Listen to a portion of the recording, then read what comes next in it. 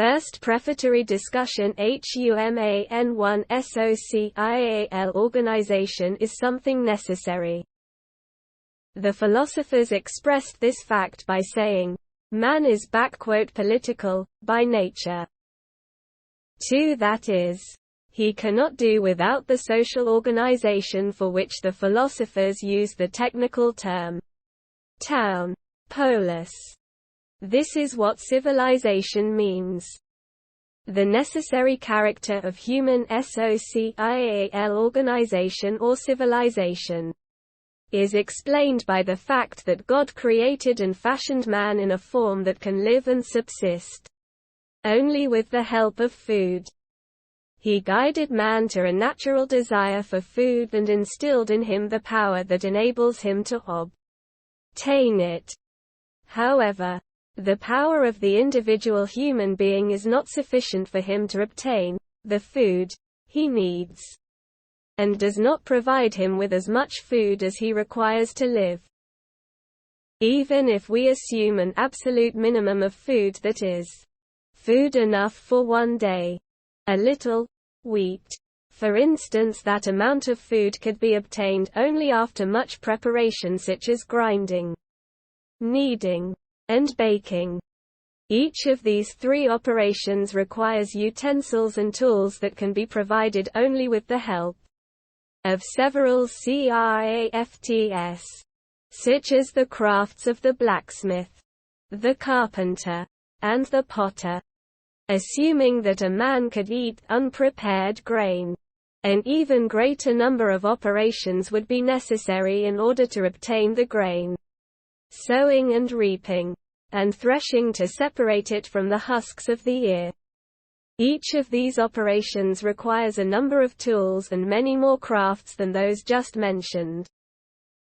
It is beyond the power of one man alone to do all that, or even part of it, by himself. Thus, he cannot do without a combination of many powers from among his fellow beings, if he is to obtain food for himself and for them. Through cooperation, the needs of a number of persons, many times greater than their own number, can be satisfied. Likewise, each individual needs the help of his fellow beings for his defense as well. When God fashioned the natures of all living beings and divided the various powers among them, many dumb animals were given more perfect powers than God gave to man. The power of a horse, for instance, is much greater than the power of man, and so is the power of a donkey or an ox. The power of a lion or an elephant is many times greater than the power of man. Aggressiveness is natural in living beings. Therefore, God gave each of them a special limb for defense against aggression. To man, instead, he gave the ability to think, and the hand. With the help of the ability to think, the hand is able to prepare the ground for the crafts. The crafts, in turn, procure for man the instruments that serve him instead of limbs, which other animals possess for the defense. Lances, for instance, take the place of horns for goring, swords the place of claws to inflict wounds, shields the place of thick skins, and so on. There are other such things. They were all mentioned by Galen in De Usu Partium. 3. The power of one individual human being cannot withstand the power of any one dumb animal, especially not the power of the predatory animals. Man is generally unable to defend himself against them by himself, nor is his unaided power sufficient to make use of the existing instruments of defense. Because there are so many of them and they require so many crafts and additional things, it is absolutely necessary for man to have the cooperation of his fellow men. As long as there is no such cooperation, he cannot obtain any food or nourishment, and life cannot materialize for him. Because God fashioned him so that he must have food if he is to live. Nor, lacking weapons, can he defend himself. Thus, he falls prey to animals and dies much before his time. Under such circumstances, the human species would vanish. When, however, mutual cooperation exists, man obtains food for his nourishment and weapons for his defense. God's wise plan that mankind should subsist and the human species be preserved will be fulfilled. Consequently, social organization is necessary to the human species. Without it, the existence of human beings would be incomplete. God's desire to settle the world with human beings and to leave them as his representatives on earth would not materialize. This is the meaning of civilization, the object of the science under discussion. The aforementioned remarks have been in the nature of establishing the existence of the object in this particular field. A scholar in a particular discipline is not obliged to do this. Since it is accepted in logic that a scholar in a particular science does not have to establish the existence of the object in that science. 5 On the other hand, logicians do not consider it forbidden to do so. Thus, it is a voluntary contribution. God, in his grace, gives success. When mankind has achieved social organization, as we have stated, and when civilization in the world has thus become a fact, people need someone to exercise a restraining influence and keep them apart. For aggressiveness and injustice are in the animal nature of man. The weapons made for the defense of human beings against the aggressiveness of dumb animals do not suffice against the aggressiveness of man to man, because all of them possess those weapons. Thus, something else is needed for defense against the aggressiveness of human beings toward each other. It could not come from outside, because all the other animals fall short of human perceptions and inspiration. The person who exercises a restraining influence, therefore, must be one of themselves.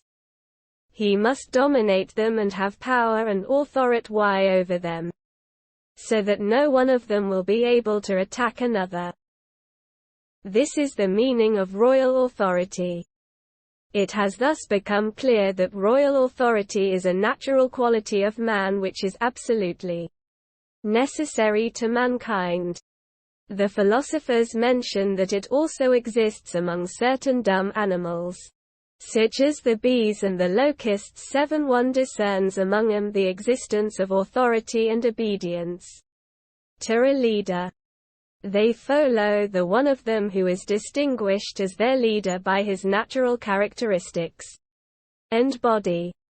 However, outside of the parts of the earth where civilization is found, some information about oceans, rivers, and zones. 11 In 1-2 The books of philosophers who speculated about the condition of the world.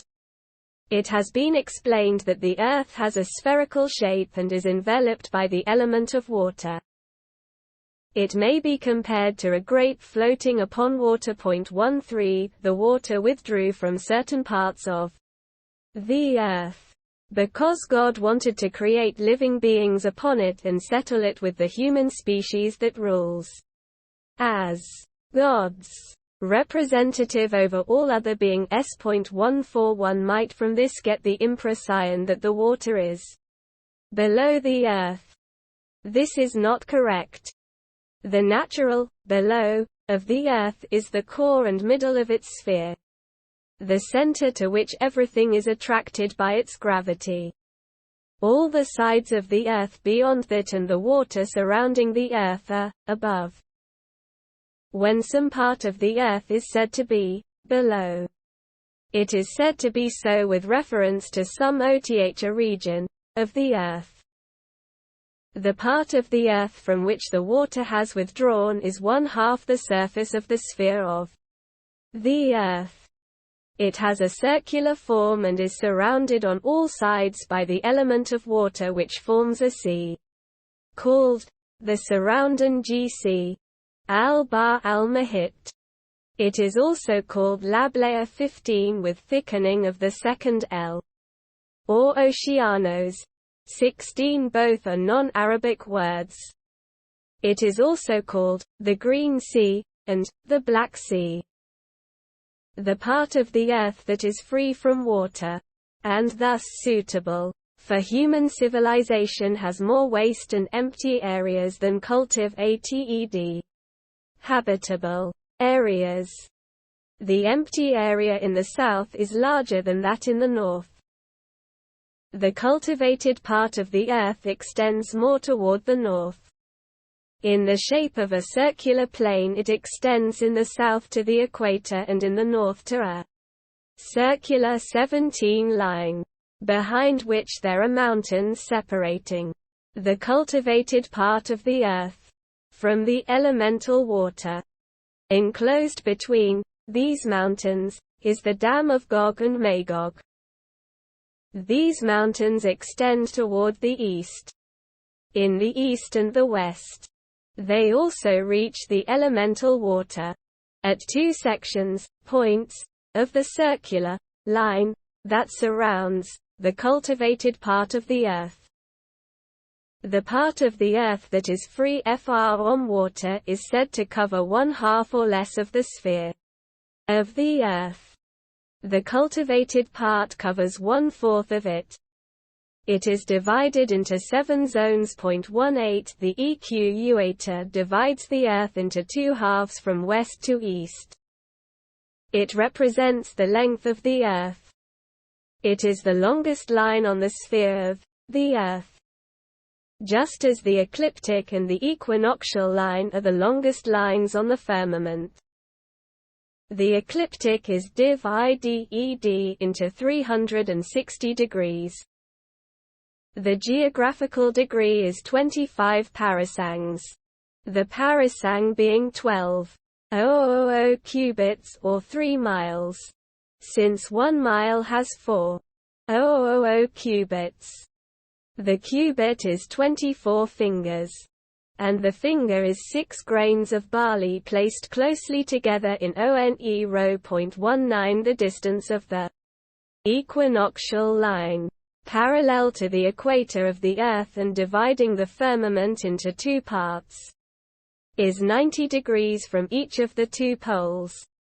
However, the cultivated area north of the equator is only 64 degrees. 20 The rest is empty and uncultivated because of the bitter cold and frost, exactly as the southern part is altogether empty because of the heat.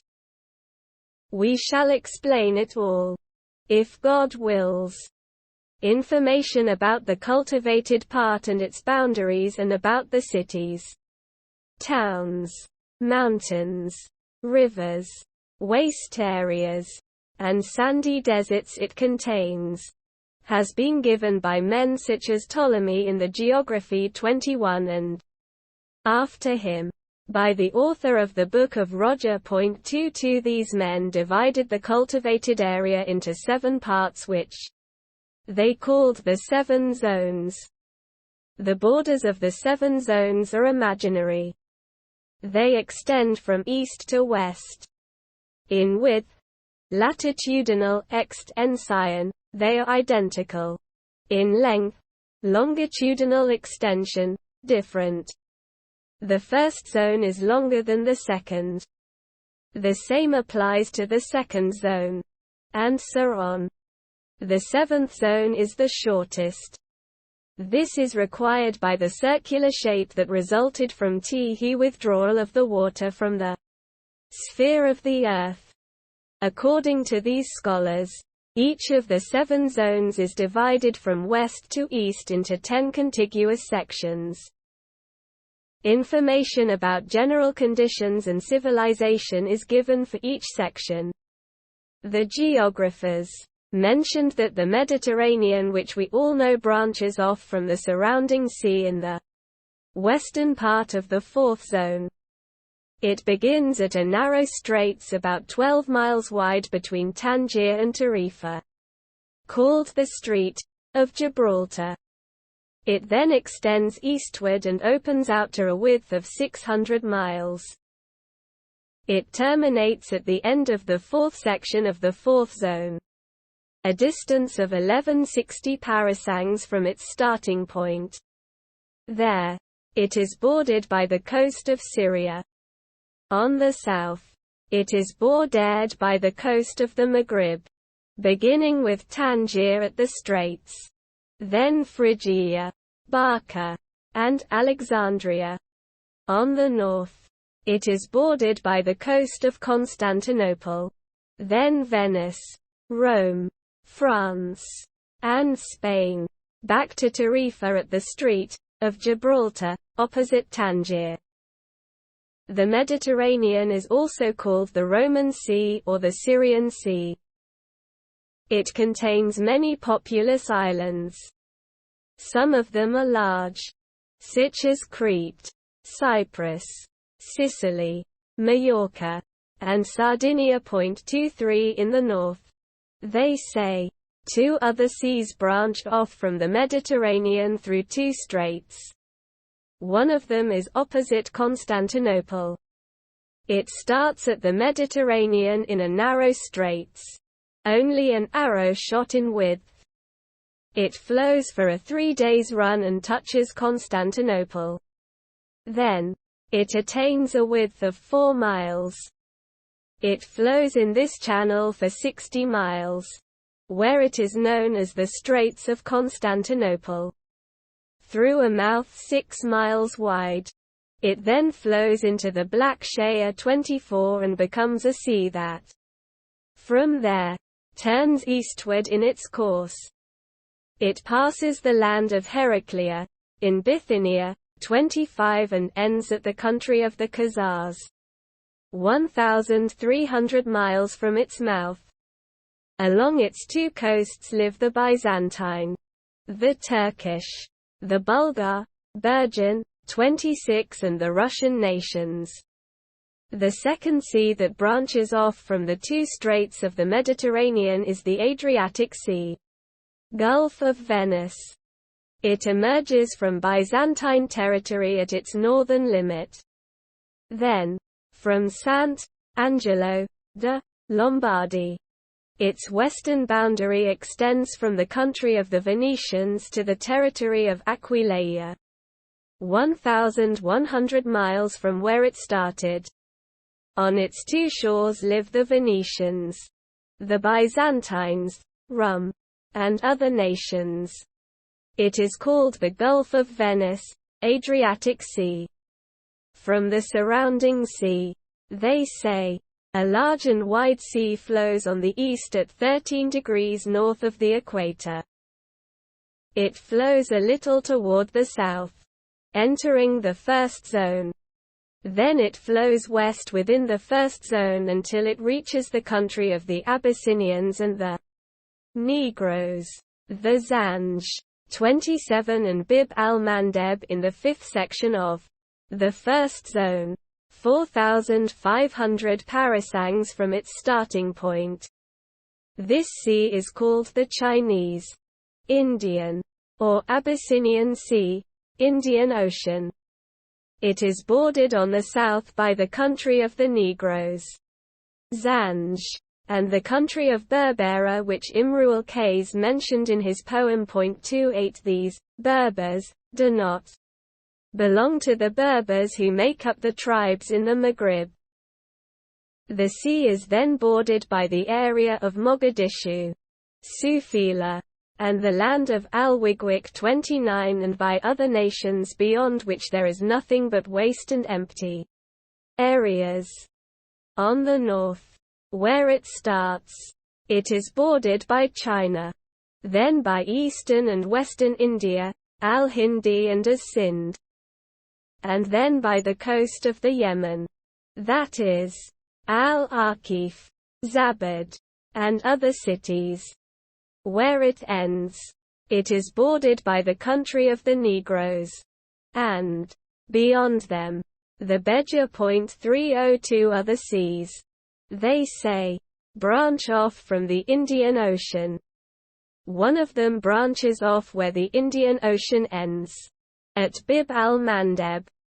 It starts out narrow, then flows widening toward the north and slightly to the west until it ends at the city of al-Khaldun in the fifth section of the second zone, 1,400 miles from its starting point.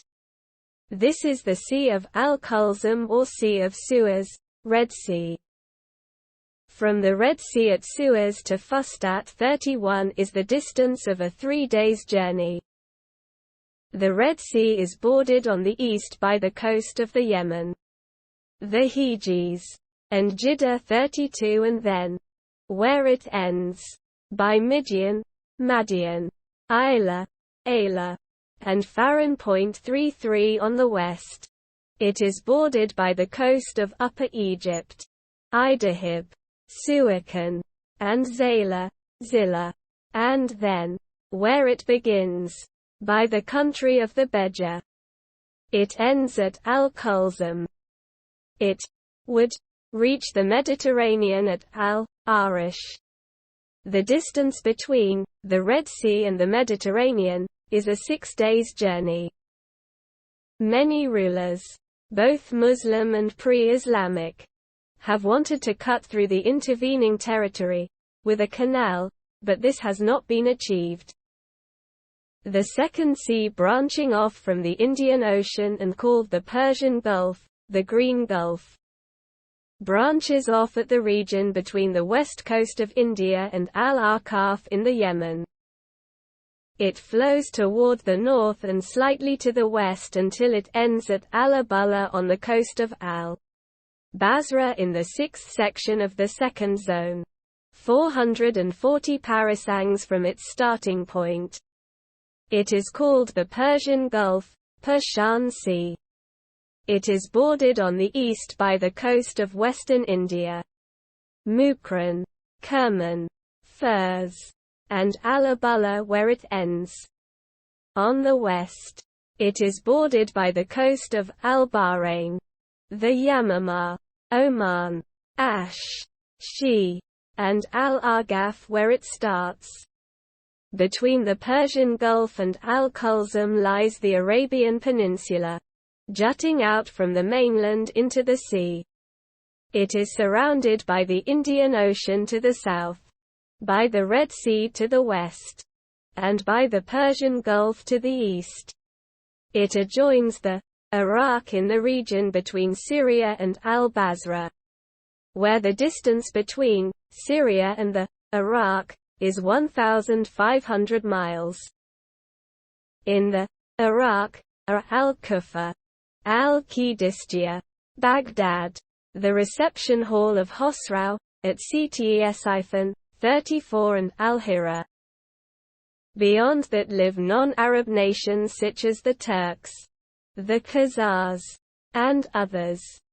The Arabian Peninsula comprises the Hejaz in the west, the Yamamah, al-Bahrain, and Oman in the east, and in the south the Yemen along the coast of the Indian Ocean. In the cultivated area of the earth, they say, there is another sea to the north in the land of the Dalim. This sea has no connection with the other seas. It is called the Sea of Jurjan and Tabaristan, Caspian Sea. Its length is 1,000 miles, and its width 600. To the west of it lies Azerbaijan and the Dalim territory. To the east of it the land of the Turks and Khuwarizm. To the south of it Tabaristan. To the north of it the land of the Khazars and the Alans. These are all the famous seas mentioned by the geographers. They further say that in the cultivated part of the earth, there are many rivers. The largest among them are 4 in number, namely, the Nile, the Euphrates, the Tigris, and the river of Balk, which is called Oxus, Jahan. The Nile begins at a large mountain, 16 degrees beyond the equator at the boundary of the 4th section of the 1st zone. This mountain is called the Mountain of the Qimar. 35 No higher mountain is known on Earth. Many springs issue from the mountain, some of them flowing into one lake there, and some of them into Anotha Lake. From these 2 lakes, several rivers branch off, and all of them flow into a lake at the equator, which is at the distance of a 10 days' journey from the mountain. From that lake, 2 rivers issue. One of them flows due north, passing through the country of the Nuba and then through Egypt. Having traversed Egypt, it divides into many branches lying close to each other. Each of these is called a channel. All flow into the Mediterranean at Alexandria. This river is called the Egyptian Nile. It is bordered by Upper Egypt on the east, and by the oases on the west. The other river turns westward, flowing due west until it flows into the surrounding sea. This river is the Sudanese Nile. 36 All the Negro nations live along its borders. The Euphrates begins in Armenia in the 6th section of the 5th zone. It flows south through Byzantine territory, Anatolia, past Malatya to Manbi, and then passes Siflin, Raga, and Al-Kufa until it reaches the marsh, Al-Batha, between Al-Basra and Wasit. From there it flows into the Indian Ocean. Many rivers flow into it along its course. Other rivers branch off from it and flow into the Tigris. The Tigris originates in a number of springs in the country of Kilit, which is also in Armenia. It passes on its course southward through Mosul, Azerbaijan, and Baghdad to Wasit. There, it divides into several channels, all of which flow into the Lake of Al-Basra and join the Persian Gulf. The Tigris flows east of the Euphrates.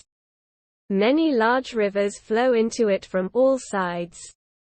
The region between the Euphrates and the Tigris, where it is first formed, is the Jazeera of Mosul, facing Syria on both banks of the Euphrates, and Fak-ing Azerbaijan on both banks of the Tigris. The Oxus originates at Balk, in the 8th section of the 3rd zone, in a great number of springs there. Large rivers flow into it, as it follows a course from south to north. It flows through Khorasan, then past Saint Khorasan to Khawarizm in the 8th section of the 5th zone. It flows into Lake Aral, the Lake of Gurganj, which is situated at the foot, north, of the city of Gurganj. In length as in width, it extends the distance of 1 month's journey. The Rive of Fargana and Tashkent, Ash-Shash, 37, which comes from the territory of the Turks, flows into it. West of the Oxus lie Khorasan and Khawarizm. East of it lie the cities of Bukhari, at-Tirmi, and Samarkand. Beyond that are the country of the Turks, Fargana, the Karluk 38 and other non-Arab nations. All this was mentioned by Ptolemy in his work and by the Sharaf al-Idrisi in the Book of Roger.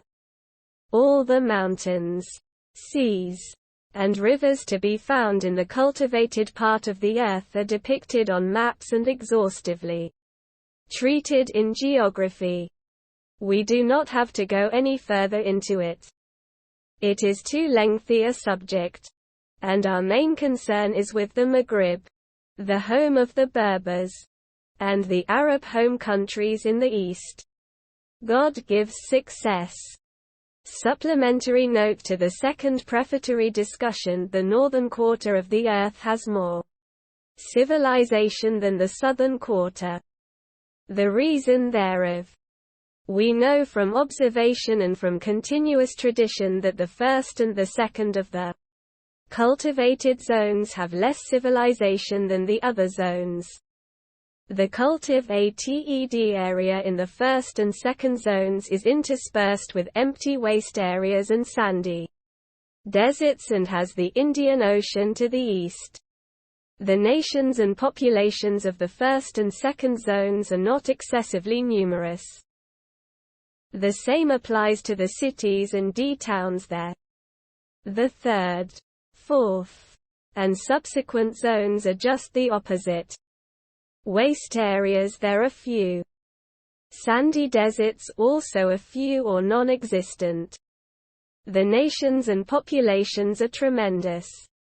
Cities and towns are exceedingly numerous. Civilization has its seat between the third and the sixth zones. The south is all emptiness. Many philosophers have mentioned that this is because of the excessive heat and slightness of the sun's deviation from the zenith in the south. Let us explain and prove this statement. The result will clarify the reason why civilization in the third and fourth zones is so highly developed and extends also to the fifth, less than sixth, greater than and seventh zones. We say, when the south and north poles of heaven are upon the horizon, they constitute a large circle that divides the firmament into two parts. It is the largest circle in it, and runs from west to east. It is called the equinoctial line. In astronomy, it has been explained in the proper place that the highest sphere moves from AST to west in a daily motion by means of which it also forces the spheres enclosed by it to move. This motion is perceptible to the senses. It has also been explained that the stars in their spheres have a motion that is contrary to this motion and is a motion from west to east. The periods of this movement differ according to the different speeds of the motions of the stars. Parallel to the courses of all these stars in their spheres, there runs a large circle which belongs to the highest sphere and divides it into two halves. This is the ecliptic zodiac. It is divided into 12 signs. As has been explained in the proper place, the equinoctial line intersects the ecliptic at two opposite points, namely, at the beginning of Aries and at the beginning of Libra. The equinoctial line divides the zodiac into two halves. One of them extends northward from the equinoctial line and includes the signs from the beginning of Aries to the end of Virgo.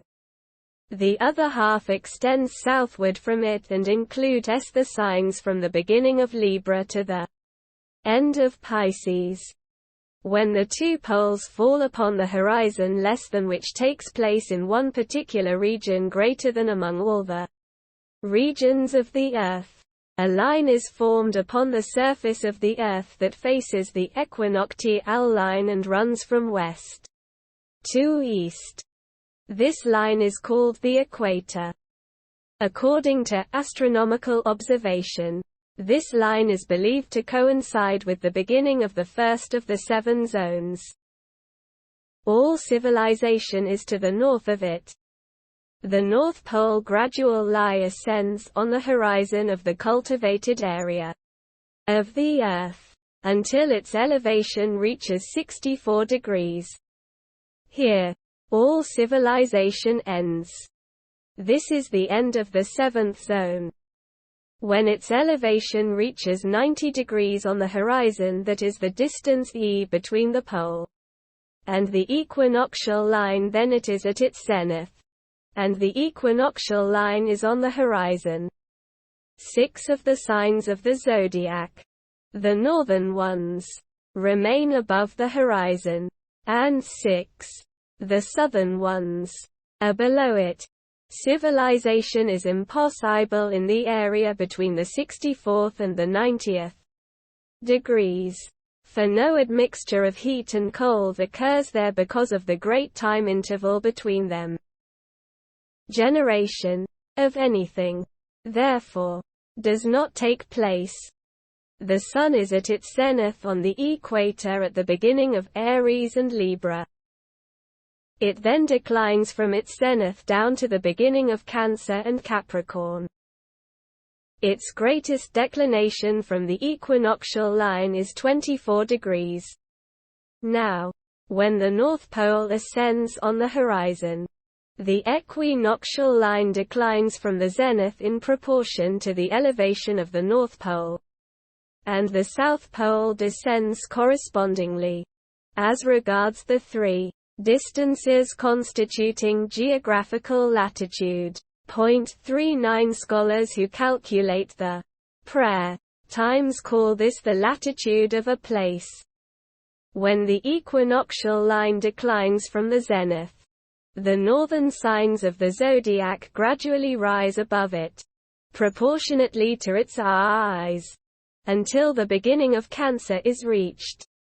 Meanwhile, the southern signs of the zodiac correspondingly descend below the horizon until the beginning of Capricorn is reached. Because of the inclination of the two halves of the zodiac, upwards or down wards from the horizon of the equator. As we have stated, the northern horizon continues to rise until its northern limit, which is the beginning of Cancer, is in the zenith.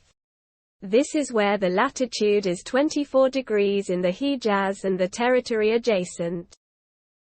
This is the declination from the equinoctial at the horizon of the equator at the beginning of Cancer. With the elevation of the North Pole, Cancer rises until it attains the zenith.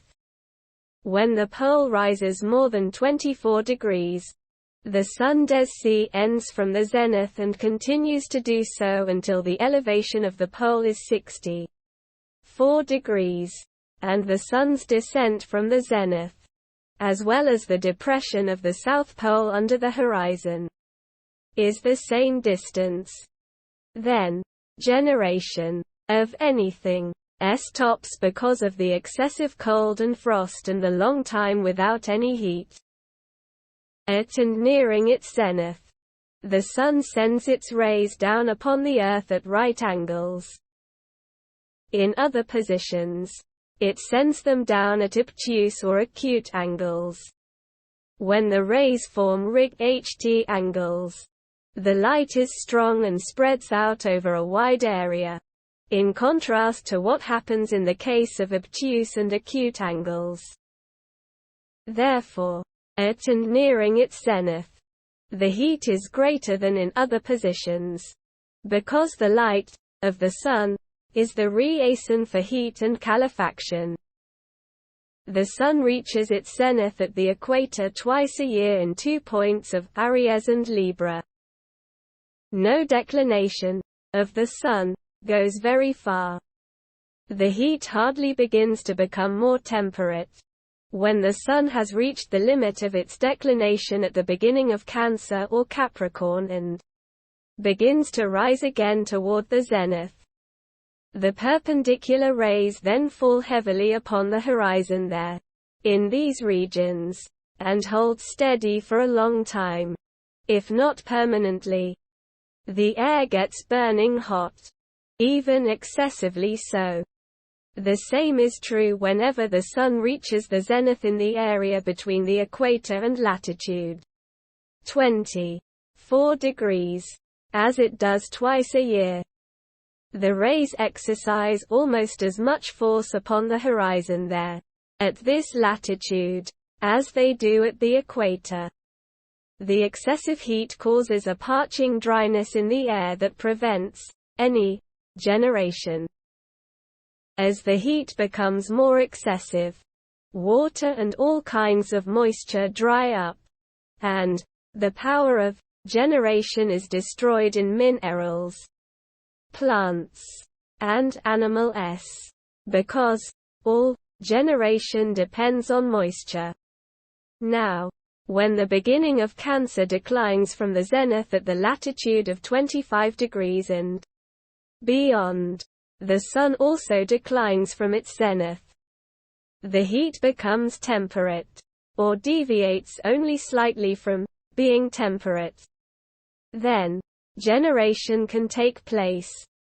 This goes on until the cold becomes excessive, due to the lack of light and the obtuse angles of the rays of the Sun. Then, the power of generation again decreases and is destroyed. However, the destruction caused by great heat is greater than that caused by great cold. Because heat brings about desiccation faster than cold brings about freezing. Therefore, there is little civilization in the first and second zones. There is a medium degree of civilization in the third, fourth, and fifth zones, because the heat there is temperate owing to the decreased amount of light. There is a great deal of civilization in the sixth and seventh zones because of the decreased amount of heat there. At first, cold does not have the same destructive effect upon the power of generation as heat. It causes desiccation only when it becomes excessive and thus has dryness added. This is the case beyond the seventh zone. All this, then, is the reason why civilization is stronger and more abundant in the northern quarter. And God knows better. The 40 philosophers concluded from these facts that the region at the equator and beyond it, to the south, was empty. On the strength of observation and continuous tradition, it was argued against them that, to the contrary, it was cultivated. How would it be possible to prove this contention? It is obvious that the philosophers did not mean to deny entirely the existence of civilization there. But their argumentation led them to the realization that the power of generation must, to a large degree, be destroyed there because of the excessive heat. Consequently, civilization there would be either impossible, or only minimally possible. This is so. The region at the equator and beyond it, to the south, even if it has civilization as has been reported, has only a very little of it. Averroes 41 assumed that the equator is in a symmetrical position 42 and that what is beyond the equator to the south corresponds to what is beyond it to the north. Consequently, as much of the south would be cultivated as of the north. His assumption is not impossible, so far as the argument of the destruction of the power of generation is concerned. However, as to the region south of the equator, it is made impossible by the fact that the element of water covers the face of the earth in the south, where the corresponding area in the north admits of generation. On account of the greater amount of water in the south, Avenue-Roux's assumption of the symmetrical position of the equator thus turns out to be impossible. Everything else follows, since civilization progresses gradually and begins its gradual progress where it can exist, not where it cannot exist. The assumption that civilization cannot exist at the equator is contradicted by continuous tradition, and God knows better. After this discussion, we wish to draw a map of the Earth 43 as was done by the author of the Book of Roger. Then, we shall give a detailed description of the map. Detailed description of the map 44. This description is twofold. There is a detailed description and a general description. The detailed description consists of a discussion of each country, mountain, sea, and river of the cultivated part of the earth. This discussion will be found in the following section. The general description consists of a discussion of the division of the cultivated part of the earth into 7 zones, their latitudinal extension, and the length of the days. Such is the contents of this section. Let us begin to explain things. We have mentioned before that the Earth floats upon the elemental water like a grape. 45 God's plan for civilization and for the elemental generatio n of life resulted in making part of the Earth free of water. The part that is free of water is said to constitute 1/2 the surface of the Earth. The cultivated part is 1/4 of it. The rest is uncultivated. According to another opinion, the cultivated part is only 1/6 of it. The empty areas of the part which is free of water lie to the south and to the north. The cultivated area in between forms a continuum that stretches from west to east. There is no empty area between the cultivated part and the surrounding sea in these 2 directions. They further said, across the cultivated part of the earth an imaginary line runs from west to east facing the equinoctial line of the firmament, in regions where the 2 poles of the firmament are on the horizon. At this line civilization begins.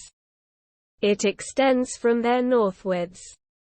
Ptolemy said, as a matter of fact, civilization extends beyond that line to the south. He indicated the latitudinal extension, as will be mentioned. 46 Ishaq B. Al-Hassan al-Khazini 47 expresses the opinion that beyond the 7th zone, to the north, there is another civilization. He indicated its latitudinal extension, as we shall key to the map: 1 south 41 Mukran, 2 west 42 Kerman, 3 north 43 Furs, 4 east 44 Albalis, 5 empty beyond the equator because of the heat, 45 Azerbaijan, 6 equator 46 desert, 7 Lamlam country, 47 Khorasan, 8 Makzawa, Magazawa, 48 Khawarizm, 9 Kanam country, 49 eastern India, 10 Bornu, 50 Tashkent, 11 Gorgor, 51 Sokht, 12 Zaki, 52 China, 13 at Tijuan, 53 Tughazguz, 14 Nubia, 54 Gascoigne, 15 Abyssinia, 55 Brittany, 16 Ghana, 56 Calabria, 17 Lambta, 57 France, 18 Lessus, 58 Venice, 19 Morocco, 59 Germany, Armenia, 20 Tangier, 60 Macedonia, 21 Sinhija, 61 Bohemia, 22 Dar, 62 Jathulia, 23 Ifriqiya, 63 Jarmania, 24 Fezzan, 64 Al-Balagan, 25 Jared, 65 Armenia, 26 Kawir, 66 Tabaristan, 27 Desert of Berenice, 67 Alans, 28 Inner Oases, 68 Bashkirs, 29 Upper Egypt, 69 Bulgars, 30 Egypt, 70 Pechenegs, 31 Beja, 71 Stinking Land, 32 Hejaz 72 Waste Country 33 Syria 73 Magog 34 Yemen 74 Buz 35 Yamamah 75 Tirgish 36 Al-Basra 76 Adkish 37 Iraq 77 Kaluk 38 Ash-Shi 78 Gog 39 Oman 79 Kimik 40 Western India 80 Empty in the north because of the cold mention. 48 Al-Khazini is one of the leading scholars in this craft. Geography.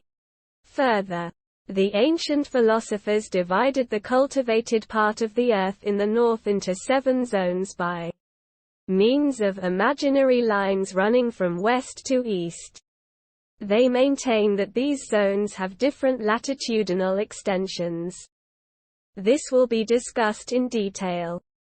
The first zone runs along the equator. North of it, south of it, there is only the civilization to which reference was made by Ptolemy. Beyond that are waste regions and sandy deserts, up to the circle of water which is called the surrounding sea. To the north, the first zone is followed successively by the second through the 7 th zones. The 7th zone constitutes the northern limit of civilization. Beyond it are only empty and waste regions, down to the surrounding sea as, in the south. However, the empty regions in the south are much larger than those in the north. As to latitudes and length of days in the various zones, it should be known that the 2 poles of the firmament are upon the horizon at the equator in the west and the east. It should be known that, as was mentioned above, the philosophers divided the cultivated part of the earth into 7 parts from south to north. These parts they called zones. The whole of the cultivated area is distributed over these zones. Each zone extends from west to east. The first zone runs from west to east with the equator as its southern border. Beyond it, there are only waste regions and sandy deserts, and civilization of a sort that, if it actually exists, is more like non-civilization. To the north, the first zone is followed successively by the 2nd through the 7th zones. The 7th zone constitutes the northern limit of civilization. Beyond it, to the north, are only empty and waste regions until the surrounding sea is reached. The situation is the same here as it is beyond the first zone to the south. However, the empty areas in the north are much smaller than those in the south. The sun there is at the zenith. As we follow the cultivated part of the earth farther and farther north, the North Pole ascends slightly, and the South Pole descends correspondingly, at the horizon. Furthermore, the sun moves a corresponding distance from its zenith at the equinoctial line. These 3 distances are equal to each other. Each of them is called geographical latitude. This is well known to the scholars who determine the prayer times.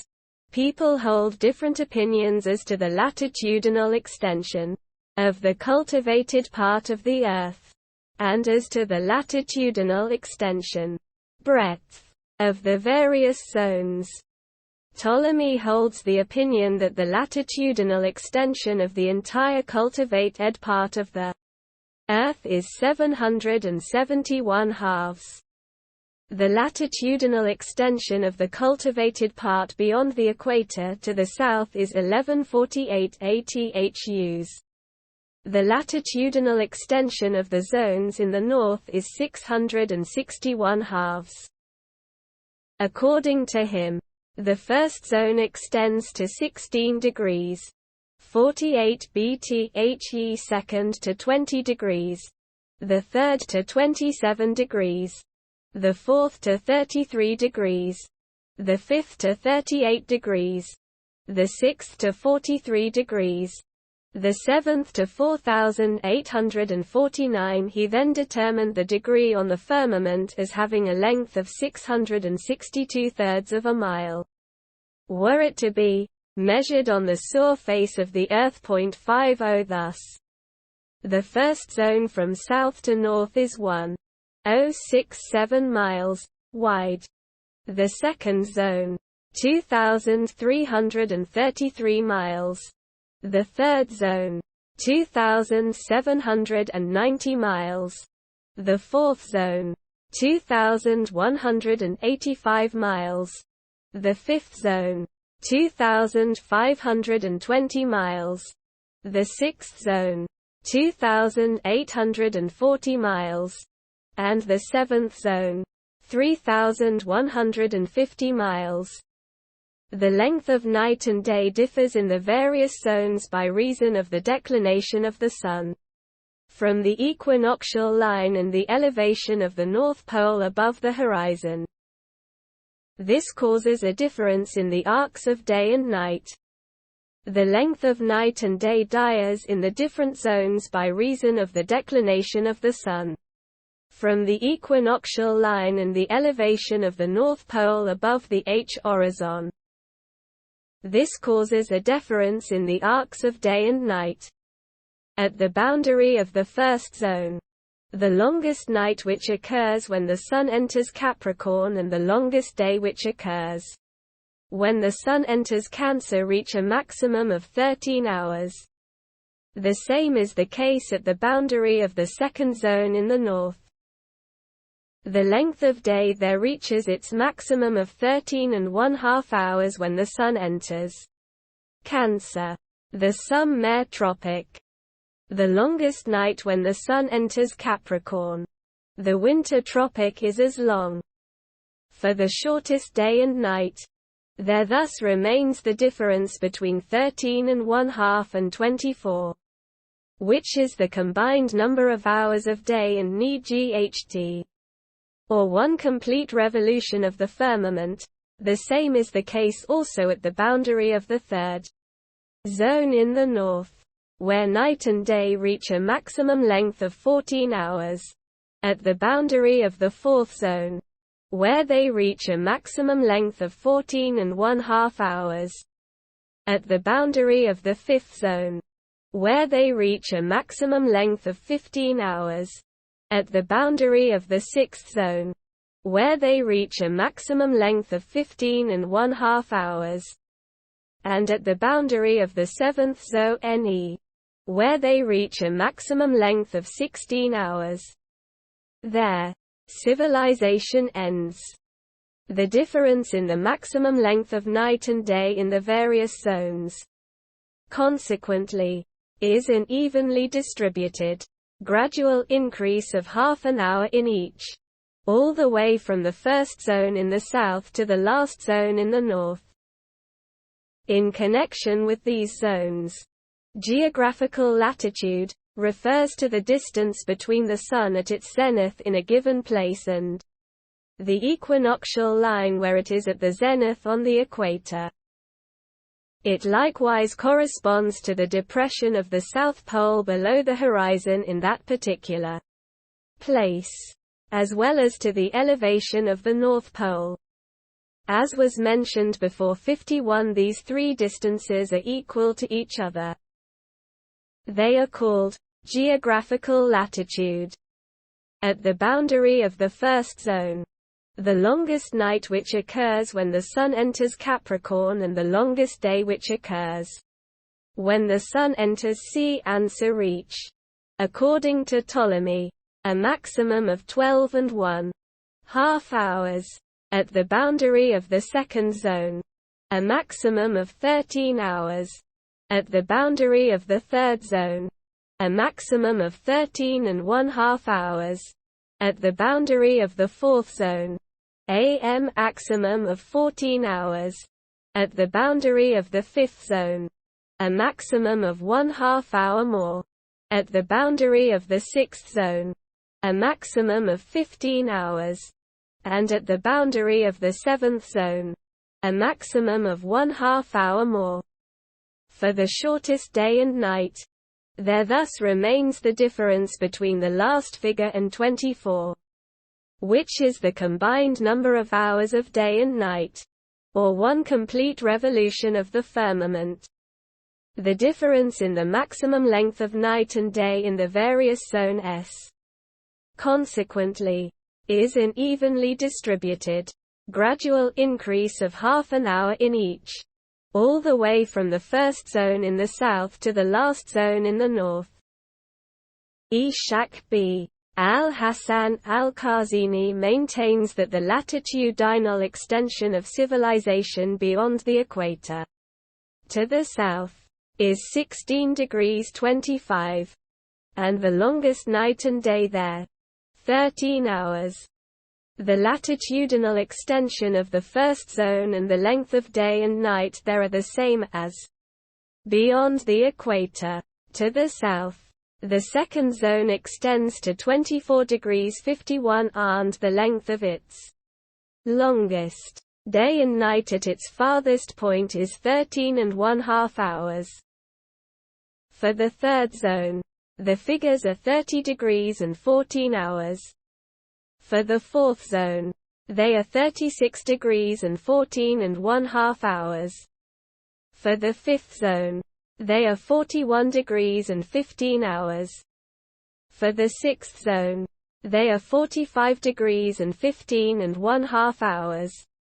For the seventh zone, they are 481/2 of a degree and 16 hours.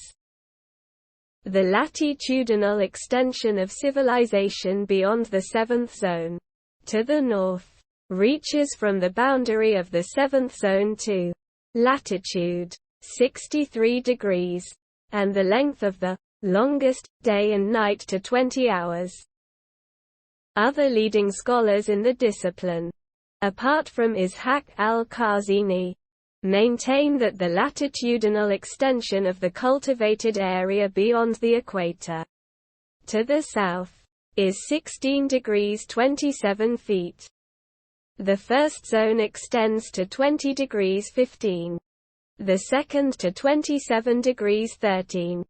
The third to 33 degrees 20. The fourth to 381/2 of a degree. 52. The fifth to 43 degrees. The sixth to 47 degrees 53. Or, according to another opinion, to 46 degrees 50. And the seventh to 51 degrees 53. Civilization beyond the seventh zone extends to 77 in Abu Jafar al-Khazini 53, one of the leading scholars in the discipline. One also finds that the latitudinal extension of the first zone is from 1 degree to 20 degrees 13. Of the second, to 27 degrees 13. Of the third, to 33 degrees 39. Of the fourth, to 38 degrees 23.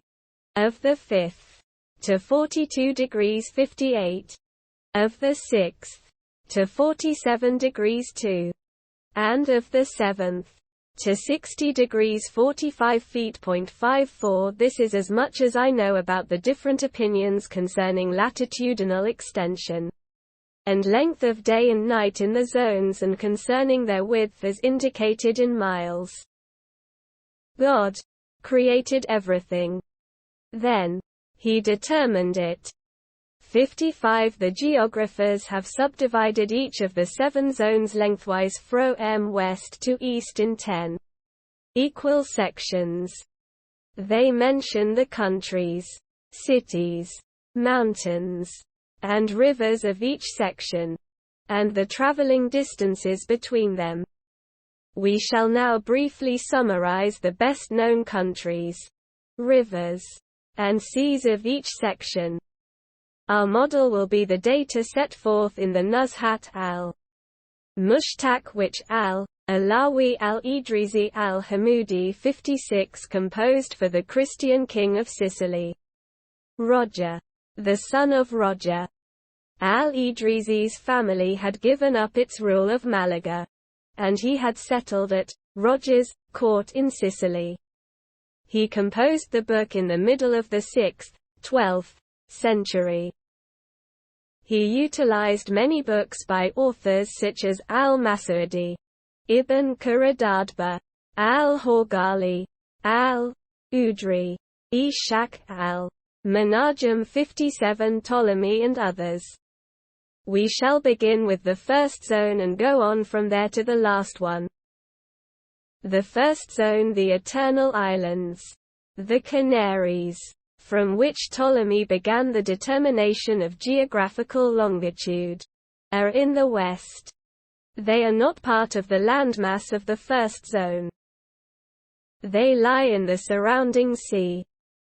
A number of islands constitute them. The largest and best known are 3 in number. They are said to be cultivated. We have heard 58 that European Christian ships reached them in the middle of this century, fought with the inhabitants, plundered them, captured some of them, and sold some of the captives along the Moroccan coast where they came into the service of the ruler. After they had learned Arabic, they gave information about conditions on their island. They said that they tilled the soil with horns. Iron was lacking in their country. Their bread 59 was made of barley. Their animals were goats.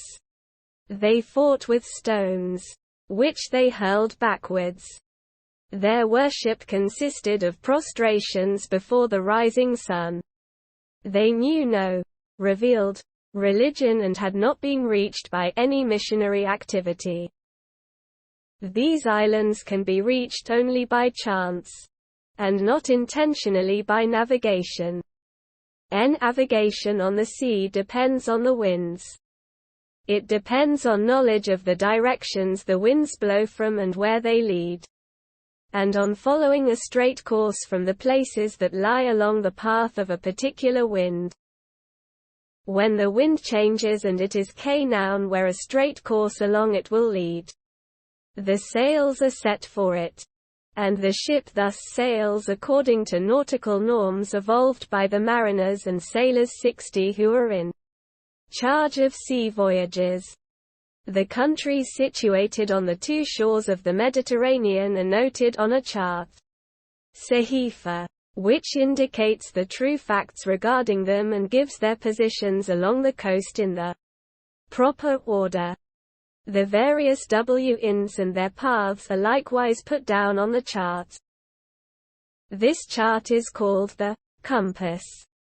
61 fit it is on this compass that sailors rely on their voyages.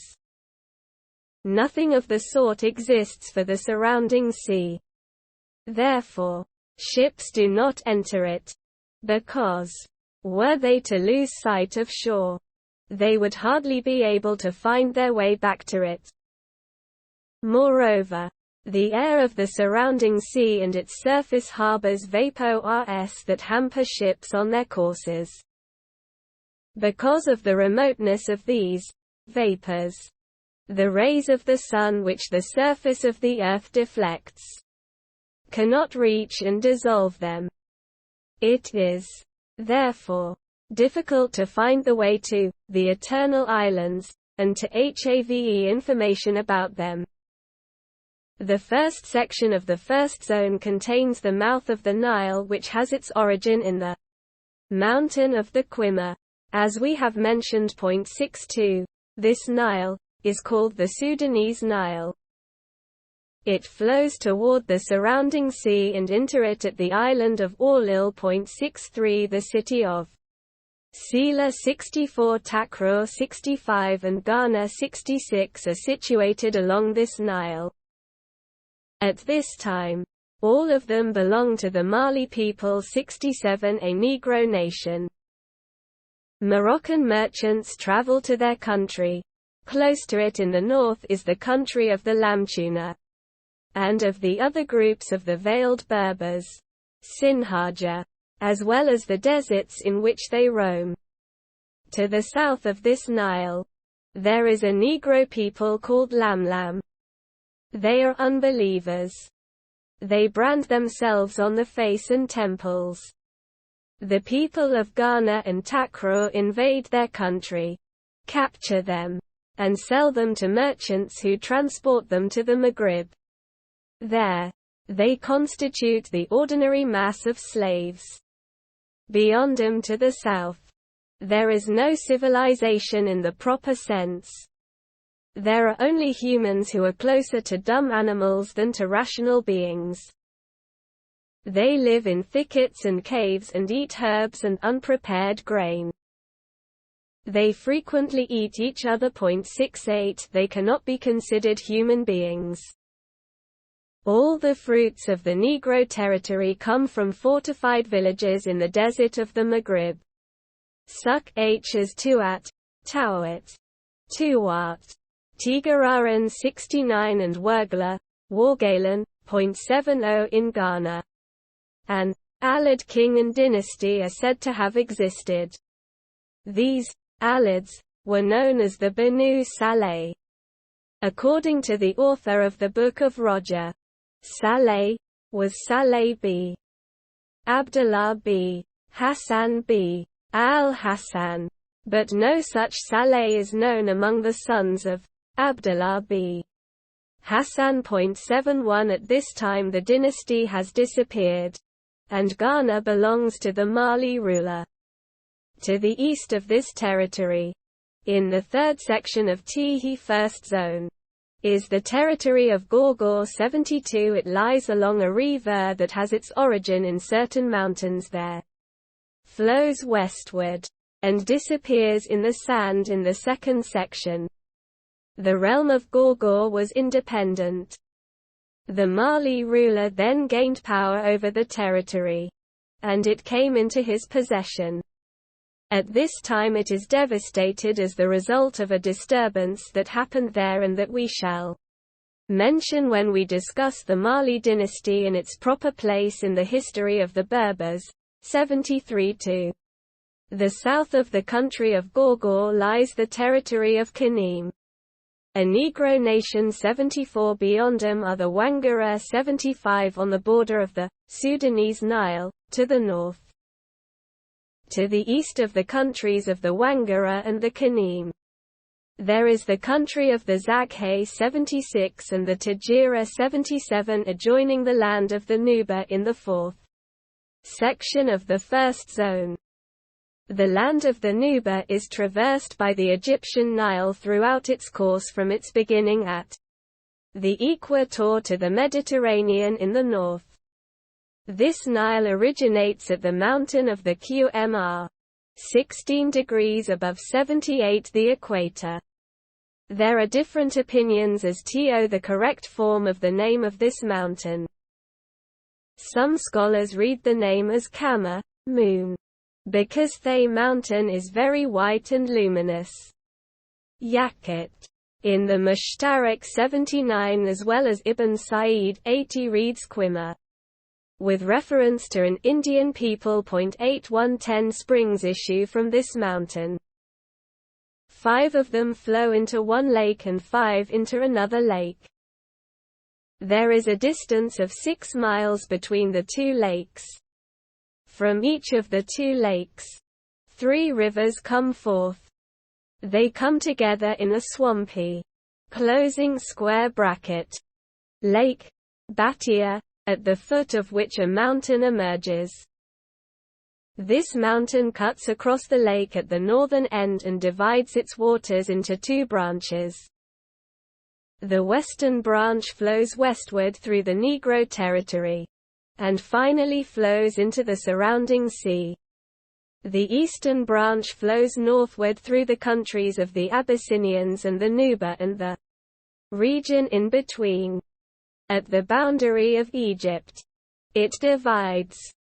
3 of its branches flow into the Mediterranean at Alexandria, at Rosetta 82 and at Damietta. 1 flows into a salt lake before reaching the sea. In the middle of the first zone along the Nile, lie the countries of the Nuba and the Abyssinians and some of the oases down to Assuan. A settled part of the Nuba country is the City of Dongola, west of the Nile. Beyond it are Alwa 83 and Ulak .84 beyond them. A 6 days' journey north of Ulak is the Mountain of the Cataracts. This is a mountain which rises to a great height on the Egyptian side, but is much less elevated on the side of the country of the Nuba. The Nile cuts through it and flows down precipitately in tremendous cascades for a long distance. Boats cannot get through. Cargoes from the Sudanese boats are taken off and carried on pack animals to Assuan at the entrance to Upper Egypt. In the same way, the cargoes of the boats from Upper Egypt are carried over the cataracts. The distance from the cataracts to Assuan is a 12 days' journey. The oases on the west bank of the Nile there are now in ruins. They show traces of ancient settlement. In the middle of the first zone, in its fifth section, is the country of the Abyssinians, through which a river flows, which comes from beyond the equator, and 85 flows toward the land of the Nuba, where it flows into the Nile and so on down into Egypt. Many people have held fantastic opinions about it and thought that it was part of the Nile of the Qimar, Mountain of the Moon. Ptolemy mentioned it in the Geography. He mentioned that it did not belong to the Nile. In the middle of the first zone, in the fifth section, the Indian Ocean terminates. It comes down from the region of China and covers most of the first zone to the fifth section. Consequently, there is not much civilization there. Civilization exists only on the islands in the Indian Ocean, which are numerous and said to number up to 1,000. Civilization also exists on the southern coast of the Indian Ocean, the southernmost limit of the cultivated part of the earth, as also on its northern coast. Of these coasts, the first zone contains only a part of China to the east and the whole of the Yemen in the sixth section of this zone, where two seas branch off northwards from the Indian Ocean, namely, the Red Sea, Sea of Al-Kulzum, and the Persian Gulf. Between them lies the Arabian Peninsula, comprising the Yemen, Ash-Shi to the east on the shore of the Indian Ocean, the Hijaz, the Yamamah, and adjacent regions which we shall mention in connection with the second zone, and the regions farther north. On the western shore of the Indian Ocean is Zilla, which is on the boundary of Abyssinia, and the desert plains of the Beja north of Abyssinia, which lie between the mountain of Al-Alaki 86 inches, the southernmost part of Upper Egypt, and the Red Sea, which branches off from the Indian Ocean. North of Zilla, in the northern part of this section is the Straits of Bib al-Mandeb, where the sea that branches off there is narrowed by the promontory of al-Mandeb, which juts into the Indian Ocean from south to north along the west coast of the Yemen for 12 miles. As a result, the sea becomes so narrow that its width shrinks to approximately 3 miles. This is called Bib al-Mandeb. Yemenite ships pass it on their way to the coast of Suez near Egypt, Cairo. North of Bib al-Mandeb are the islands of Suakin and Dalek. Opposite it to the west are the desert plains of the Beja, a Negro nation, as we have just mentioned. To the east, on the coast of the Straits of Bib al-Mandeb, is the Tihima of the Yemen. It includes the place of Haley B.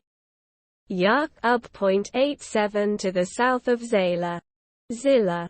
On the western coast of the Indian Ocean are the villages of Berbera, which extend one after the other all along the South Rn coast of the Indian Ocean, to the end of the sixth section. There, to the east, the country of the Zanja joins them. Then 88 comes the city of Mogadishu, a very populous city with many merchants, yet nomad in character, on the southern coast of the Indian Ocean. Adjoining it to the east is the country of the Sufila on the southern coast in the seventh section of the first zone. East of the country of the Sufila on the southern shore lies the country of Al-Wikwik 89, which stretches to the end of the 10th section of the first zone. Where the Indian Ocean comes out of the surrounding sea, there are many islands in the Indian Ocean. One of the largest islands is the island of Ceylon, Sarandib, which is round in shape and has a famous mountain said to be the highest mountain on earth. It lies opposite Sufila. Then, there is the island of Java, Malay archipelago, 90 an oblong island that begins opposite the land of Sufila and extends northeastward until it approaches the coasts that constitute China's southern boundary. In the Indian Ocean, to the south China is surrounded by the islands of Al-Wikwak, and to the east by the islands of Korea. 91 There are numerous other islands in the Indian Ocean. These islands produce different kinds of perfumes and incense. They also are said to contain gold and emerald mines. Most of their inhabitants are Magyans. 92 They have numerous rulers. These islands present remarkable cultural features that have been mentioned by geographers. The northern coast of the Indian Ocean, in the sixth section of the first zone, is occupied by the whole of the Yemen. On the Red Sea side lie Zabad, Al-Mujam 93 and the Tihama of the Yemen. Next beyond that is Sada, the seat of the Zaydi Imams, lying far from the Indian Ocean to the south, and from the Persian Gulf to the east. In the region beyond that are the city of Aden and, north of it, Sana'a. Beyond these two cities, to the east, is the land of Al-Arqaf and Zed, afar. Next comes the land of Hadramaut, followed by the country of Ashshi between the Indian Ocean in the south and the Persian Gulf. This part of the sixth section is the only part that is not covered by water in the middle region of the first zone. Apart from it, a small portion of the ninth section is not covered by water, as well as a larger area in the 10th section that includes the southernmost limit of China. One of China's famous cities is the city of Canton. 94 Opposite it to the east are the islands of Korea, which have just been mentioned. This concludes the discussion of the first zone. The second zone is contiguous with the northern boundary of the first zone. Opposite its western limit, in the surrounding sea are two of the Eternal Islands, which have been mentioned. At the southernmost part of the first and second sections of the second zone. Here is the land of Kamnaria. 95 Then, to the east, there are the southernmost parts of the land of Ghana. Then, there are the desert plains of the Zakhe Groys. In the northernmost part, there is the desert of Nisar. 96 It extends uninterruptedly from west to east. It has stretches of desert which are crossed by merchants on their way from the Maghrib to the Sudan country. It includes the desert plains of the veiled Sinhaja Berbers. There are many subgroups, comprising the Guadala 97, the Lamtuna, the Masafa 98, the Lamta, and the Watriga. Directly to the east of the waste regions is the land of Fezzan. Then, there are Tihi desert plains of the Asgar, a Berber tribe, which extend due east in the southernmost part of the third section. This is followed, still in the third section, by part of the country of Kawa, a Negro nation. Then, there is a portion of the land of at Tarjuan. 99. The northernmost part of the third section is occupied by the remainder of the land of Wadden, followed directly to the east by the land of Santeria, which is called the Inner Oases. 100. The southernmost limit of the fourth section is occupied by the remainder of the land of at Tarjuan. The middle of the fourth section, then, is intersected by Upper Egypt along the banks of the Nile, which flows from its source in the first zone to its mouth at the sea. In this section it passes through two mountain barriers, the mountain of the Oases in the west, and the Makatim in the east. At the southern part of the section lie Esna and Armant. There is a continuous riverbank region up to Asyut and Chus, and then to Saul. There, the Nile divides into two branches. The right branch ends up at Al-Lahan, still in the 40H section. The left branch ends up at Dallas. The region between them is the southernmost part of Lower Egypt. East of Mount Megatim are the deserts of Idhab, extending from the fifth section to the Sea of Suez. That is, the Red Sea, Sea of Al-Kulzum, which branches off northwards from the Indian Ocean to the south.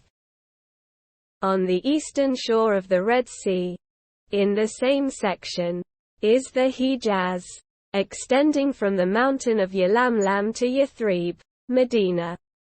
In the middle of the Hijaz is Mecca God Honorit. And on its sea shore there is the city of Jeddah, which is opposite Idhab on the western shore of the Red Sea. In the sixth section to the west is the Najd, having as its southernmost limit Jerash and Tabala 101, and extending up to Ukaz in the north. North of the Najd, in the sixth section, is the remainder of the Hijaz. Directly to the east of the Najd lies the country of Natran and Janad. North of that is Tihi Yamamah.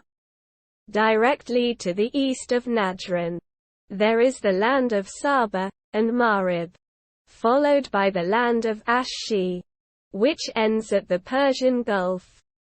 This is the other sea that branches off northward from the Indian Ocean, as has been mentioned, and turns westward on its course in the sixth section. The northeastern area of the sixth section constitutes a triangle.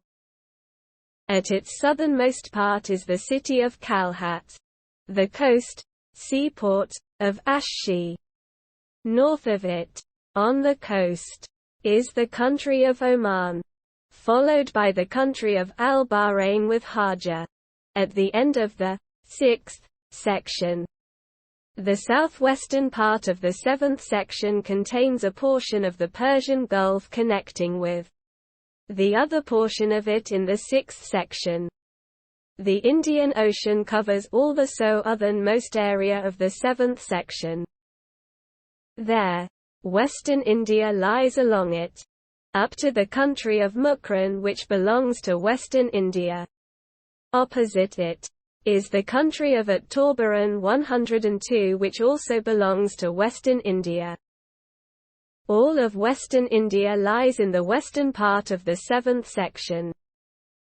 Western India is separated from eastern India by stretches of desert, and is traversed by a river, the Indus, which comes from eastern India and flows into the Indian Ocean in the south. Eastern India begins on the shore of the Indian Ocean.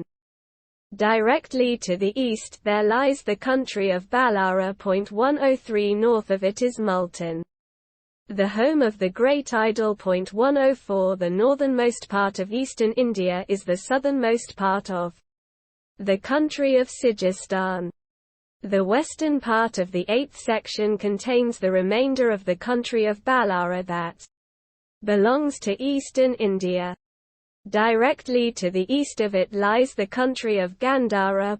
105 Then, at the southernmost part of the section, on the shore of the Indian Ocean, there is the country of Malabar, Munabar.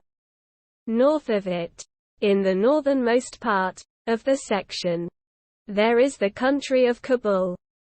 Beyond Kabul, to the east 105 the territory of the Kannauj. Between inner and outer Kashmir at the end of the zone. The 9th section, in its western part, contains farthest eastern India, which extends to the eastern part of the section, and stretches along its southernmost part up to the 10th section. In the northernmost part here, there is a portion of China. It includes the city of Keegan. 106 China then extends over the whole 10th section up to the surrounding sea. Third zone. The third zone is contiguous with the northern boundary of the second zone. The first section, about 1/3 of the way from the southernmost part of the zone, contains the Atlas Mountain 107, which runs from the western part of the first section at the surrounding sea to the eastern end of the section.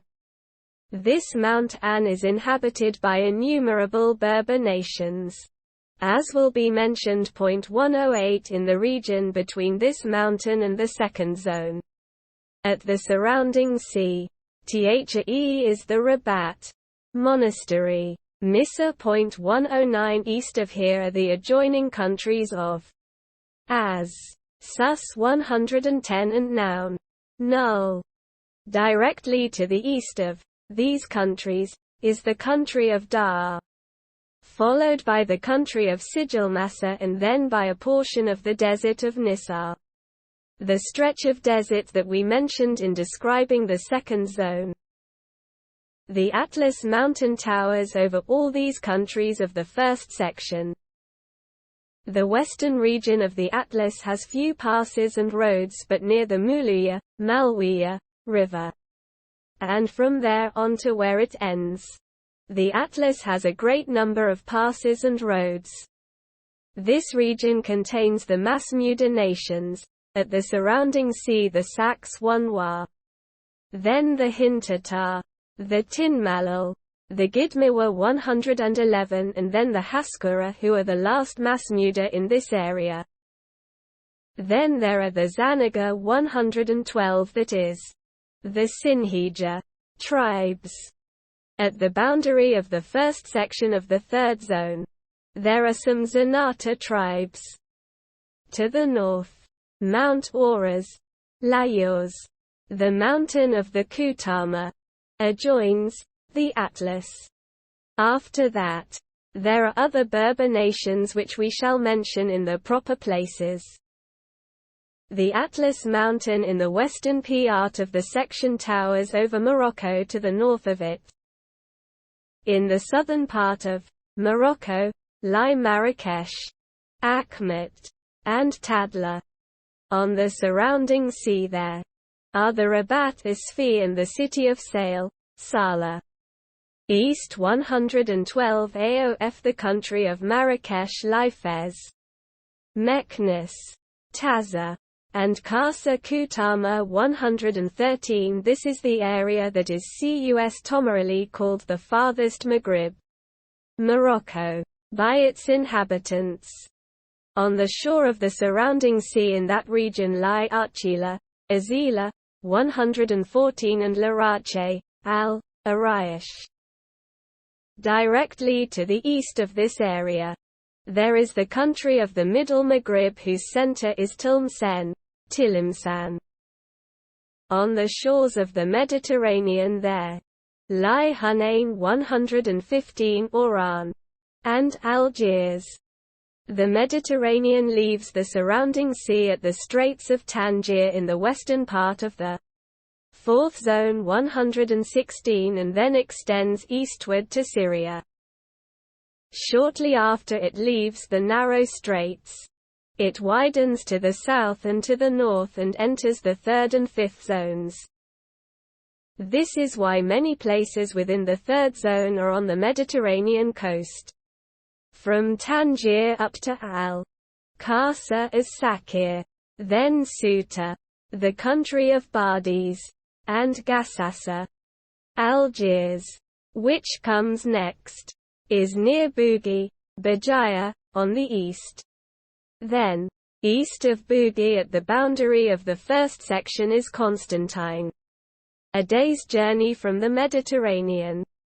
South of Thsa places, toward the south of the Middle Maghrib, is the territory of Ashir, with Mount Titari, followed by Amsila, Al-Masila, and the Zab. The center of the Zab is Biskra, north of Mount Auras, which connects with the Atlas. As has been mentioned, Ts is the eastern end of the first section. The second section of the third zone is like the first section in that about one-third of the distance from its southern limit lies the Atlas mountain, which extends across this section from west to east and divides it into two portions. The Mediterranean covers one area in the north.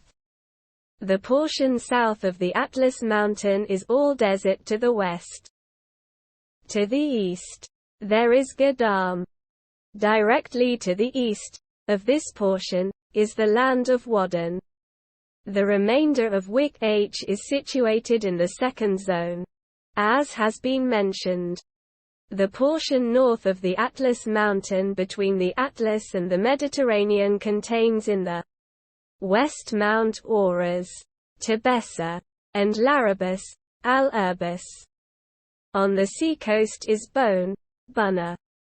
Directly east of Thsa places lies the country of Ifriqiya, with the city of Tunis, then Sus, Susa, and Al-Mahdiya on the seacoast.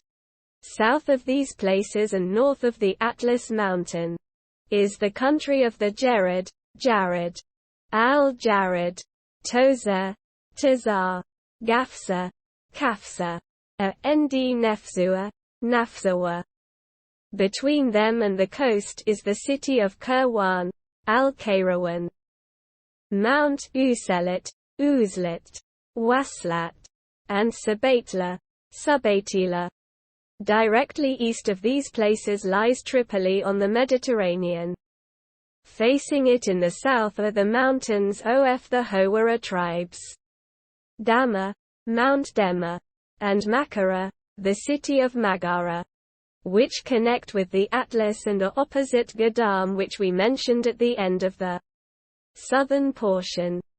At the eastern end of the second section lies Suwaykar ibn Mathik Oud 116a on the sea. To the south are the desert plains of the Arabs in the land of Wadden. The third section of the third zone is also traversed by the Atlas mountain. But at the limit of the section, the Atlas turns northward and runs due north up to the Mediterranean. There, it is called Cape Orthan. The Mediterranean covers the northern part of the third section, so that the land between it and the Atlas narrows. Behind the mountain to the southwest, there is the remainder of the land of Wadden and the desert plains of the Arabs. Then, there is Zawilat ibn Khattab 117, followed by sandy deserts and waste regions to the eastern boundary of the section. To the west of the area between the mountain and the sea, there is Sirte, at the sea. Then, there are empty and waste regions in which the Arabs roam. Then, Here is Ajdabiya and where the mountain makes a turn. Barca, Barca. Next comes Ptolemytha, Ptolemais, on the sea. Then, to the east of the mountain, after it makes the turn, are the desert plains of the Hayib 118 and the Ruwaha, which extend to the end of the section. The southwestern part of the fourth section of the third zone contains the desert of Berenice.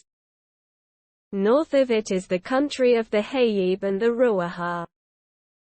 Then, the Mediterranean enters this section and covers part of it in a southern direction almost to the southern boundary. Between it and the end of the section, there remains a waste region through which the Arabs roam. Directly to the street of it is the Fame, at the mouth of one of the two branches of the Nile. This branch passes by Al-Lafin in Upper Egypt, in the fourth section of the zone, and flows into the Lake of the Fame. Directly to the east of the Fame is the land of Egypt with its famous city, Cairo. Situated on the other branch of the Nile, the one that passes through Dallas in Upper Egypt at the boundary of the second section. This latter branch divides Ai log second time into two more branches below Cairo, at Sharta North and Zifta. H.119. The right branch again divides into two other branches at Tarnut.120. All these branches flow into the Mediterranean. At the mouth of the western branch is Alexandria. At the mouth of the middle branch is Rosetta. And at the mouth of the eastern branch is Damietta. Between Cairo and the Mediterranean coast at these points lies the whole of northern Egypt, which is densely settled and cultivated. The fifth section of the third zone contains all or most of Syria, as I shall describe it. The Red Sea ends in the southwest of the section, at Suez, because in its course from the Indian Ocean northward, it turns eventually westward. A long portion of its western extension lies in this section, with Suez at its western end.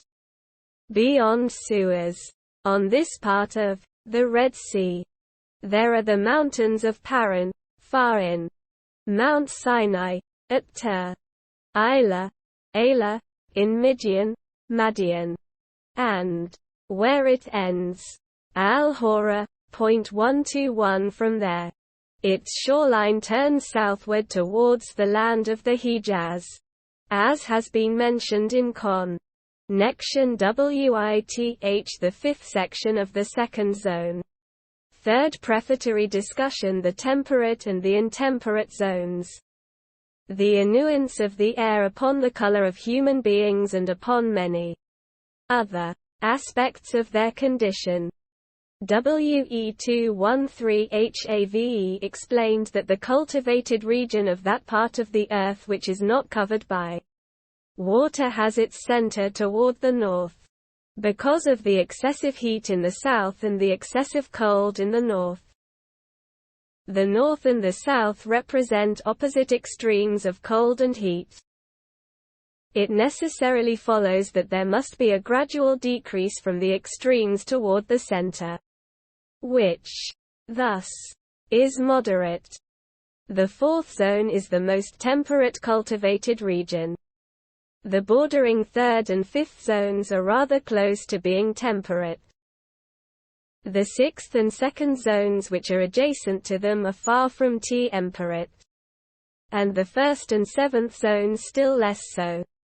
Therefore, the sciences, the crafts, the buildings, the clothing, the foodstuffs, the fruits, even the animals, and everything that comes into being in the three middle zones are distinguished by the temperate, well-proportioned character. The human inhabitants of these zones are more temperate, well-proportioned, in their bodies, color, character qualities, and general Conditions 214. They are found to be extremely moderate in their dwellings, clothing, foodstuffs, and crafts. They use houses that are well constructed of stone and embellished by craftsmanship. They rival each other in production of the very best tools and implements. Among them, one finds the natural minerals, such as gold, silver, iron, copper, lead, and tin. In their business dealings they use the two precious metals, gold and silver. They avoid intemperance quite generally in all air conditions. Such are the inhabitants of the Maghrib, of Syria, the two Iraqs, Western India, as Sind, and China, as well as of Spain. Also the European Christians nearby, the Galicians 215, and all those who live together with these peoples or near them in the three temperate zones. The Iraq and Syria are directly in the middle and therefore are the most temperate of all these countries. The inhabitants of the zones that are far from temperate, such as the first, second, sixth, and seventh zones, are also farther removed from being temperate in all their conditions. Their buildings are of clay and reeds. Their foodstuffs are durra and herbs.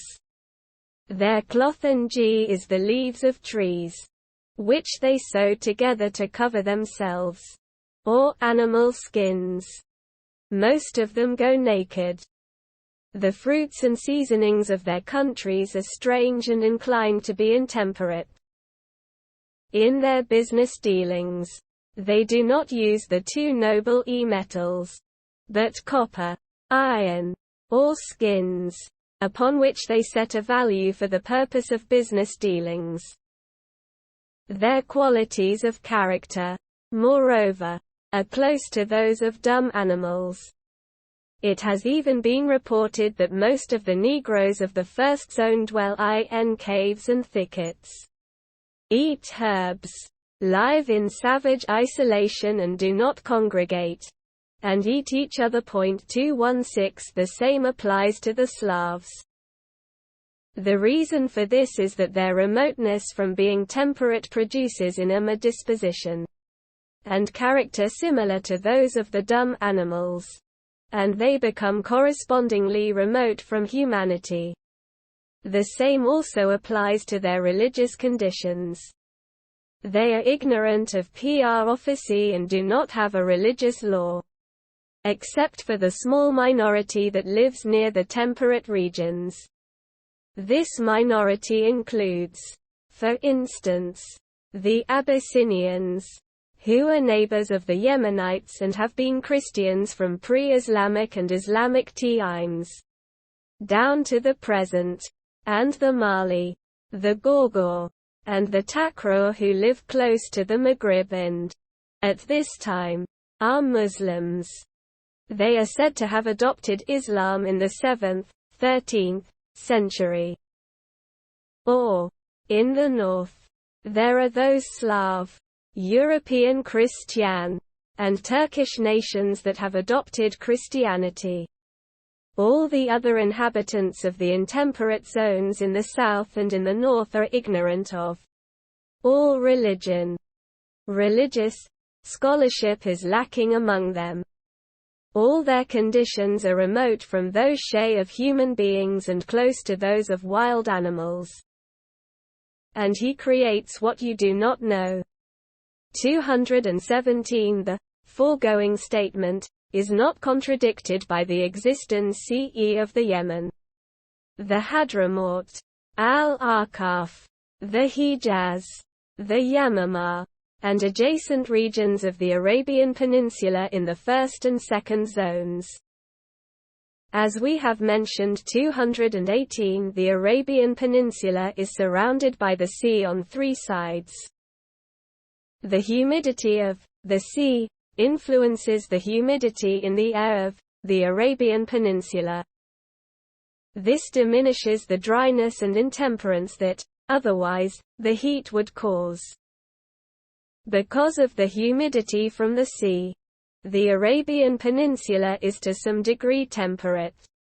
Genealogists who had no knowledge of the true nature of things imagined that Negroes are the children of Ham, the son of Noah, and that they were singled out to be black as the result of Noah's curse, which produced Ham's color and the slavery God inflicted upon his descendants. It is mentioned in the Torah 219 that Noah cursed his son Ham. No reference is made there to blackness. The curse included no more than that Ham's descendants should be the slaves of his brothers' descendants. To attribute the blackness of the Negroes to Ham reveals disregard of the true nature of heat and cold and of the influence they exercise upon the air, climate, and upon the creatures that come into being in it. The black color of skin, common to the inhabitants of the first and second zones, is the result of the composition of the air in which they live, and which comes about under the influence of the greatly increased heat in the south. The sun is at the zenith there twice a year at short intervals. In almost all seasons, the sun is in culmination for a long time. The light of the sun, therefore, is plentiful. 220 people there have to undergo a very severe summer, and their skins turn black because of the excessive heat. Something similar happens in the two corresponding zones to the north, the 7th and 6th zones. There, a white color of skin is common among the inhabitants. Likewise the result of the composition of the air in which they live, and which comes about under the influence of the excessive cold in the north. The sun is always on the horizon within the visual field of the human observer, or close to it. It never ascends to the zenith, nor even gets close to it. The heat, therefore, is weak in this region, and the cold severe in almost all seasons. In consequence, the color of the inhabitants is white, and they tend to have little body hair. Further consequences of the excessive cold are blue eyes, freckled skin, and blonde hair. The 5th, 4th, and 3rd zones occupy an intermediate position. They have an abundant share of temperance 221, which is the golden mean. The 4th zone, being the one most nearly in the center, is as temperate as can be. We have mentioned that before. 222 The physique and character of its inhabitants are temperate to the high degree necessitated by the composition of the air in which they live.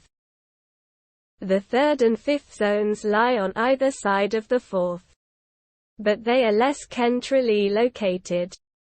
They are closer to the hot south beyond the 3rd zone and the cold north beyond the 5th zone. However, they do not become intemperate. The 4 other zones are intemperate, and the physique and character of their inhabitants show it. The 1st and 2nd zones are excessively hot and black, and the 6th and 7th zones cold and white. The inhabitants of the 1st and 2nd zones in the south are called the Abyssinians, the Zanj, and the Sudanese, Negroes. These are synonyms used to designate the particular nation that has turned black. The name, Abyssinians, however, is restricted to those Negroes who live opposite Mecca and the Yemen. And the name, Zanj, is restricted to those who live along the Indian Sea. These names are not given to them because of an alleged descent from a black human being, be it Ham or anyone else. Negroes from the south who settle in the temperate 4th zone or in the 7th zone that tends toward whiteness are found to produce descendants whose color gradually turns white in the course of time. Vice versa. Inhabitants from the north or from the 4th zone who settle in the south produce descendants whose color turns black. This shows that color is conditioned by the composition of the air. In his Raja Zpoem on medicine, Avicenna said, "Where the Zanj live is a heat that changes their bodies until their skins are covered all over with black. The Slavs acquire whiteness until their skins turn soft. 223 The inhabitants of the north are not called by their color, because the people who established the conventional meanings of words were themselves white. Thus, whiteness was something usual and common to them, and they did not see anything sufficiently remarkable in it to cause them to use it as a specific term. Therefore, the inhabitants of the north, the Turks, the Slavs, the Tughuzgars 224 the Khazars, the Alans, most of the European Christians, the Gog and Magog are found to be separate nations 225 and numerous races called by a variety of names.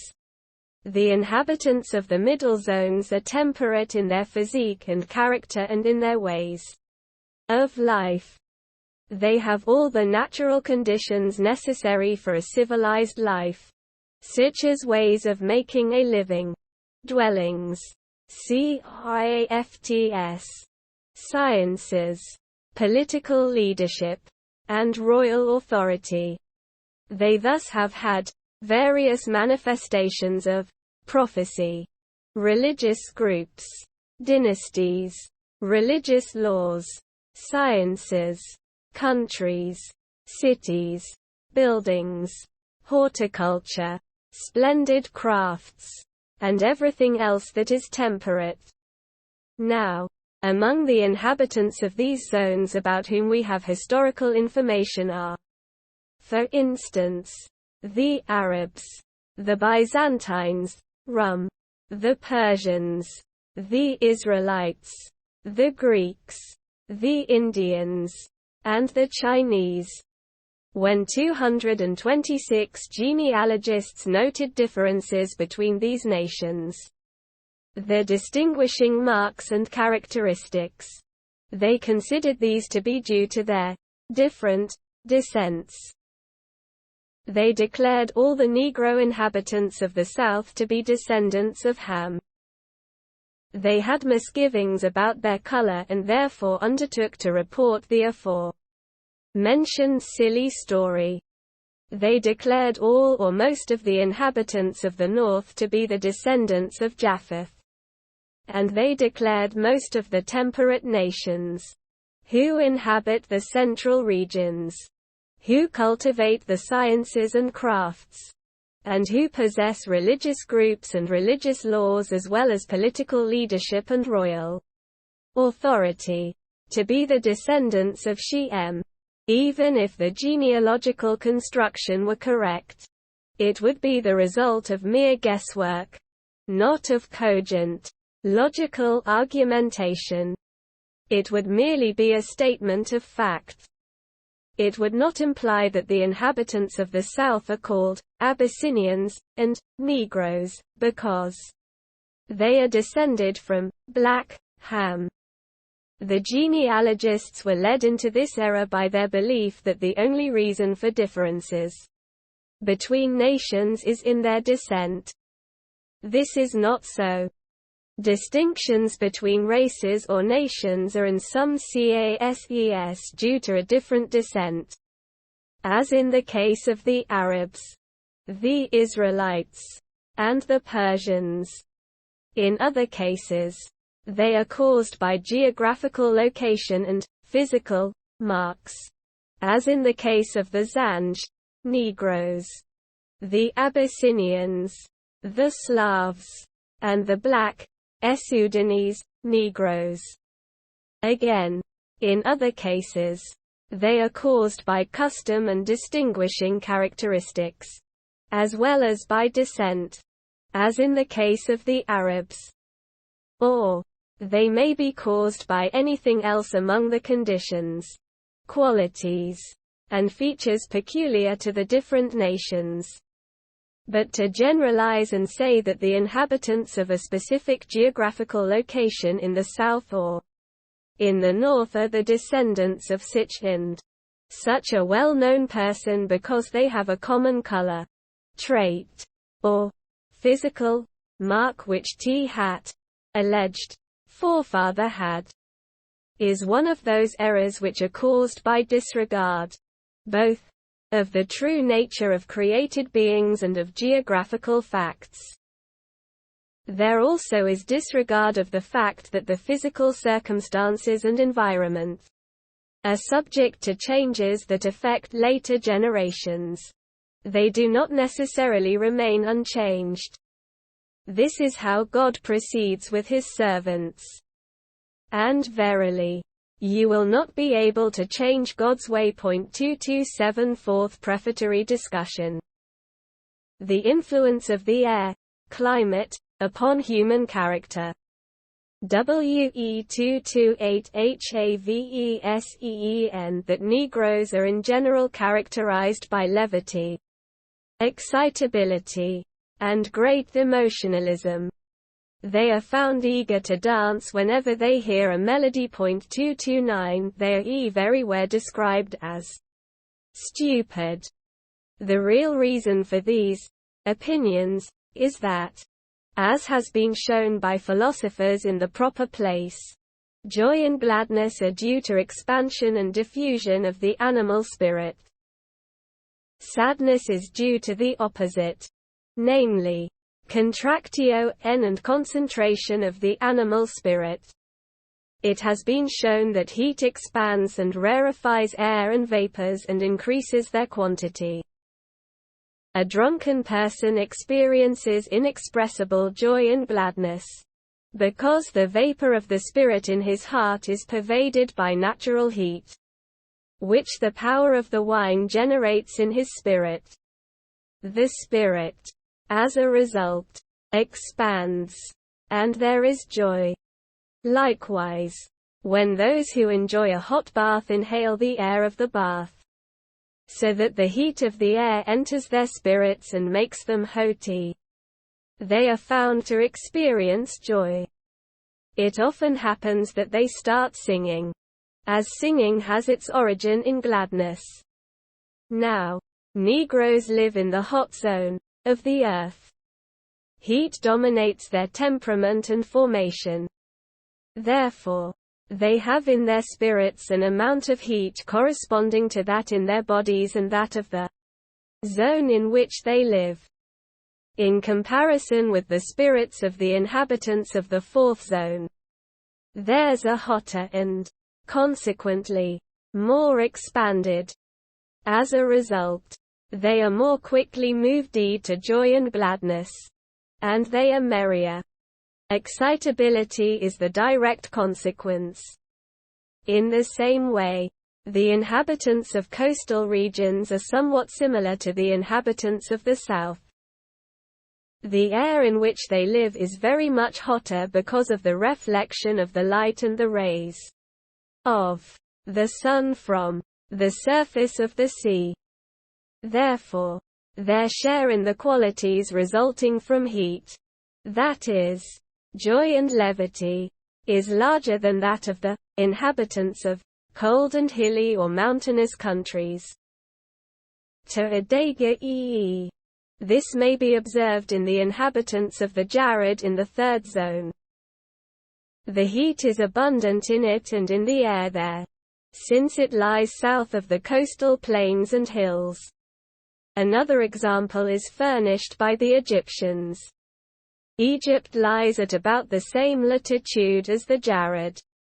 The Egyptians are dominated by joyfulness, levity, and disregard for the future. They store no provisions of food. neither for a month nor a year ahead, but purchase most of it, daily, in the market. Fez in the Maghrib, on the other hand, lies inland, and is surrounded by cold hills. Its inhabitants can be observed to look sad and gloomy and to be too much concerned for the future. Although a man in Fez might have provisions of wheat stored, sufficient to last him for years, he always goes to the market early to buy his food for the day, because he is afraid to consume any of his hoarded food. If one pays attention to this sort of thing in the various zones and countries, the influence of the varying quality of the air upon the character of the inhabitants will become apparent. God is the Creator, the Knowing One. 230 Al-Masudi undertook to investigate the reason for the levity, excitability, and emotionalism in Negroes, and attempted to explain it. However, he did no better than to report, on the authority of Galen and Yaqub b. Ishaq al-Kind, that the reason is a weakness of their brains which results in a weakness of their intellect. 231. This is an inconclusive and unproven statement. God guides whomever he wants to guide. 232 Fifth prefatory discussion. Superfluous matters in the body, which, in turn, produce a disproportionate widening of the body, as well as many corrupt, putrid humors. The result is a pale complexion and an ugly figure, because the person has too much flesh, as we have stated. When the moisture with its evil vapors ascends to the brain, the mind and the ability to think are dulled. The result is stupidity, carelessness, and a general intemperance.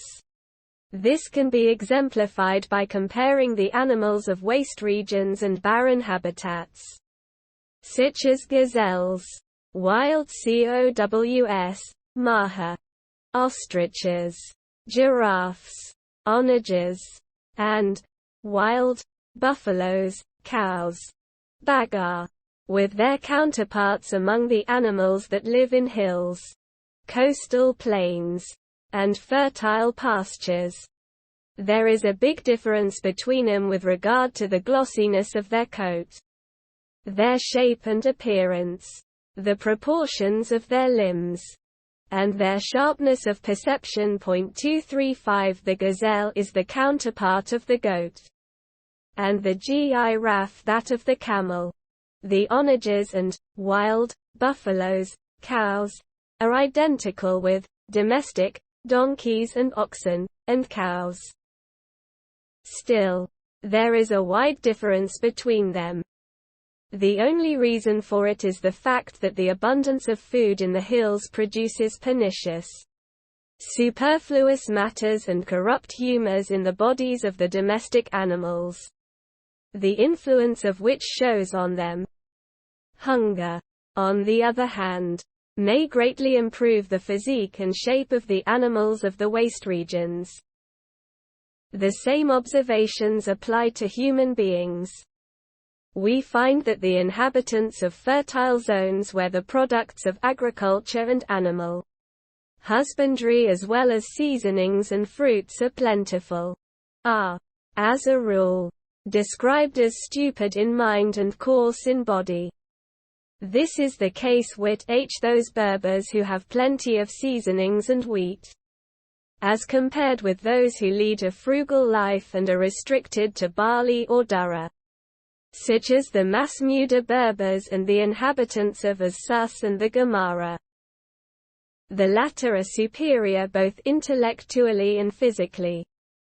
The same applies in general to the inhabitants of the Maghrib who have plenty of seasonings and fine wheat, as compared with the inhabitants of Spain in whose country butter is altogether lacking and whose principal food is durra. The Spaniards are found to have a sharpness of intellect, a nimbleness of body, and a receptivity for instruction such as no one else has.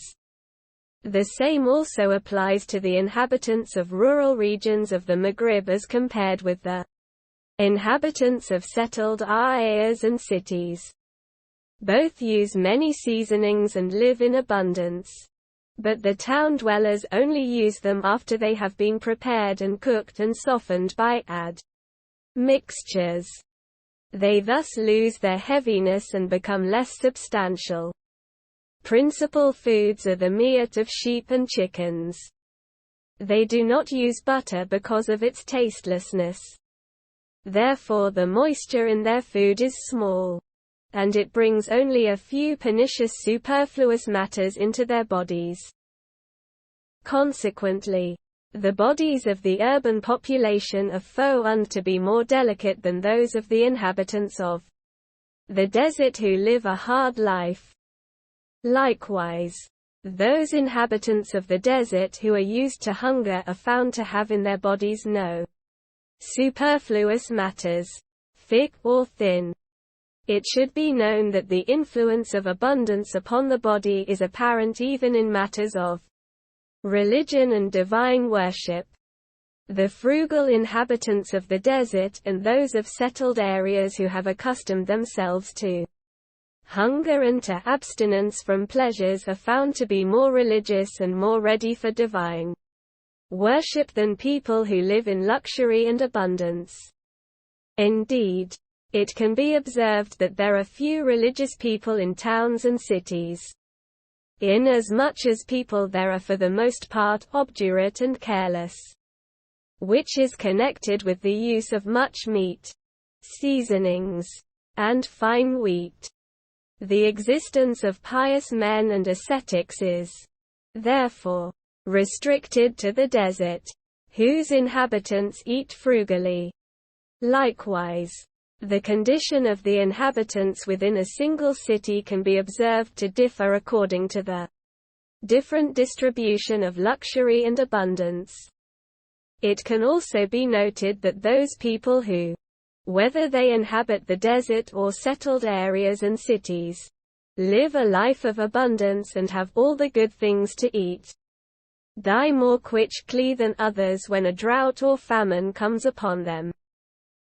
This is the case, for instance, with the Berbers of the Maghrib and the inhabitants of the city of Fez and, as we hear, of Egypt, Cairo.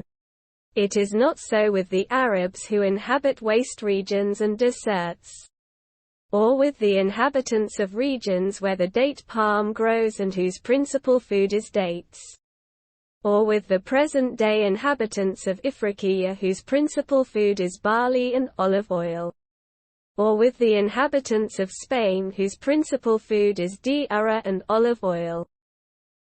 When a drought or a famine strikes them, it does not kill as many of them as of the other group of people, and few, if any, die of hunger. As a reason for that, it may tentatively be suggested that the stomachs of those who have everything in abundance and are used to seasoning sand, in particular, to butter, acquire moisture in addition to their basic constitutional moisture, and the moisture they are used to eventually becomes excessive. Then, when eating, habits are thwarted by small quantities of food, by lack of seasonings, and by the use of coarse food to which it is unaccustomed. The stomach, which is a very weak part of the body and for that reason considered one of the vital parts, soon dries out and contracts. Sickness and then death are prompt consequences to the man whose stomach is in this condition. Those who die satiation, not of the hunger that now afflicts them for the first time. In those who are accustomed to thirst 235 aren't to doing without seasonings and butter. The basic moisture, which is good for all natural foods, always stays within its proper limits and does not increase. Thus, their stomachs are not affected by dryness or intemperance in consequence of a change of nourishment. As a rule, they escape the fate that awaits others on account of the abundance of their food and the great amount of seasonings in it. The basic thing to know is that foodstuffs, and whether to use or not to use them, are matters of custom. Whoever accustoms himself to a particular type of food that agrees with him becomes used to it. He finds it painful to give it up or to make any changes in his diet, provided the type of food is not something that does not fulfill the real purpose of food, such as poison or alkaloids 236 or anything excessively intemperate. Whatever can be used as food and is agreeable may be used as customary food. If a man accustoms himself to the use of milk and vegetables instead of wheat, until the use of them gets to be his custom, milk and vegetables become for him his habitual food, and he definitely has no longer any need for wheat or grains. The same applies to those who have accustomed themselves to suffer hunger and do without food. Such things are reported about trained ascetics. We hear remarkable things about men of this type. Those who have no knowledge of things of the sort can scarcely believe them. The explanation lies in custom. Once the soul gets used to something, it becomes part of its makeup and nature, because the soul is able to take on many colorings. If through gradual training it has become used to hunger, hunger becomes a natural custom of the soul. The assumption of physicians that hunger causes death is not correct, except when a person is exposed suddenly to hunger and is entirely cut off from food. Then, the stomach is isolated, and contracts an illness that may be fatal. When, however, the amount of food one eats is slowly decreased by gradual training, there is no danger of death. The adepts of Sufism practice such gradual abstinence from food. Gradualness is also necessary when one gives up the training. Were a person suddenly to return to his original diet, he might die. Therefore, he must end the training as he started it. That is, gradually. We personally saw a person who had taken no food for 40 or more consecutive days. Our sheikhs were present at the court of Sultan Abul Hassan 237 when two women from Algeciras and Ronda were presented to him, who had for years abstained from all food. Their story became known. They were examined, and the matter was found to be correct. The women continued this way until they died. Many persons we used to know restricted themselves to a diet of goat's milk. They drank from the udder sometime during the day or at breakfast 237a. This was their only food for 15 years. There are many others who live similarly. It should not be considered unlikely. It should be known that everybody who is able to suffer hunger or eat only little is physically better off if he stays hungry than if he eats too much.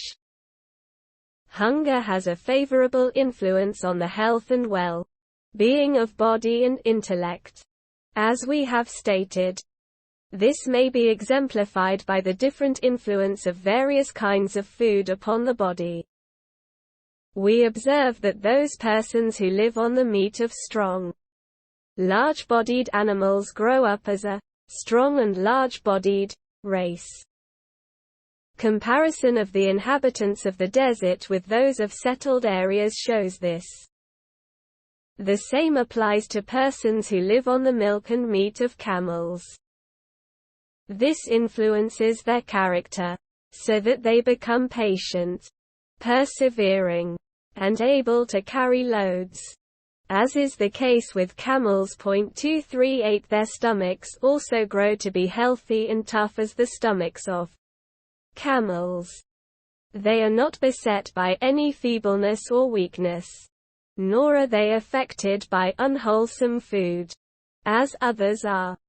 They may take strong, alkaloid, cathartics unadulterated to purify their bellies, such as, for instance, unripe colocynths, Thapsia garganica, and euphorbia. Their stomachs do not suffer any harm from them.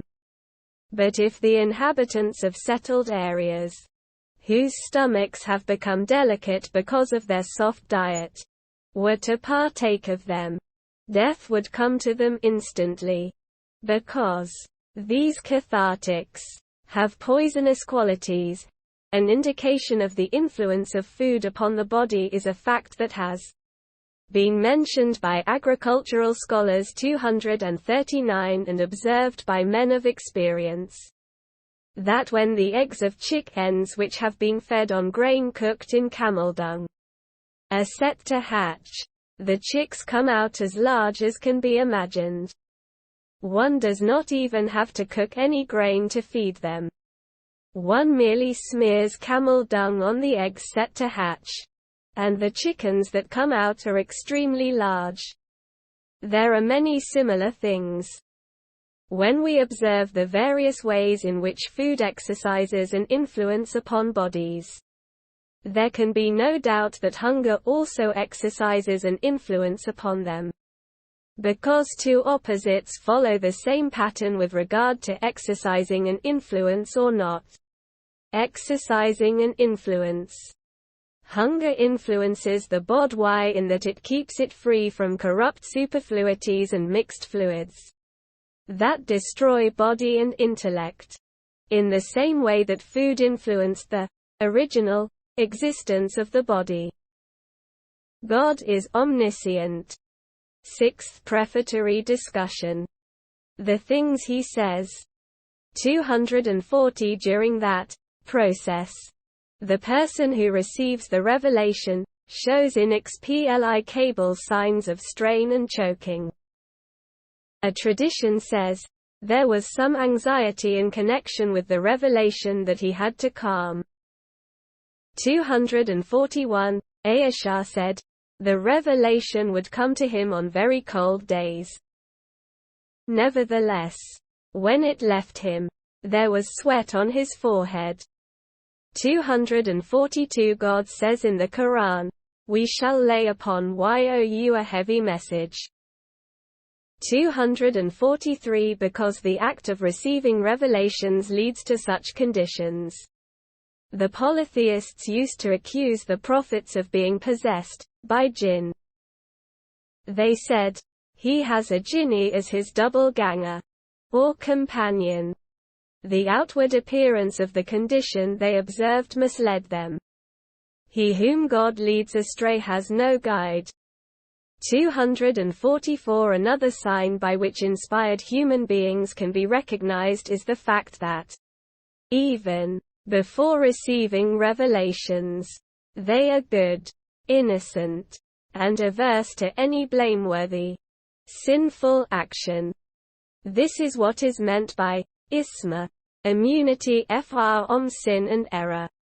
Infallibility. It looks as if, by nature, they were disposed to avoid and shun blameworthy actions, and as if such actions were the negation of their very nature. According to the sound tradition of the Sahih, when Muhammad was a young man, he carried stones with his uncle Abbas for the restoration of the Kaaba. He was carrying them in his cloak, and thus he was undressed.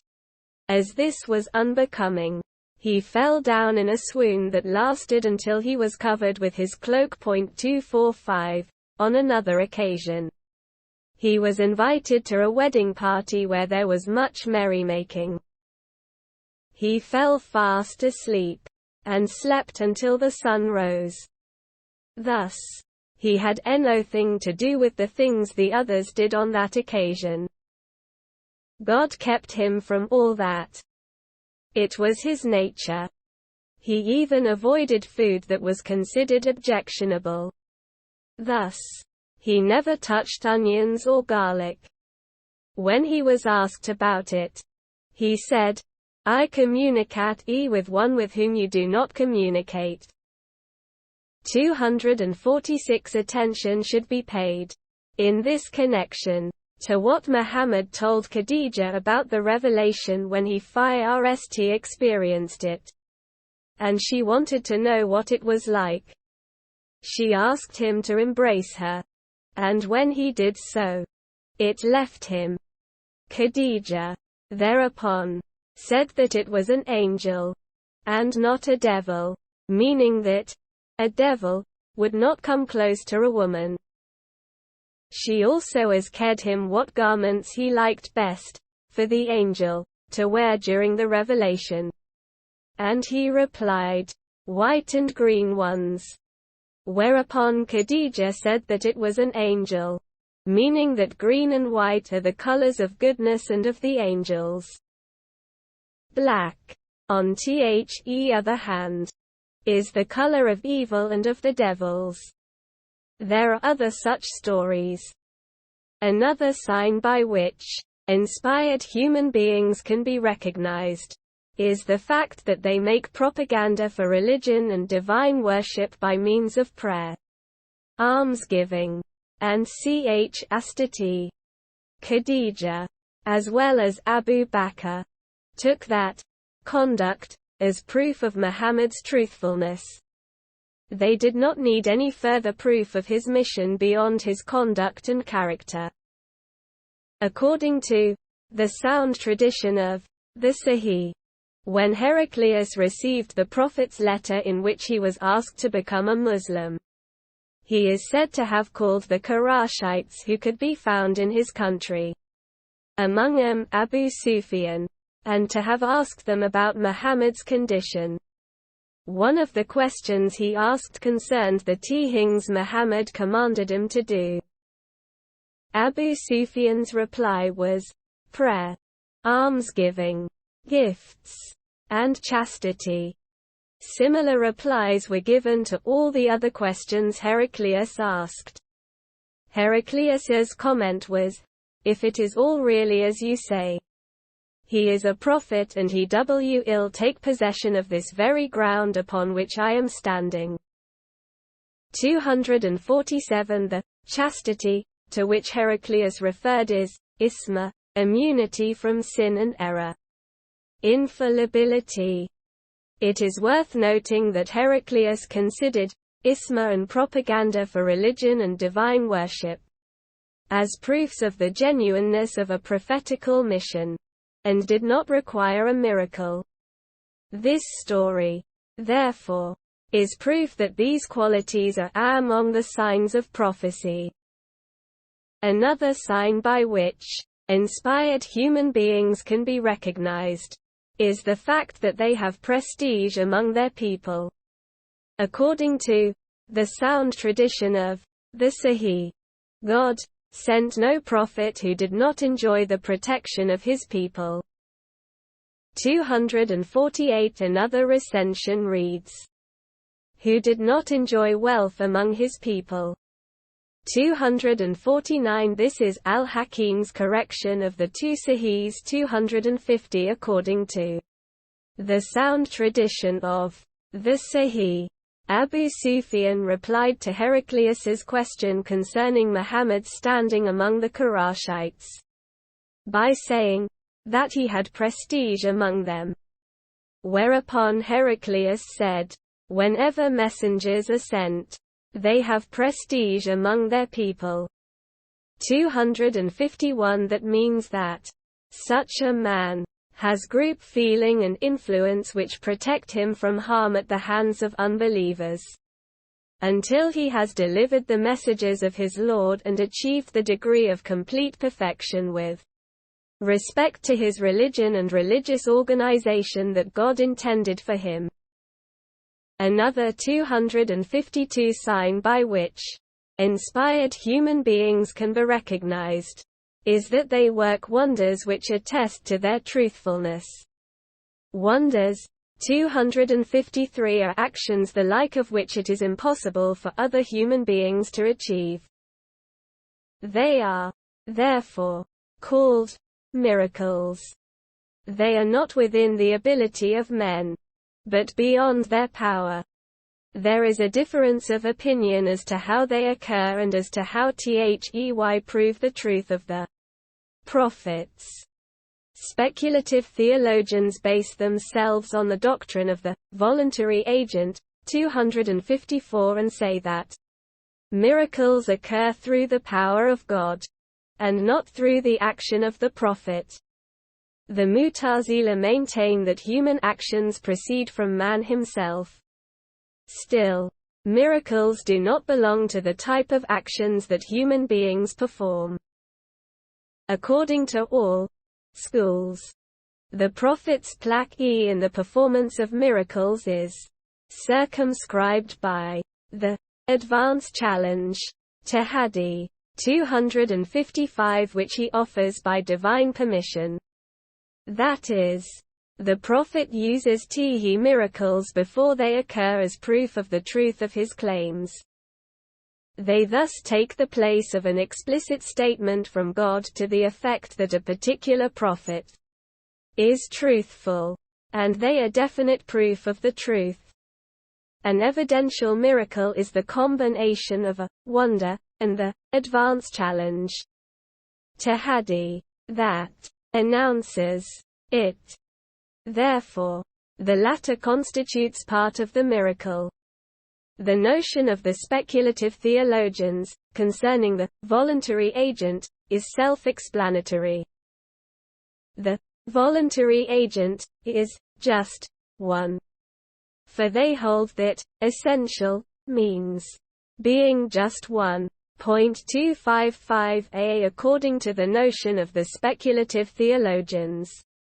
The advance challenge, Tahaddi, is what makes the difference between miracles, on the one hand, and acts of divine grace and sorcery, on the other, since the latter, too, need no confirmation of their truthfulness.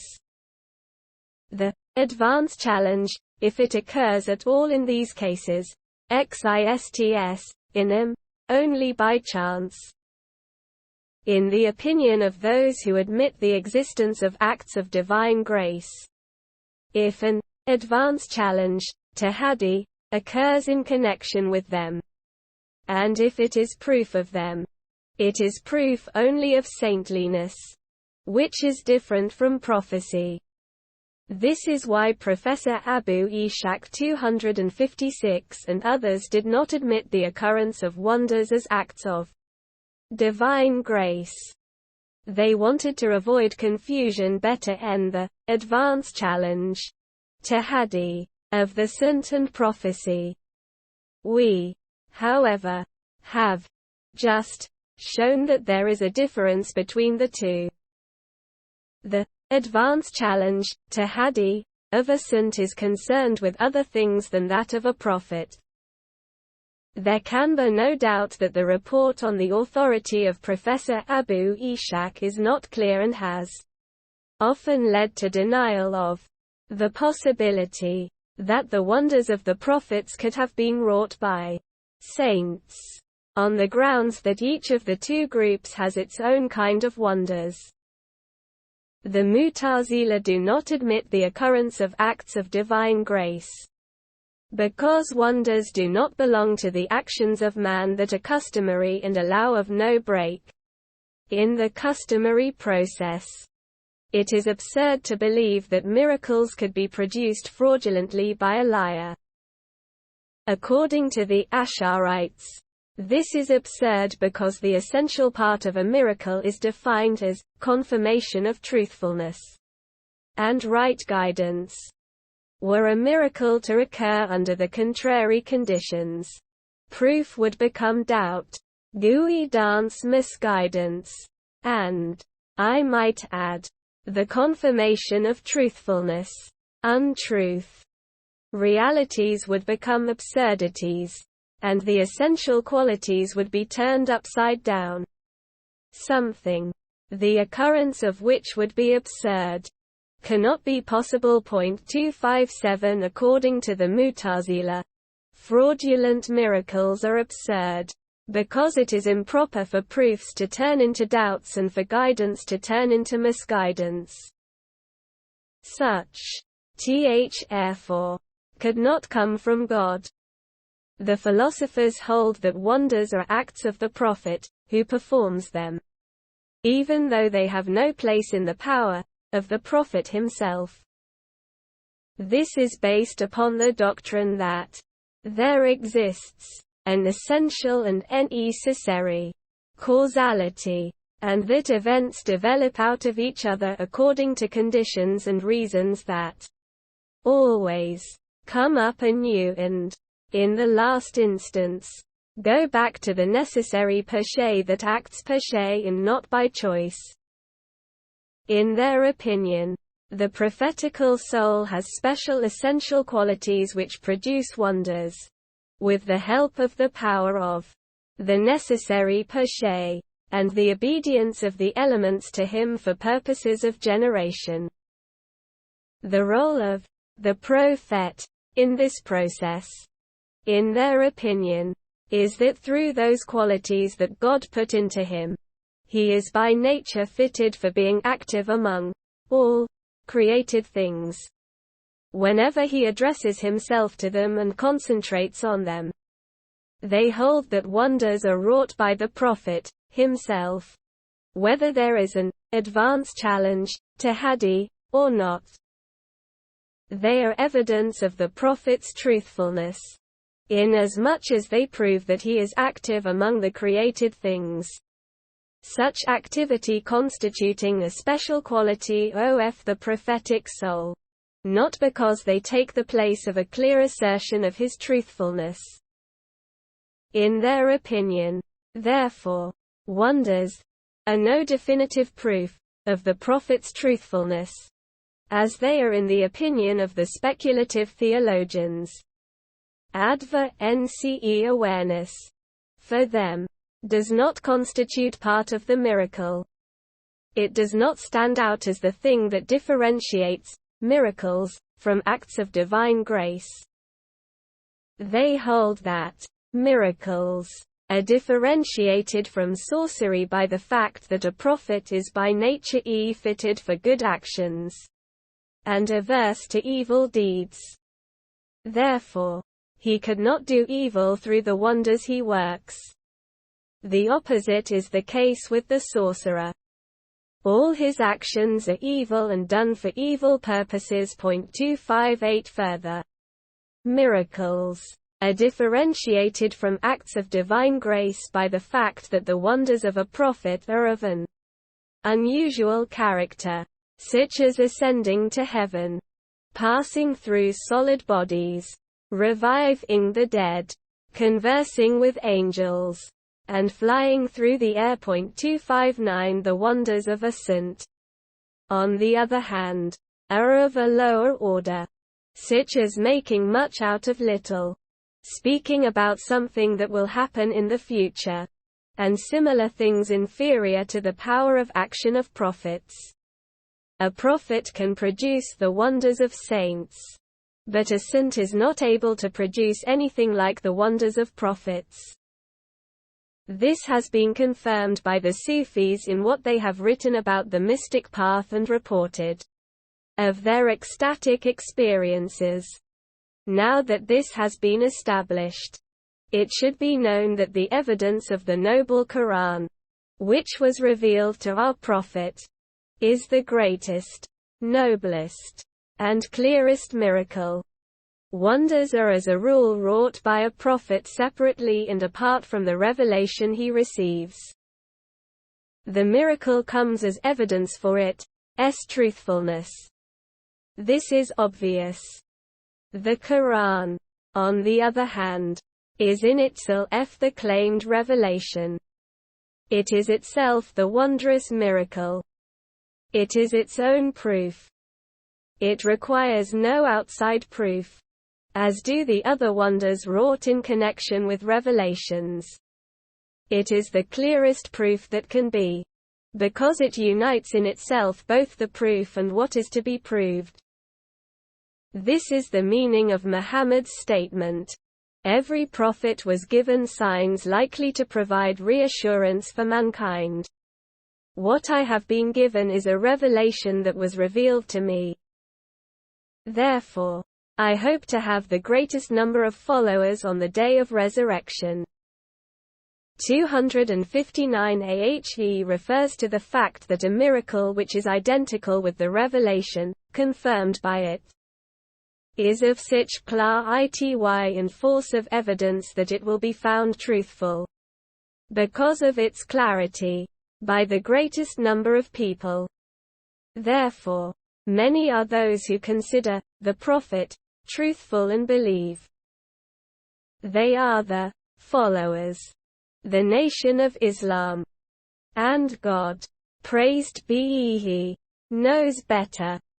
All 260. This indicates that the Quran is alone among the divine books, in that our prophet received it directly. 261 inches the words and phrases in which it appears. In this respect, it differs from the Torah, the Gospel, and other heavenly books. The prophets received them in the form of ideas during the state of revelation. After their return to a human state, they expressed those ideas in their own ordinary words. Therefore, those books do not have inimitability. 262 Inimitability is restricted to the Quran. The other prophets received their books in a manner similar to that in which our prophet received certain ideas that he attributed to God. Such as are found in many traditions. 263 The fact that he received the Quran directly, in its literal form, is attested by the following statement of Muhammad on the authority of his Lord, who said, "Do not set your tongue in motion to make haste with the revelation of the Quran. It is up to us to put it together and to recite it." 264 The reason for the revelation of these verses was Muhammad's haste to study the Quranic verses, because he feared that he might forget them, and because he wished to keep the directly and literally revealed text in memory. God guaranteed him that he himself would keep it in the following verse. We revealed the reminder, and we are keeping it. 265 This is the meaning of keeping, which is peculiar to the Quran. The meaning of it is not what the common people think. Their opinion is far off the mark.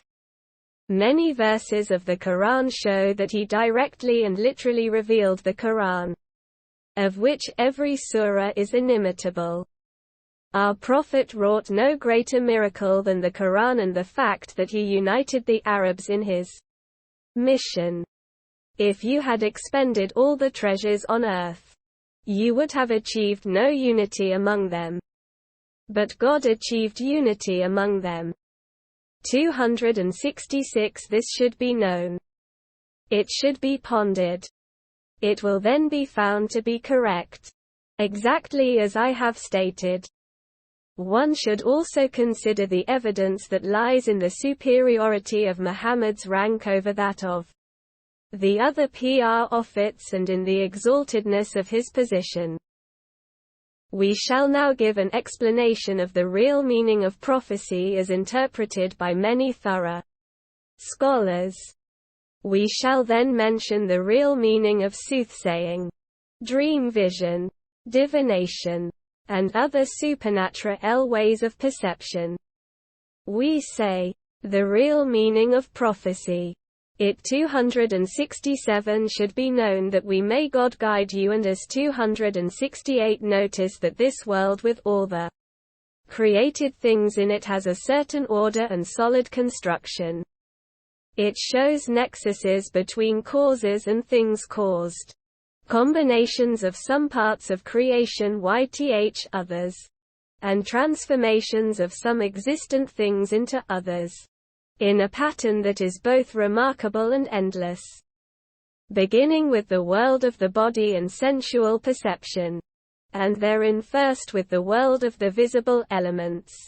One notices how Thesa elements are arranged gradually and continually in an ascending order.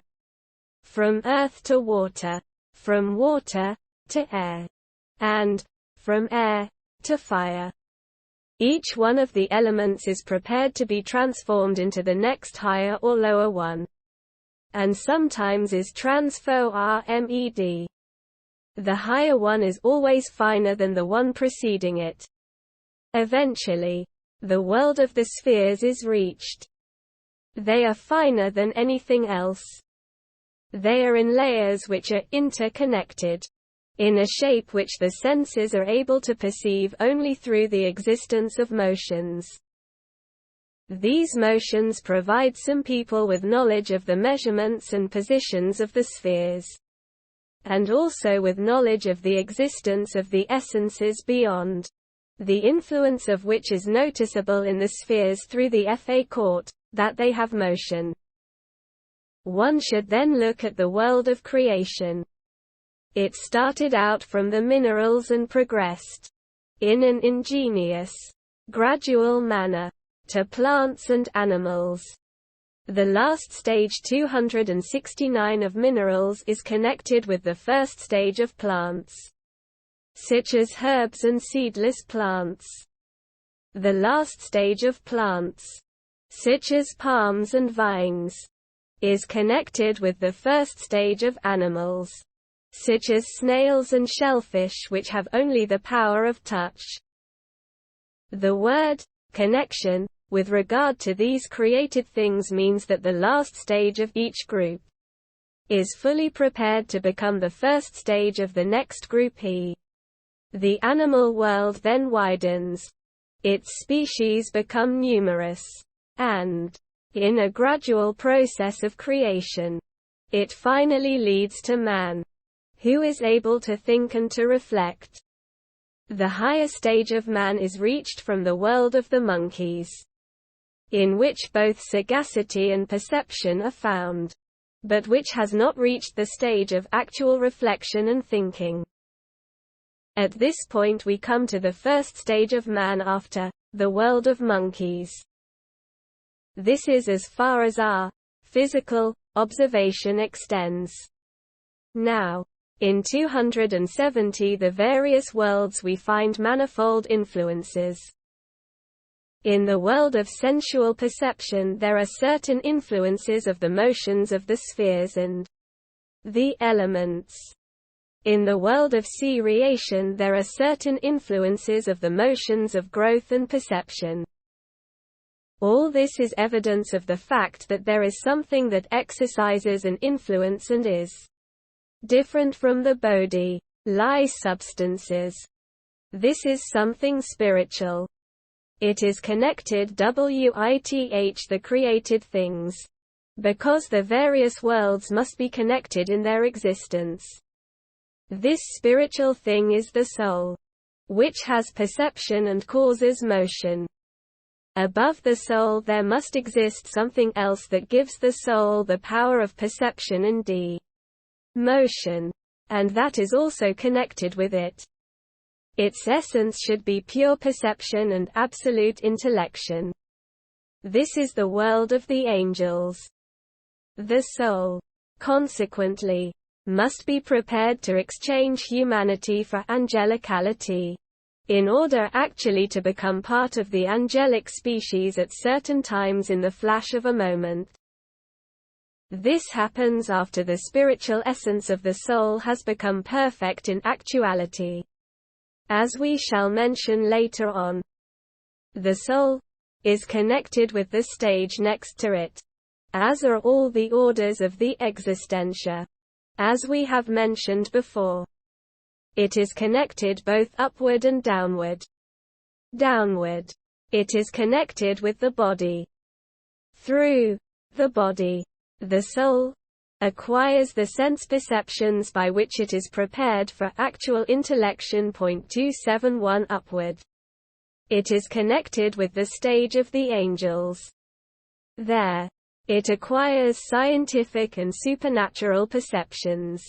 For knowledge of the things that come into being exists timelessly in the intellections of the angels. This is in consequence of the well-constructed order of existence mentioned above, which requires that the essences and powers of the world of existence be connected with one another. The human soul cannot be seen, but its influence is evident in the body. It is as if all the body's parts, in combination or separately, were organs of the soul and its powers.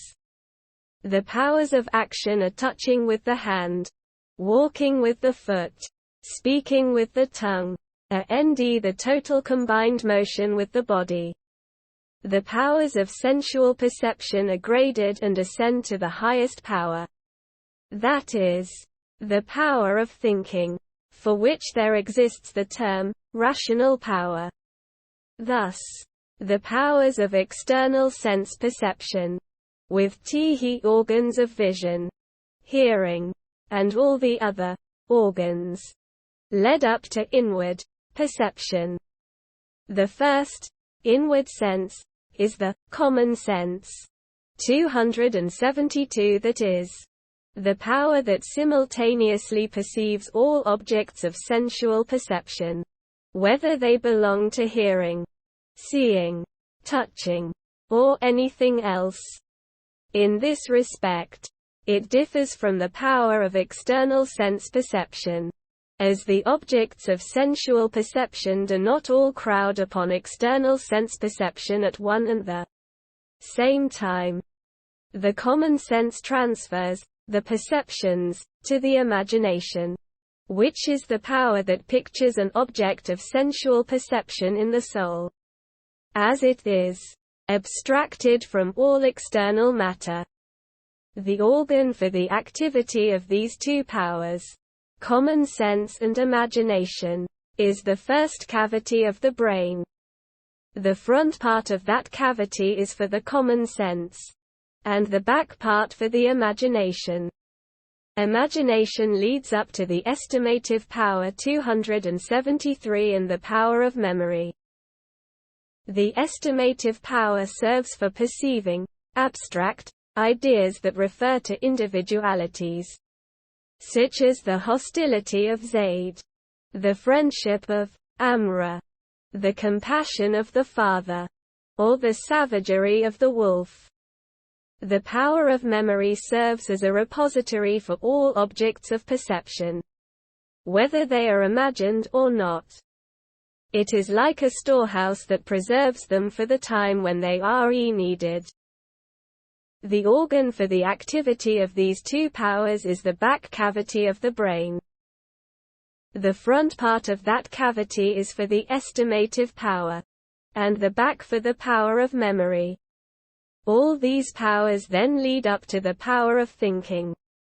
Its organ is the middle cavity of the brain.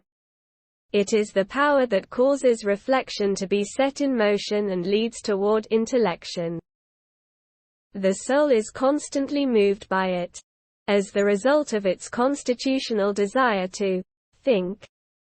It wants to be free from the grip of power 274 and the human kind of preparedness. It wants to proceed to active intellection by assimilating itself to the highest spiritual group, that of the angels, and to get into the first order of the spiritualia by perceiving them without the help of bodily organs. Therefore, the soul is constantly moving in that direction. It exchanges all humanity and human spirituality for angelicality of the highest stage. without the help of any acquired faculty, but by virtue of a primary natural disposition that God has placed in it. As far as this process is concerned, human souls are of three kinds.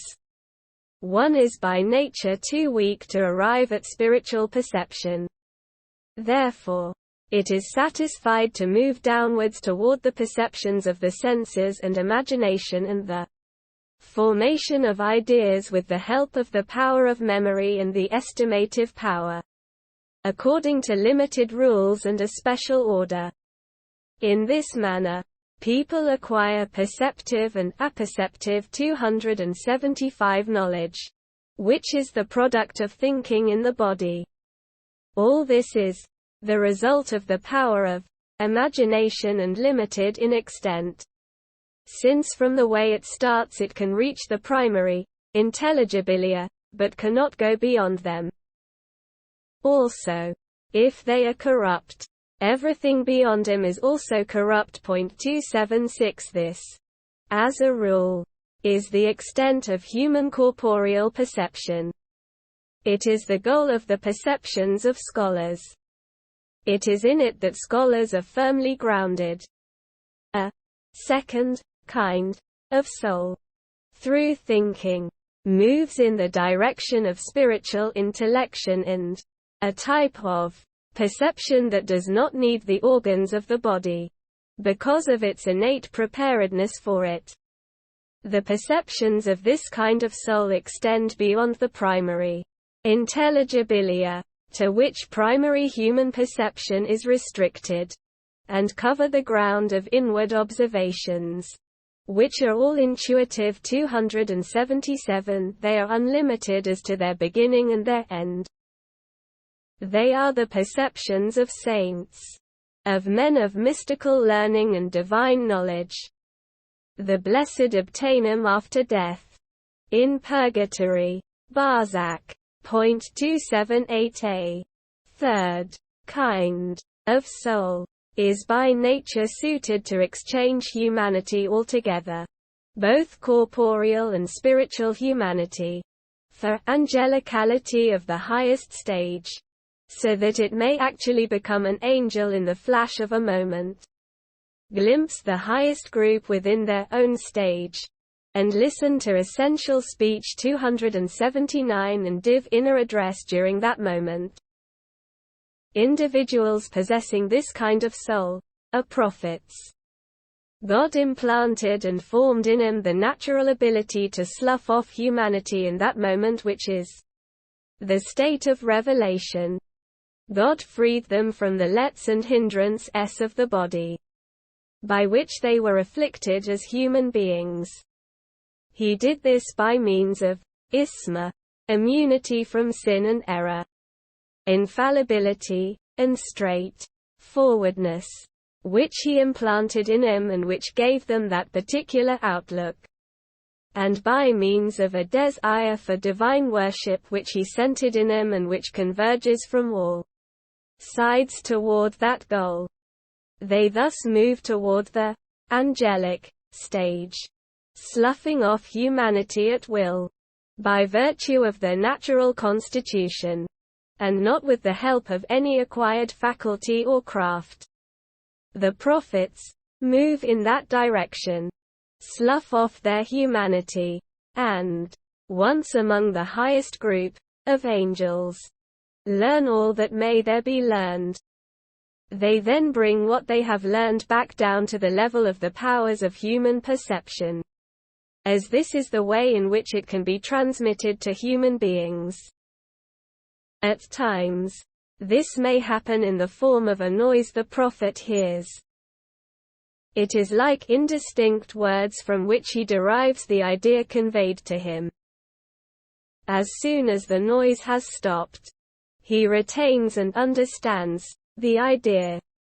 At other times, the angel who conveys the message to the prophet appears to him in the form of a man who talks to him, and the prophet comprehends what he says, learning the message from the angel, reverting to the level of human perception.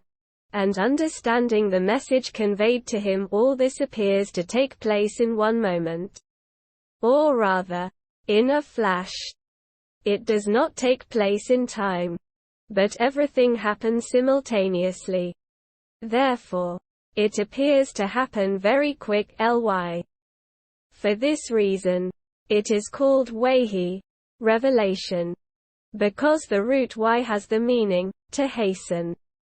280 It should be known that in the judgment of thorough scholars, the first degree, the state of noise, is that of prophets who are not sent as messengers.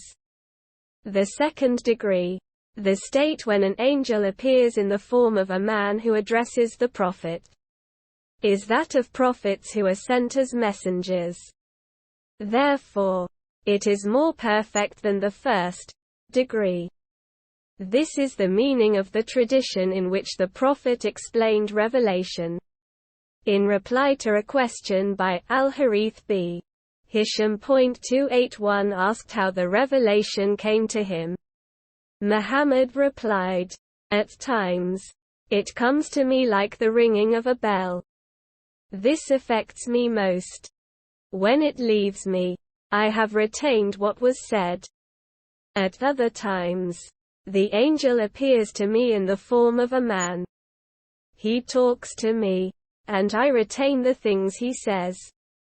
The first case affected him more, being the first attempt to advance from potential to actual contact with the supernatural. Thus, it was somewhat difficult. When the prophet returned, in this case, to the level of human perceptions, all he retained was auditory impressions. All others were difficult. When the revelation was repeated and the messages became numerous, contact with the supernatural became easy. When the prophet returned to the level of human perceptions, now all his senses, and especially the clearest sense, that of vision, conveyed the revelation. The use of the perfect tense, "I have retained," in the first case, and of the present tense, "I retain," in the second, is a meaning stylistic distinction. In both cases, the words that were spoken during the revelation came in a disguise. In the first case, they appeared in the form of noise, which, according to accepted usage, is something different from speech. Muhammad indicated that understanding and comprehension followed immediately upon it after it had stopped. He properly used the perfect tense, which is suitable to signify what has ended or stopped, in order to indicate comprehension at the moment he perceived that the noise had ended and stopped. 282 In the second case, the angel appeared in the form of a man who addressed the prophet and spoke to him. Comprehension, in his case, ran parallel with speech. Therefore, Muhammad properly used the present tense, which of necessity expresses renewed, repeated, activity. It should be known that, in general, the state of revelation presents difficulties and pains throughout. This has been indicated in the Quran, 283, "We shall lay upon you a heavy message." Aisha said, there was some anxiety in connection with the revelation, with which he had to struggle. She said, the revelation would come to him on very cold days. Nevertheless, when it left him, there was sweat on his forehead. This is the reason for his well-known remoteness from sensual perception, and the choking feeling, when in that condition, of which the prophet used to speak. The reason, as we have established, is that revelation means leaving one's humanity, in order to attain angelic perceptions and to hear the speech of the soul. 284 This causes pain, since it means that an essence leaves its own essence and exchanges its own stage for the ultimate stage of the angels. This is the meaning of the choking feeling which Muhammad referred to in connection with the beginning of revelation in his statement, "And he, Gabriel, choked me until it became too much for me. Then he released me. Then he said, 'Read.' And I replied, 'I cannot read.'" 285 He did this a second and a third time. As the tradition tells, gradual habituation to the process of revelation brings some relief, as compared to how it was before. It is for this reason that the earliest passages, surahs, and verses of the Quran, revealed to Muhammad in Mecca, are briefer than those revealed to him in Medina. One may compare the tradition about how the 9th surah, Surat al-Bara, was revealed during the expedition to Tabuk. The whole of this long surah, or most of it, was revealed to Muhammad while he was riding his camel. 286 Before This. When he was in Mecca. Part of one of the shortest surahs in the latter part of the Quran 287 was revealed on one occasion, and the rest on another occasion. Also, one of the last revelations received in Medina was the verse of the religion 288, which is very long. Before this, in Mecca, the verses revealed were short, like those of the surahs Ar-Rahman, Ad-Dariyat, Al-Mudaththir, Ad-Duha, and Al-Alaq 289 and similar surahs. This may serve as criterion for distinguishing the Meccan surahs and verses from the Medinis. God leads to that which is correct. This is the quintessence of prophecy. Soothsaying, kahana, is also one of the particular qualities of the human soul. This is as follows.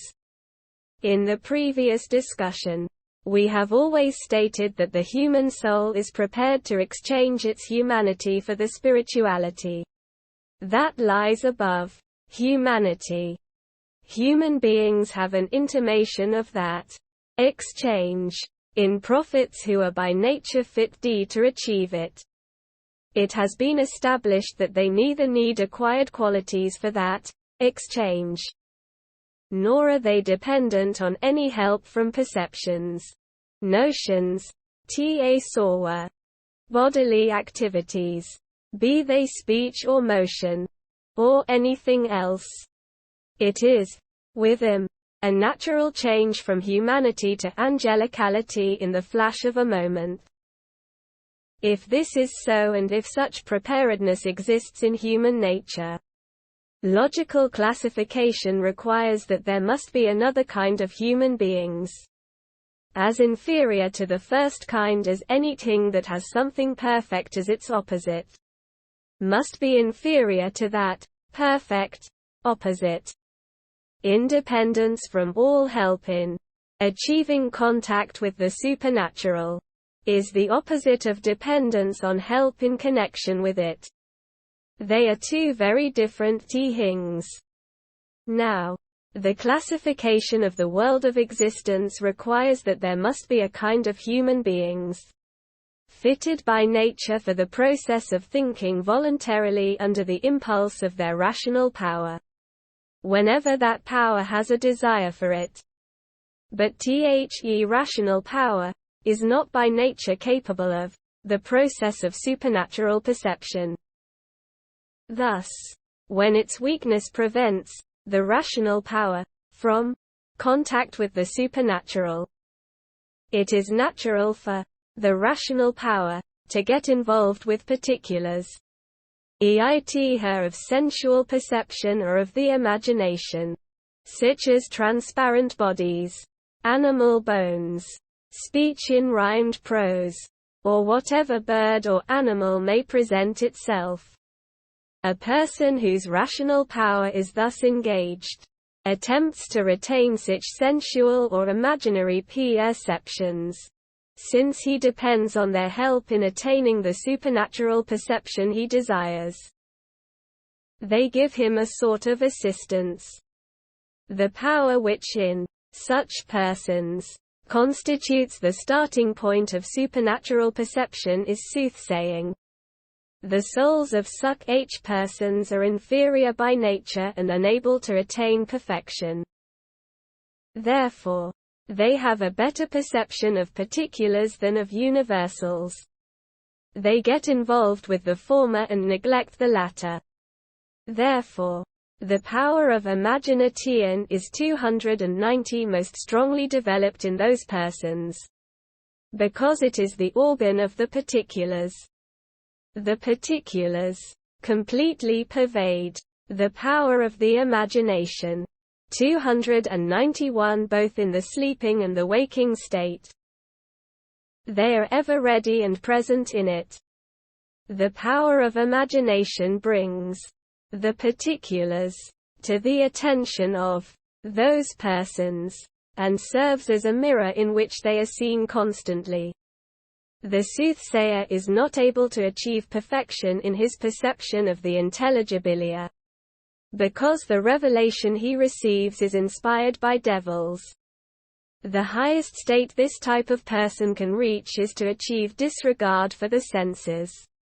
With the help of rhymed prose and the use of words of an identical structure at the end of successive cola 292 and thereby to retain an imperfect contact of the sort described with supernatural things.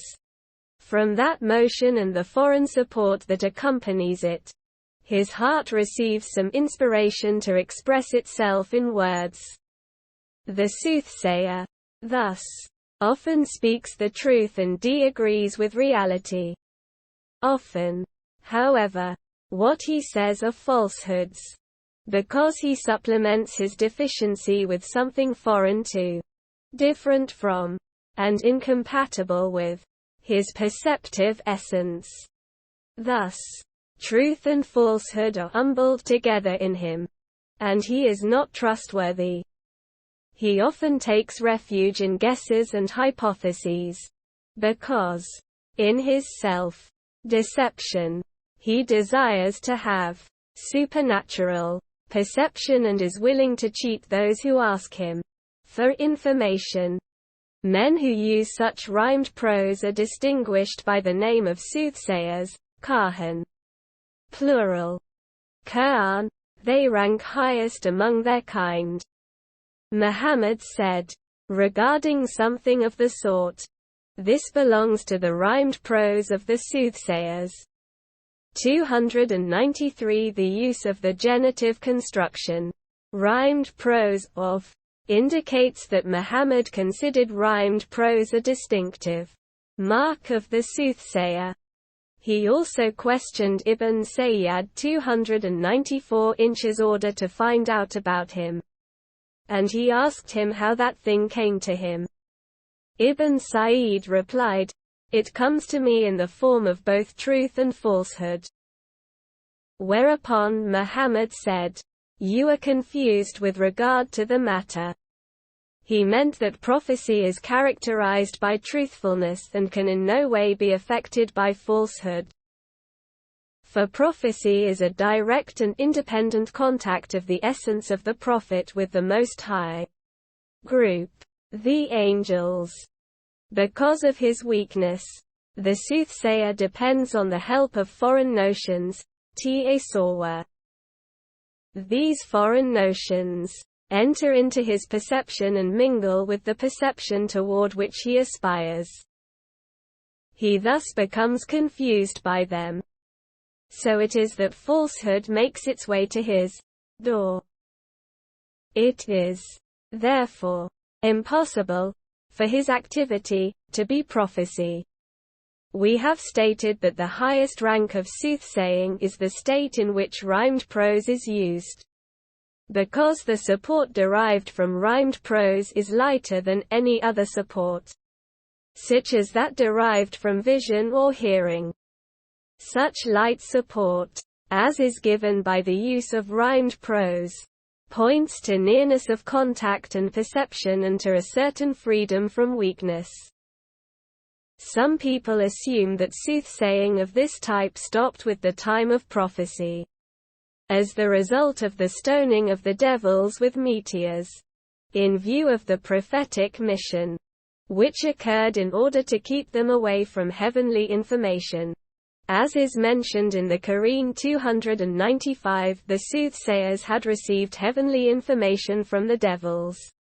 And now, from the day on which the devils were stoned, soothsaying ceased to exist. There is no proof for this contention. Soothsayers obtain knowledge from their own souls as well as from the devils, as we have established. Furthermore, the verse of the Quran shows only that the devils were kept away from one particular kind of heavenly information, namely, that connected with the prophetic mission. They were not kept from other information. Also, soothsaying stopped only in view of the existence of prophecy. It may afterwards have returned to its former state. This would seem to be an obvious fact, because all such supernatural perceptions are in abeyance at the time of prophecy, just as stars and lamps lose their brilliance beside the sun. Prophecy is the greatest light, in whose presence every other light is obscured or disappears. Some philosophers think that soothsaying exists only in view of prophecy, and then stops. 296 This happens at each occurrence of prophecy. They argue that the existence of prophecy needs a particular constellation that makes it necessary. The perfection of that constellation coincides with the perfection of the particular prophecy to which the constellation has reference. As long as the constellation is imperfect, it requires the existence of some imperfect related element. This is the meaning of soothsayer, as we have established it. The perfect state of the constellation is preceded by an imperfect one, which requires the existence of one or more soothsayers. When the constellation reaches perfection, the prophet's existence reaches perfection. The constellations that point to the existence of an inferior element such as soothsaying have passed by, and soothsaying ceases to exist. 297 This theory is based upon the assumption that any part of a particular constellation must exercise part of the influence that the constellation, in its perfect state, would exercise. This assumption is not fully acceptable. It may be that a particular constellation exercises its influence only when it has taken on its proper form. If some aspects are missing, it may exercise no influence whatever, not even, as they say, a restricted influence. Soothsayers who are a prophet's contemporaries are aware of the prophet's truthfulness and the significance of his miracle, since they derive some intuitive 298 experience from prophecy, such as every human being derives from sleep. Intellectual awareness of this relationship is stronger in the soothsayer than in the sleeper. What prevents soothsayers from acknowledging the truthfulness of the prophet, and causes them to deny him, is simply their misguided desire to be prophets themselves. This leads them to spiteful opposition. This happened to Umayyah b. Abi Salt, who desired to be a prophet. It also happened to Ibn Said, Muzilamar, and others 299 when faith gains the upper hand and they stop aspiring to become prophets themselves. They make the most faithful of believers. This happened to Tulayha al-Asadi and Karib b. al-Aswad. 300 The actions of these two men in the Muslim conquest show that they were faithful believers. Dream visions. Real dream vision is an awareness on the part of the rational soul in its spiritual essence, of glimpses of the forms of events. While the soul is spiritual, the forms of events have actual existence in it, as is the case with all spiritual essences. The soul becomes spiritual through freeing itself from bodily matters and corporeal perceptions. This happens to the soul, in the form of glimpses through the agency of sleep.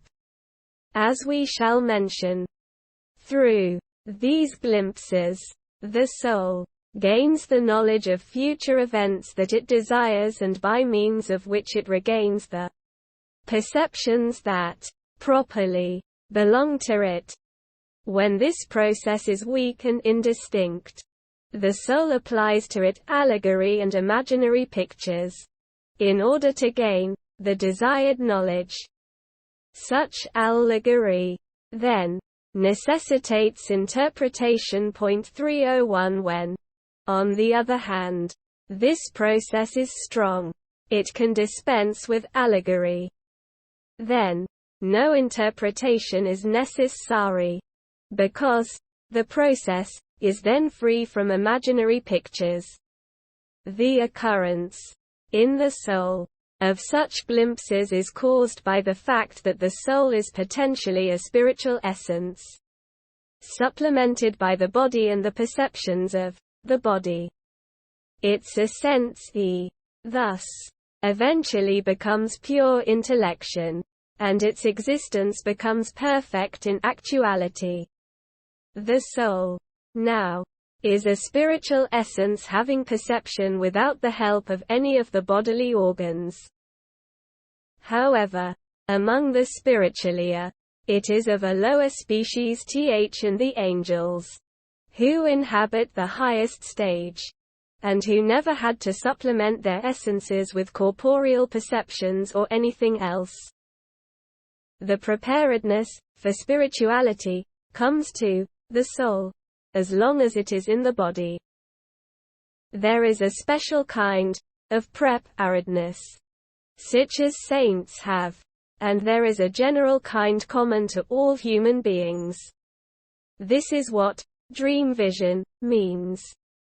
In the case of the prophets, this preparedness is a preparedness to exchange humanity for pure angelicality, which is the highest rank of spiritualia. It expresses itself repeatedly during revelations. It exists when the prophet returns to the level of corporeal perceptions. Whatever perception the prophet has at that moment is clearly similar to what happens in sleep, even though sleep is much inferior to revelation. Because of this similarity, the lawgiver, Muhammad, defined dream vision as being the 46th or, according to other recensions, the 43rd, or the 70th part of prophecy. 302 None of these fractions is meant to be taken literally. They are to indicate the great degree of difference between the various stages of supernatural perception. This is shown by the reference to 70 in one of the recensions. The number 70 is used by the Arabs to express the idea of a large number. The reference to 46 has been explained by some scholars as follows. In its beginning, the revelation took the form of dream visions for 6 months. That is, for half a year. The whole duration of Muhammad's prophecy in Mecca and Medina was 23 years. half a year. Thus, is 1/46 of the whole duration of prophecy. This theory cannot be verified. The given figures apply only to Muhammad. How can we know whether they also applied to other prophets?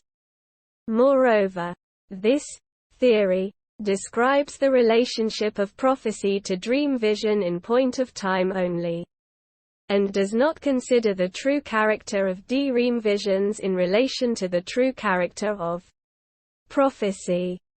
If our previous remarks were clear, it will be realized that the fraction refers to the relationship between the primary preparedness, general to all mankind, and the close preparedness limited to the prophets, and natural to them. The remote preparedness is commonly found among human beings. However, there are many obstacles and hindrances that prevent man from translating it into actuality. One of the greatest hindrances is the external senses. God, therefore, created man in such a way that the veil of the senses could be lifted through sleep, which is a natural function of man. When that veil is lifted, the soul is ready to learn the things it desires to know in the world of truth. Haqq at Tim.s. It catches a glimpse of what it seeks. Therefore, the lawgiver, Muhammad, classified dream visions among the bearers of glad tidings. Mubashirat, he said, nothing remains of prophecy except the bearers of glad tidings. Asked what they were, he essayed, a good dream vision, beheld by a or shown to a good man. 303 The reason why the veil of the senses is lifted in sleep is as follows. 304 The perceptions and actions of the rational soul are the result of the corporeal animal spirit. This spirit is a fine vapor which is concentrated in the left cavity of the heart. As stated in the anatomical works of Galen and others. 305 It spreads with the blood in the veins and arteries, and makes sensual perception, motion, and all the other corporeal actions possible. Its finest part goes up to the brain. There, it is tempered by the coldness of the brain, and it affects the actions of the powers located in the cavities of the brain. The rational soul perceives and acts only by means of that vaporous spirit. It is connected with it. This connection is the result of the wisdom of creation, which requires that nothing fine can influence anything coarse. Of all the corporeal matters, only the animal spirit is fine. Therefore, it is receptive to the influence of the essence, which differs from it only in respect of corporeality. That is, the rational soul. Thus, through the medium of the animal spirit, the influence of the rational soul reaches the body.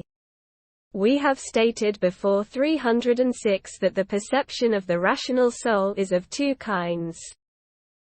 There is an external perception through the five senses, and an inward perception through the cerebral powers. All these perceptions divert the rational soul from the perception for which 307 it is prepared by nature, namely, that of the essences of the spiritualia, which are higher than it. Since the external senses are corporeal, they are subject to weakness and lassitude as the result of exertion and fatigue, and to spiritual exhaustion through too much activity. Therefore, God gave them the desire to rest, so that perfect perception may be renewed afterwards. Such rest is accomplished by the retirement of the animal spirit from all the external senses and its return to the inward sense. This process is supported by the cold that covers the body during the night. under the influence of the cold of the night, the natural heat repairs to the innermost recesses of the body and turns from its exterior to the interior. It thus guides its vehicle, the animal spirit, into the interior of the body. This is the reason why human beings, as a rule, sleep only at night. The spirit, thus, withdraws from the external senses and returns to the inward powers. The preoccupations and hindrances of sensual perception lessen their hold over the soul, and it now returns to the forms that exist in the power of memory. Then, through a process of synthesis and analysis, these forms are shaped into imaginary pictures. Most of these pictures are customary ones, because the soul has only shortly before withdrawn from the conventional objects of sensual perception. It now transmits them to the common sense, which combines all the 5 external senses, to be perceived in the manner of those 5 senses. Frequently, however, the soul turns to its spiritual essence in concert with the inward powers. It then accomplishes the spiritual kind of perception for which it is fitted by nature. It takes up some of the forms of things that have become inherent in its essence at that time. Imagination seizes on those perceived forms, and pictures them in the customary molds either realistically or allegorically. Pictured allegorically, they require interpretation. The synthetic and analytic activity which, the soul, applies to the forms in the power of memory, before it perceives its share of glimpses of the supernatural, is what is called in the Quran, confused dreams. 308 According to the sound tradition of the Sahih, the Prophet said, there are 3 kinds of dream visions. There are dream visions from God, dream visions from the angels, and dream visions from Satan. 309 This threefold division agrees with our preceding statement. Clear dream visions are from God. Allegorical dream visions, which call for interpretation, are from the angels. And confused dreams are from Satan, because they are altogether futile, as Satan is the source of futility. This is what dream vision really is, and how it is caused and encouraged by sleep. It is a particular quality of the human soul common to all mankind. Nobody is free from it. Every human being has, more than once, seen something in his sleep that turned out to be true when he awakened. He knows for certain that the soul must necessarily have supernatural perception in sleep. If this is possible in the realm of sleep, it is not impossible in other conditions, because the perceiving essence is one and its qualities are always present. God guides toward the truth.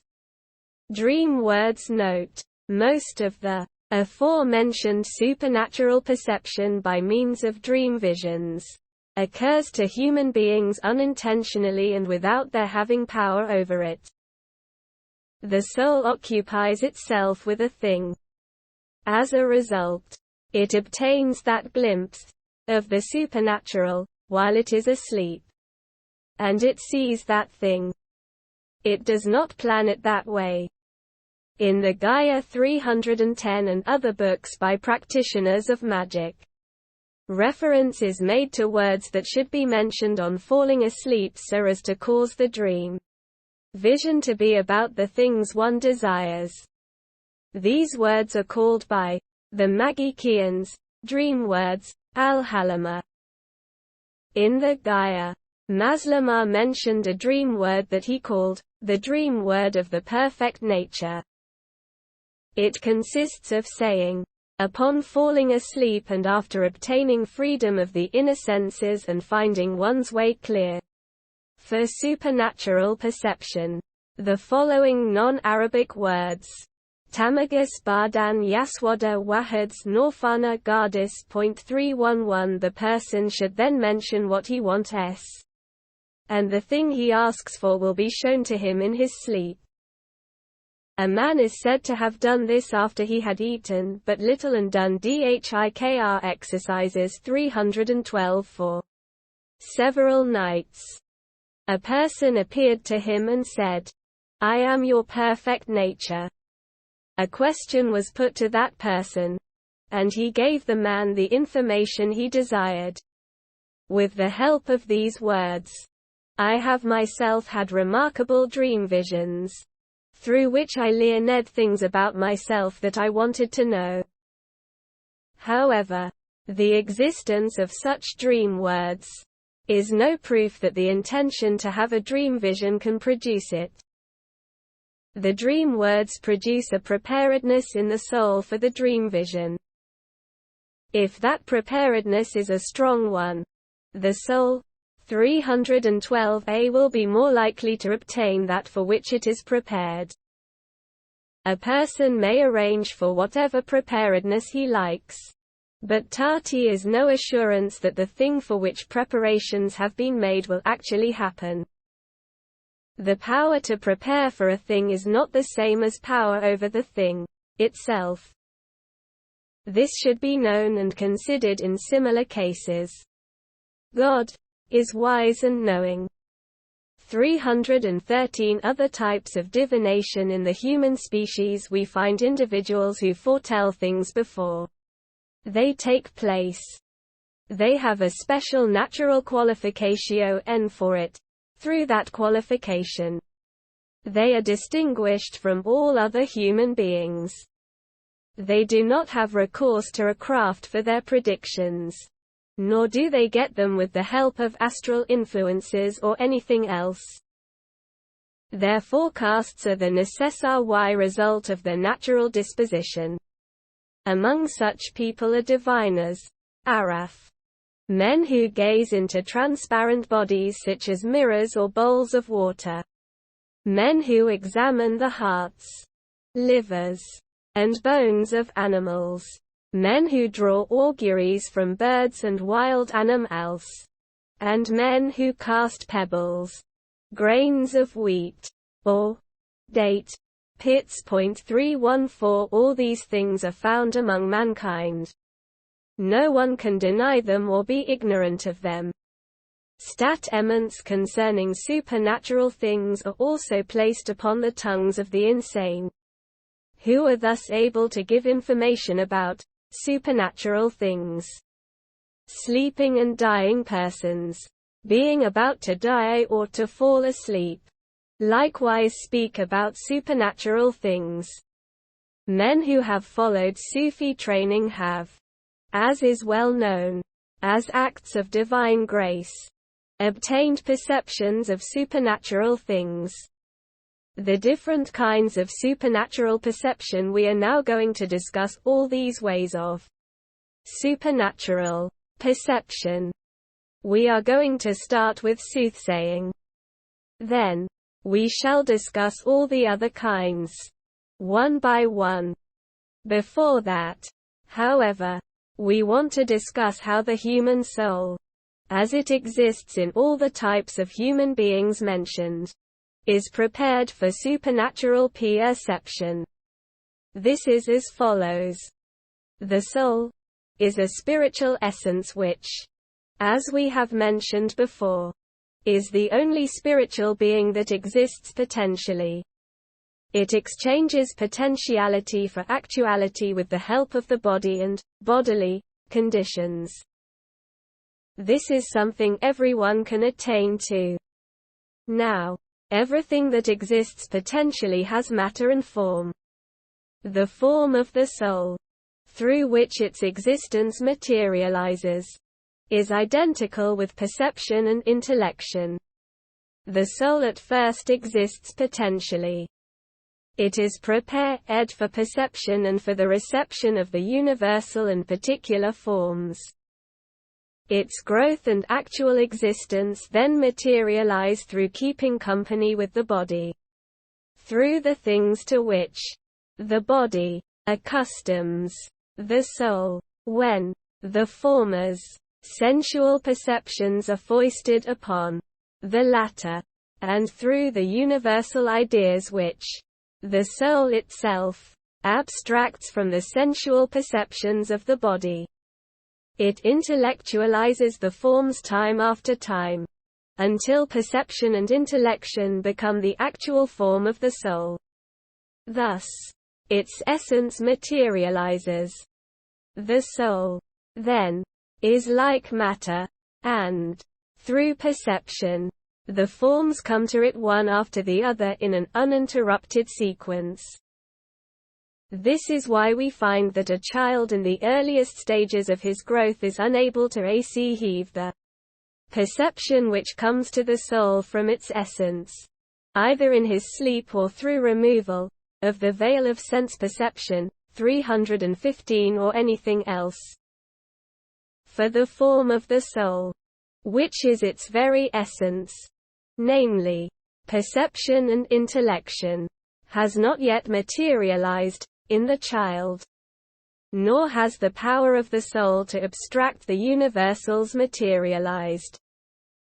Later on, when the essence of the soul has materialized in actuality, the soul has two kinds of perception, as long as it remains in the body, one through the organs of the body, for which the soul is enabled by the corporeal perceptions, and the other through its own essence, without any intermediary. The soul is prevented 316 from the latter kind of perception by its immersion in the body and the senses, and the preoccupations of body and senses, by means of corporeal perception, for which the senses were originally created. They always draw the soul to the external. Frequently, however, the soul plunges from the external into the internal. Then, the veil of the body is lifted for a moment, either by means of a quality that belongs to every human being, such as sleep, or by means of a quality that is found only in certain human beings, such as soothsaying or casting of pebbles, etc., or by means of exercises such as those practiced by certain Sufis who practice the removal of the veil of sense perception. At such moments, the soul turns to the essences of the highest group, the angels, which are higher than itself.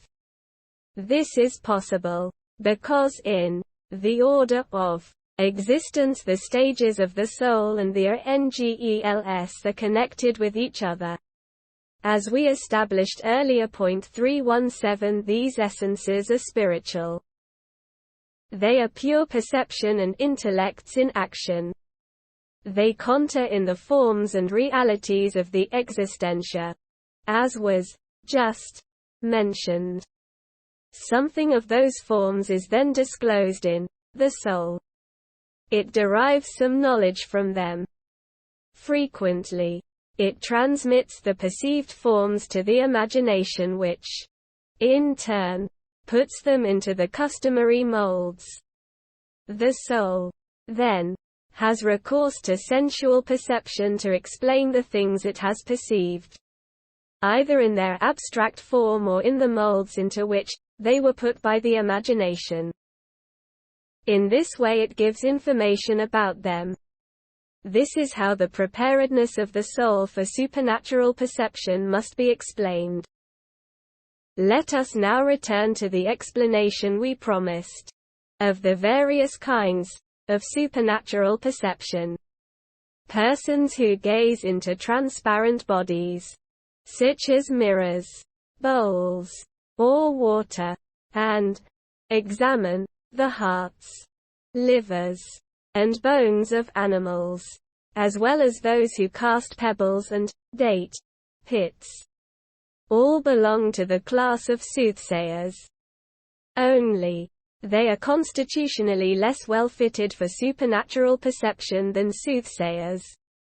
The soothsayer does not need to make much of an effort in order to lift the veil of sensual perception. They, however, expend much effort to concentrate all sensual perception in one particular sense, the noblest one, which is vision. It is applied exclusively to whatever plane visual object has been selected for concentration, until the perception about which information is to be given appears. It is often thought that the place where those who gaze into mirrors see something is the surface of the mirror. This is not so. They continue gazing at the surface of the mirror until it, the surface, disappears. Between their eyes and the mirror appears a veil like a white cloud. In it, forms are pictured, and these pictures are the objects they perceive. This gives them the facts of a negative or positive character they wanted to obtain, and they pass on these facts as they perceived them. Neither the mirror nor the forms perceived in it are now present to them. A different kind of perception originates in the in that state. It is a psychic one that has nothing to do with vision. Through it, objects of psychic perception take on shape, for observation, by sensual perception. As is known, something similar happens to those who examine the hearts and livers of animals, and to those who gaze into water bowls, and similar things. Among these people we have observed persons who keep their senses occupied only by means of incense, as well as incantations, in order to be prepared for supernatural perception. Then, they tell what they have perceived. They think that they see the forms take on concrete shapes in the air, telling them what they want to know in the form of pictures and illusions. These persons are less remote from sensual perception than the first grow-up. The world is full of remarkable things. Augury, Zaja, is talk about supernatural things which originates in some people when a bird or animal appears, and they reflect about it after it has gone. It is a power in the soul that calls for sagacity and the ability to think about the things of interest, which augurs see or hear. As we mentioned earlier 318, the power of imagination is strong in augurs, and they exert that power in their researches, while depending on the help given by things they have seen or heard. This gives them some supernatural perception. The power of imagination acts here as it does in sleepers. When the senses are asleep, the power of imagination intervenes among the things seen in the waking state, and combines them with the products of its own thinking. Thus, the power of imagination brings about vision. In the insane, the rational soul is but weakly connected with the body, because the humors, as a rule, are corrupt and have a weak animal spirit. Therefore, the soul belonging to the body of an insane person is not deeply immersed in the senses. The painful disease of deficiency that affects it keeps it too much occupied. Frequently, it was pushed into attaching itself to the insane by some other satanic spirituality, which clings to them and which the soul itself is too weak to keep away. The insane thus become possessed. 318a When they have become possessed in this manner, either because of the corruption of their constitution as the result of the essential corruption of their soul, or because of the onslaught the satanic souls make upon him when they are attached to their bodies. They are totally removed from sensual perception. They perceive a glimpse of the world of their soul. Their soul receives the impress of forms which, in turn, are transformed by the imagination. In this condition, they frequently speak without wanting to speak. Supernatural perception in all these groups contains truth and falsehood mixed together. For although they may achieve the loss of sensual perception, it is only with the help of foreign notio ns ta sawa that they achieve contact with the supernatural, as we have established. This leads to untruthfulness, which is to be found in these ways of supernatural perception. The diviners, Araf, somehow enjoy this kind of perception, but they do not have the same contact with the supernatural. They concentrate their thinking upon the matter in which they are interested and apply guesses and hypotheses to it. They base themselves upon an unfounded assumption as to what basically constitutes contact with and perception of the supernatural. They claim acquaintance with the supernatural, but in reality, their procedure has nothing to do with it.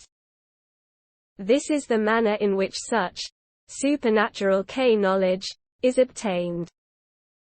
Al-Masudi discussed the subject in his Maruj ad-Dahab. 319. He did not hit upon the right explanation. It is evident from his discussion that he was not firmly grounded in the various kinds of pertinent knowledge. He merely reports what he learned from people experienced in the subject, and from others. All the kinds of supernatural perception mentioned are found in man. The Arabs thus erred to repair to soothsayers in order to learn about forthcoming events. They consulted them in their quarrels, to learn the truth by means of supernatural perception. Literature contains much information about this matter. In pre-Islamic times, Sheikh of Tihi tribe of Anmar b. Nizar, and Sati of the tribe of Mazan b. Ghassan 320 were famous soothsayers. The latter used to fold up like a garment, as he had no bones save for his skull. A famous story is their interpretation of the dream vision of Rabi'a b. Nasr, in which they informed him that the Abyssinians would take possession of the Yemen, that the Mudda would rule after them, and that the Muhammadan prophecy would make its appearance among the Quraysh. 321. Another famous story is that of the dream vision of the Mobedan. 322. Sati interpreted it when the Persian emperor Khosrau sent Abd al-Masih to him with the Dra'am. On that occasion, Sati informed him about the prophecy of Muhammad and the future destruction of the Persian realm. All this is well known. There were also many diviners among the Arabs. They are mentioned by the Arabs in their poems. One poet said, "I said to the diviner of the Yamama, 'Cure me. For if you cure me, you are indeed a physician.' 323. Another poet said, "I promised to give the diviner of the Yamama whatever he would ask me for. And I promised the same to the diviner of Najd, if they would cure me of my love. But they said, 'Let God cure you. By God, we have no power over the disease that you carry around with you in your body.' 324. The diviner of the Yamama is Rhea b. Ijla. 325. And the diviner of Najd is Al-Ablaq al-Asadi. Some people have another way of supernatural perception. It occurs in the stage of transition from waking to sleeping, and is in the form of unconsciously speaking about the thing one wants to know and thereby obtaining supernatural knowledge of the matter as desired. This happens only during the transition from waking to sleeping, when one has lost the power to control one's words. Such a person talks as if by innate compulsion. The most he can do is to hear and understand what he says. Words of a similar nature come from those who are about to be killed, at the moment when their heads are being severed from their trunks. We have been informed that certain criminal tyrants used to kill their prisoners in order to learn their own future from the words the prisoners would utter when they were about to be killed.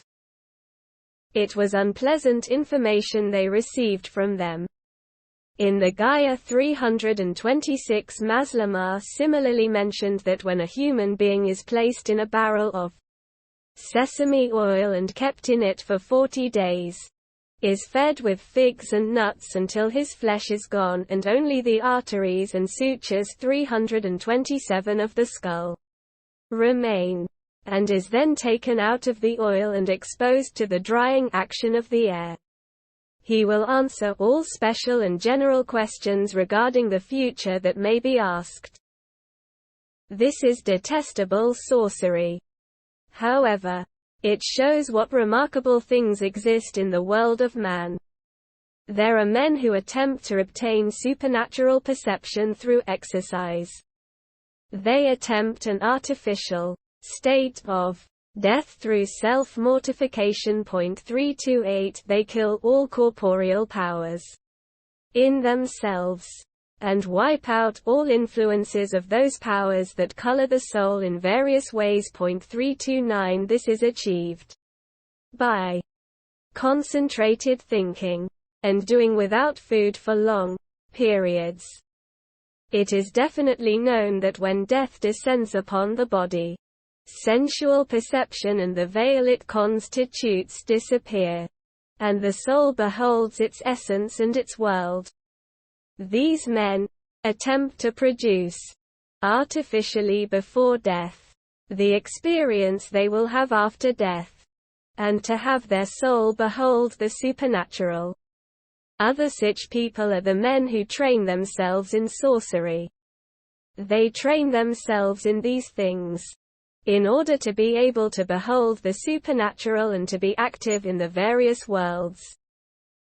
Most such live in the intemperate zones of the north and the south, especially in India, where they are called yogis. They possess a large literature on how such exercises are to be done. The stories about them in this connection are remarkable. The Sufi training is a religious one. It is free from any such reprehensible intentions. The Sufis aspire to total concentration upon God and upon the approach to Him, in order to obtain the mystical experiences 330 of gnosis and divine oneness. In addition to their training in concentration and hunger, the Sufis feed on dhikr exercises 331 by which their devotion to that training can fully materialize. When the soul is reared on dhikr exercises, it comes closer to the gnosis of God, whereas, without it, it comes to be a satanic one. Whatever supernatural knowledge or activity is achieved by the Sufis is accidental, and was not originally intended. Had it been intentional, the devotion of the Sufis, who intended to have supernatural perception, would have been directed toward something other than God, namely, toward supernatural activity and vision. What a losing business that would have been! In reality, it would have been polytheism. A Sufi has said, Whoever prefers gnosis for the sake of gnosis comes out for the second stage of being. Through their devotion, Sufis intend to come near the Master, and nothing else. If, meanwhile, some supernatural perception is obtained, it is accidental and unintentional. Many Sufis shun supernatural perception when it accidentally happens to them, and pay no attention to it. 332 They want God only for the sake of his essence, and nothing else. It is well known that supernatural perception occurs among the Sufis. They call their supernatural experiences and mind-reading physiognomy, farasa, and removal of the veil of sense perception, kashef. Their experiences of supernatural activity they call acts of divine grace, karama. None of these things is unworthy of them. However, Professor Abu Ishaq al-Isfarayani and Abu Muhammad b. Abi Zayd al-Maliki 333 among others, disapproved of it, in order to avoid any risk of prophetic miracles becoming confused with something else. However, the speculative theologians rely on the advance challenge tahaddi as the distinguishing characteristic of the prophetic miracle. This is sufficient.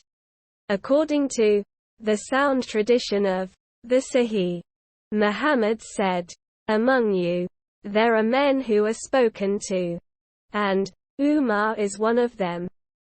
334 The men around Muhammad, as is well known, had experiences of a sort that confirms the fact that mystics and pious persons may have some sort of supernatural perception. For instance, there is the story of Umar saying, "O Syria, beware of the mountain." Quote, Syria is Syria b. Zanaim. He was the general of a Muslim army in the Iraq during the conquest. He had gotten into a battle with the polytheists. He thought of withdrawing. Near him, there was a mountain toward which he was directing himself, and where the enemy was lying in ambush.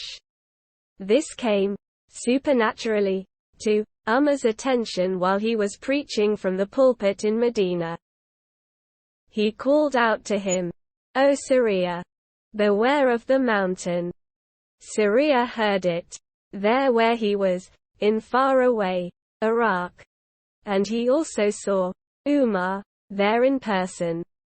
This story is well known. 335 Something similar happened to Abu Bakr in connection with his last will, addressed to his daughter, Aisha.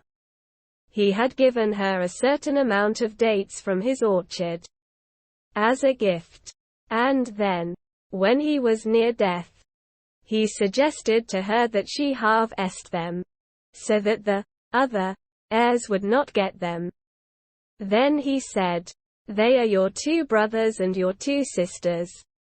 Whereupon, Aisha said, "There is Asma. But who is the other?"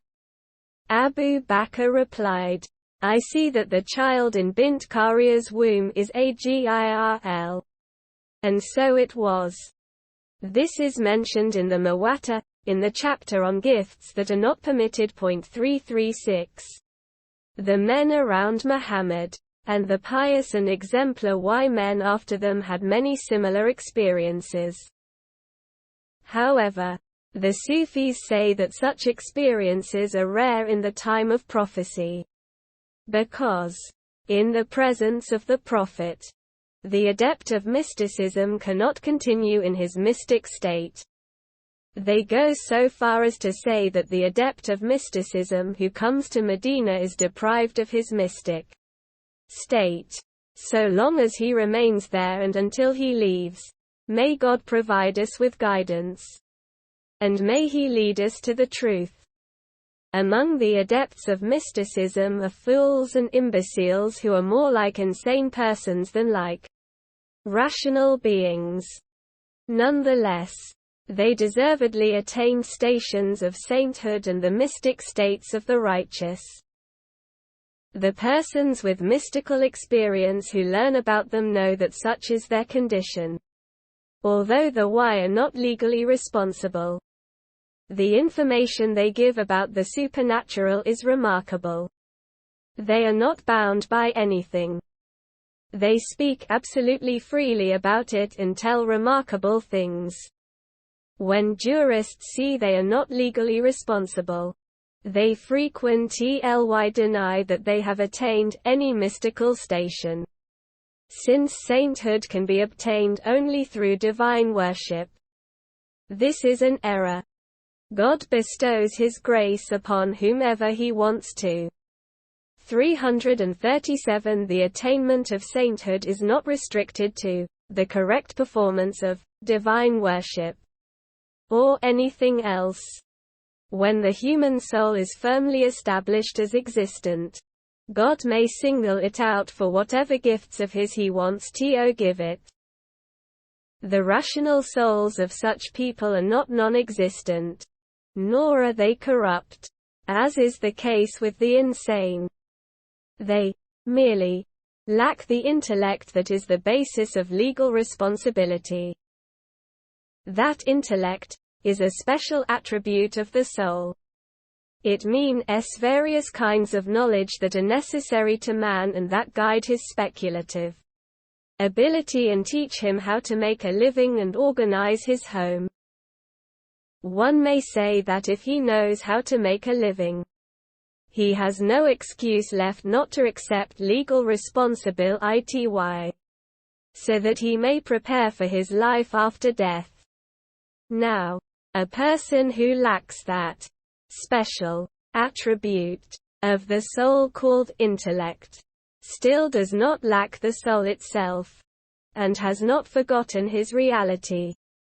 He has reality, though he lacks the intellect entailing legal responsibility. That is, the knowledge of how to make a living. This is not absurd. God does not select His servants for gnosis only on the basis of the performance of some legal duty. If this is correct, it should be known that the state of these men is frequently confused with that of the insane, whose rational souls are corrupted and who belong to the category of animals. There are signs by which one can distinguish the two groups.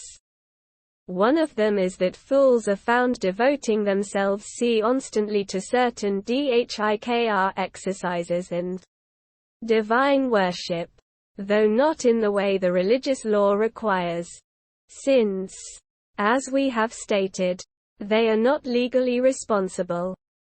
The insane, on the other hand, have no particular devotion whatever. Another sign is that fools were created stupid, and were stupid from their earliest days. The insane, on the other hand, lose their minds after some portion of their life has passed, as the result of natural bodily accidents. When this happens to them and their rational souls become corrupt, they are lost. A further sign is the great activity of fools among men. It may be good or bad. They do not have to have permission, because for them there is no legal responsibility. The insane, on the other hand, show no such activity. The course of our discussion caused us to insert the preceding paragraph. God leads toward that which is correct. Other alleged ways of supernatural perception. Some people think that there are ways of supernatural perception not involving remoteness from sensual perception. Such are the astrologers who believe in astrological indications, consequences of the positions of stars in the firmament, influences of the stars upon the elements, and results from the tempering of the natures of the stars, when they look at each other. 338 as well as effects of such tempers upon the air. Astrologers, as a matter of fact, have nothing to do with the supernatural. It is all guesswork and conjectures based upon the assumed existence of astral influence and a resulting conditioning of the air. Such guesswork is accompanied by an additional measure of sagacity, enabling scholars to determine the distribution of astral influence upon particular individuals in the world.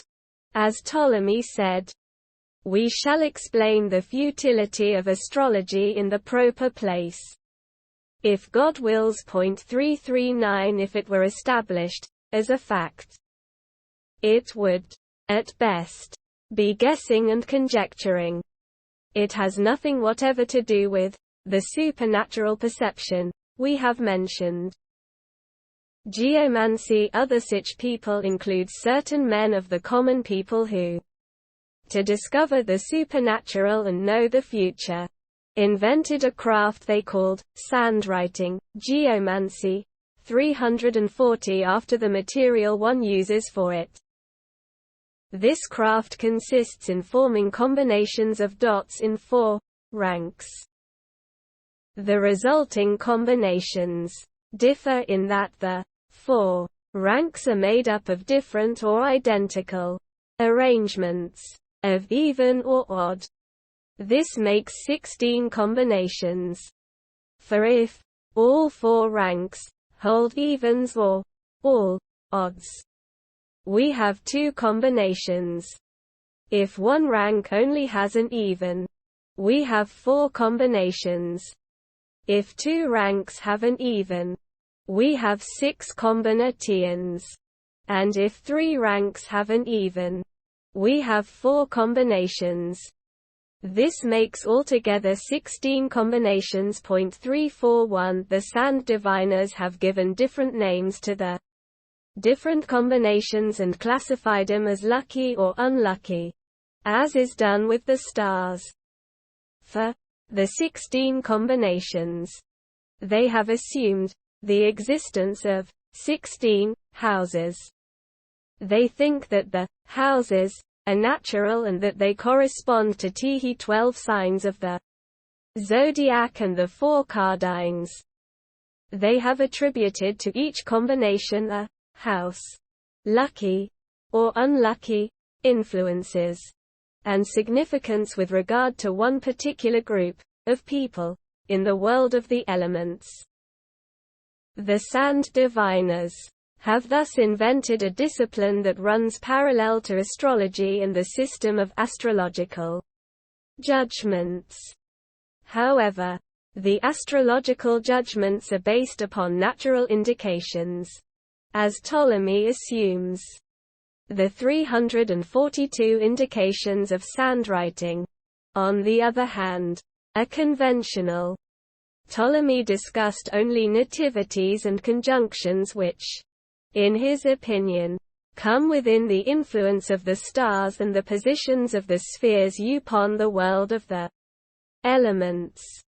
Subsequent astrologers, however, discussed questions, interrogationes, in that they attempted to discover the innermost thoughts. 342 Abbey, attributing them to the various houses of the firmament and drawing conclusions concerning them, according to the judgments governing each particular astral house. They are those mentioned by Ptolemy. It should be known that the innermost thought concerns psychic knowledge, which does not belong to the world of the elements. They do not come within the influence of the stars or the positions of the spheres. Nor do the stars and the positions of the spheres give any indications with regard to Them. The branch of questions, interrogationes, has indeed been accepted in astrology as a way of making deductions from the stars and positions of the spheres. However, it is used where it is not natural for it to be used. When the sand diviners came, they discontinued use of the stars and the positions of the spheres, because they found it difficult to establish the altitude of stars by means of instruments and to find the adjusted positions of the stars by means of calculations. Therefore, they invented their combinations of figures. They assumed that there were 16, according to the houses of the firmament and the cardines, and they specified that they were lucky, unlucky, or mixed, like the planets. They limited the themselves to the sextile aspect. They made judgments in accordance with the combinations of figures, as is done in the interrogation branch of astrology. In both cases, the use made of the data is not a natural one. As we stated before, many city dwellers who had no work, in order to make a living 343 tried sand divination. They composed works teaching the foundation and principles of sand divination. This was done by Azzenati 344 and others. Some sand diviners attempt supernatural perception, in that they occupy their senses with study of the combinations of figures. They thus reach a state of preparedness, like those who are by nature fitted for preparedness, as we shall mention later on. These men are the noblest class of sand diviners. In general, they assume that sand writing originated with the prophets of Old. They frequently ascribe its invention to Daniel or Idris 345, as is being done with all the crafts. They also frequently claim that sand writing is enjoined by the religious law. As a proof of this contention of theirs, they quote the following tradition of Muhammad: "There was a prophet who wrote, and whoever concurs with his writing, this is it." 346. However, this tradition contains no evidence for the claim that sand writing is enjoined by the religious law, as some people assume. The meaning of the tradition is, "There was a prophet who wrote." That is, revelation came to him while he was writing. It is not absurd to assume that such was the custom of some prophets, for prophets differ in their ways of perceiving the revelation. God said, "We distinguished the messengers, by giving the ones preeminence over the others." 347. When some of them received the revelation, the angel spoke first to them, without any request or motive on their part. Others had a human motive, resulting from contact with human affairs, in that their people asked them to explain some difficult problem, some obligation of duty, or the like.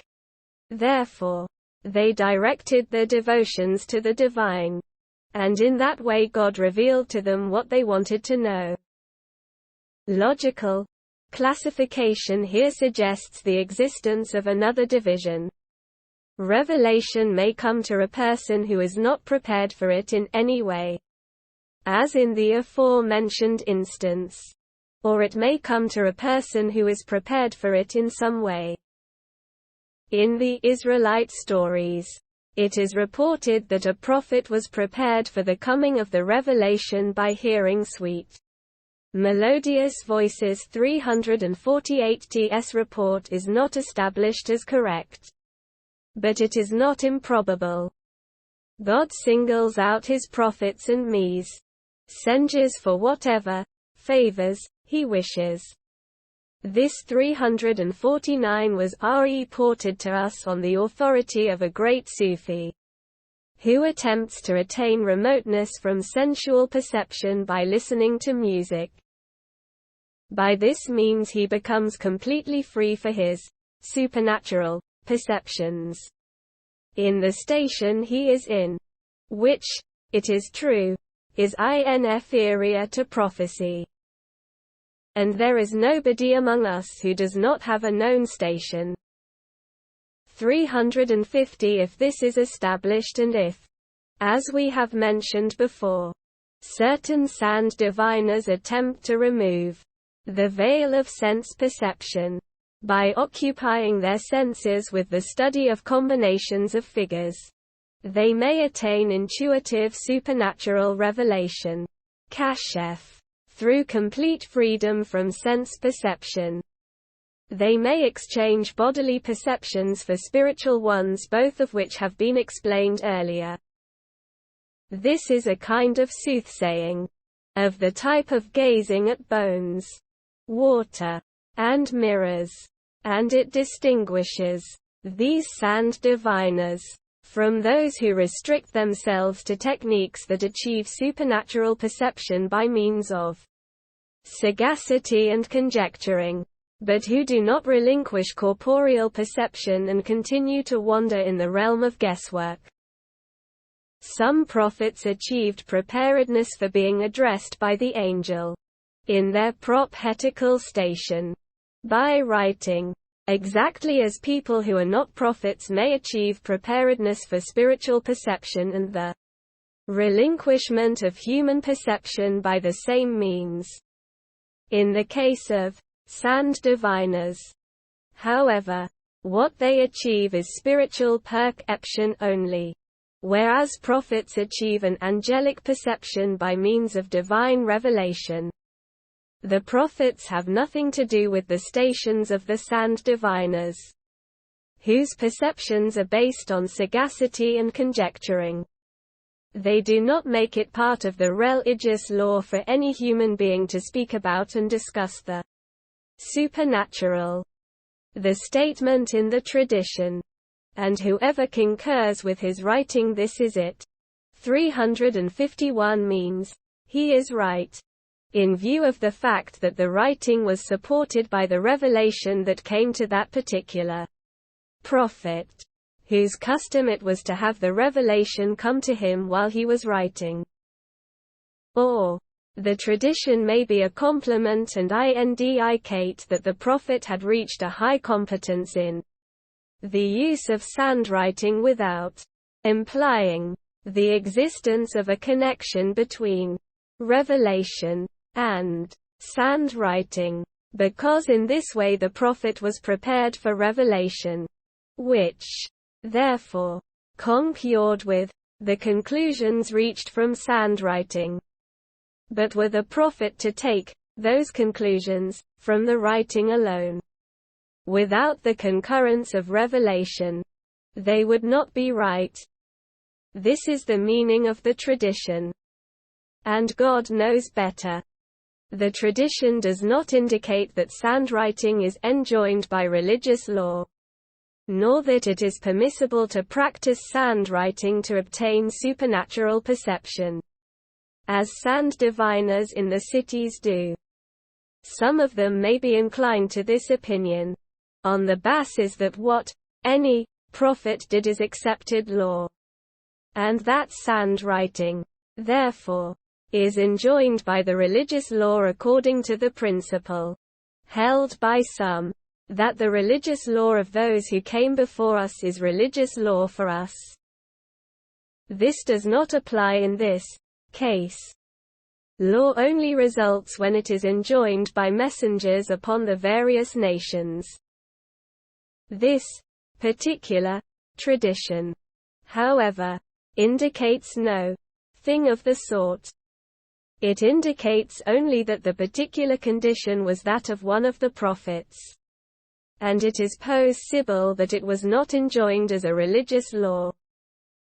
Therefore, it would not be a religious law, neither one restricted to the people of that particular prophet, nor one common to his people and to others. The tradition merely indicates that it is a condition that may occur in the instance of a particular prophet, without being generally applicable to mankind. This is all we wanted to make clear here. God gives the correct inspiration. If, in their self-deception, sand diviners want to discover something supernatural, they take paper, or sand, or flour, and form dots in 4 lines 352 inches accordance with the number of the 4 ranks. This is repeated 40 times. They thus obtain 16 lines. They then deduct some dots in pairs. The remainder, for each line, whether it is even or odd 353, is put into the rank to which it belongs according to order. This results in 4 combinations, which they arrange to form one continuous line. From them, they then form 4 other combinations through horizontal confrontation. By considering each rank, the corresponding combination next to it, and the evens or odds found in it. 354 these. Then, make 8 combinations, placed along one line. From each pair of combinations, they then form one combination, to be placed underneath the 8. By considering the evens or odds found in each rank of 2 combinations. Thus, we have 4 others under the 8. From these 4 combinations, they then form 2 more combinations, which are likewise placed underneath the 4. From these 2, they again form one more combination and place it underneath the 2. They then combine this 15th combination with the first one and thus form one more combination, which completes the 16.355. Then, they evaluate the whole, writing, in a curious manner, as to the good luck or misfortune required by the various combinations, taking them as they stand, speculating on them, analyzing them, combining them, making deductions as to the various kinds of existentia, and so on. This craft is prevalent in all civilized regions. There exists a literature dealing with it. Outstanding ancient and modern personalities were famous for it. But it is obviously based on arbitrary notions and wishful thinking. The truth that should be present to one's mind is that the supernatural cannot be perceived by any craft at all. The only people who can acquire knowledge of the supernatural are those distinguished human beings, who are fitted by nature to return from the world of sensual perception to the world of the spirit. The astrologers, therefore, called all people able to perceive supernatural knowledge, Venusians, with reference to Venus, because they assumed that the position of Venus in the nativities of these people indicates their ability to have supernatural perception. If the person who takes up sand, writing and similar practices is one of those distinguished beings, and if his study of dots, bones, and other things is intended to occupy his senses in order that his soul may return momentarily to the world of the spiritualia, then sandwriting occupies the same position as casting pebbles, examining the hearts of animals, and gazing into transparent mirrors, as we have mentioned. 356. If this is not so, and if knowledge of the supernatural is sought by means of sandwriting, then it is meaningless in theory and practice. 357. God guides whomever he wants to guide. 358. The sign by which persons who are disposed by nature to supernatural perceptions can be recognized is this. Hen these persons devote themselves to acquiring a knowledge of things. They suffer a departure from their natural condition. They yawn and stretch, and show symptoms of remoteness from sensual perception. These symptoms vary in intensity according to the different degrees to which they possess this natural disposition. Those in whom this sign is not found have nothing to do with supernatural perception. They are merely trying to spread the falsehoods to which they are committed. The Hisab and Nim, other groups that also lay down certain rules for the discovery of the supernatural. Their rules do not belong to the first category, that which has to do with the spiritual perceptions of the soul, and also differ from speculations based upon astral influences, as assumed by Ptolemy, as well as from the guesswork and conjecturing with which the diviners work.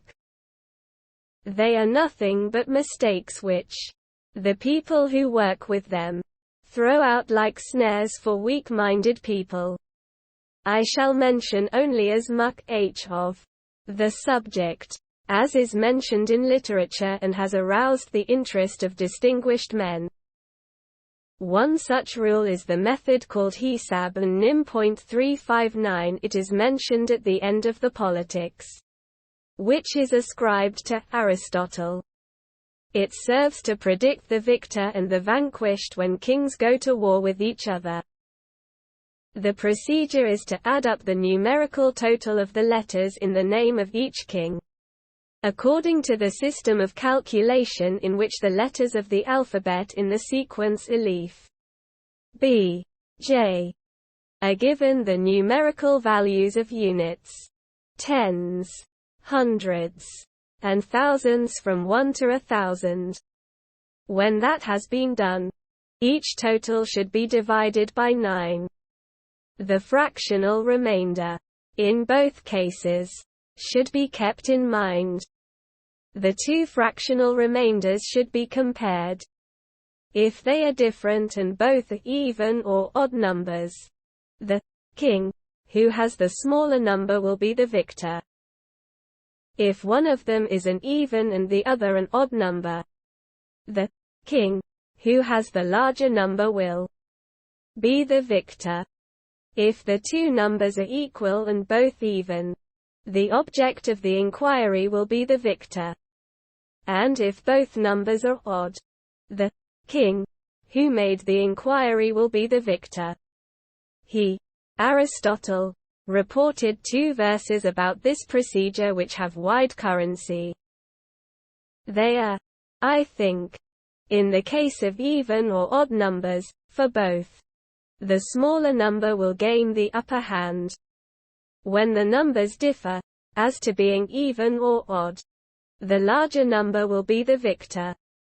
The object of the inquiry will be victorious, if the numbers are both equal and even. And if they are both equal and odd, the one who made the inquiry will be victorious. In order to find out what the fractional remainder will be after dividing by 9, a rule has been laid down by the persons who practice the Hisab and Nim, which is well known among them for that purpose.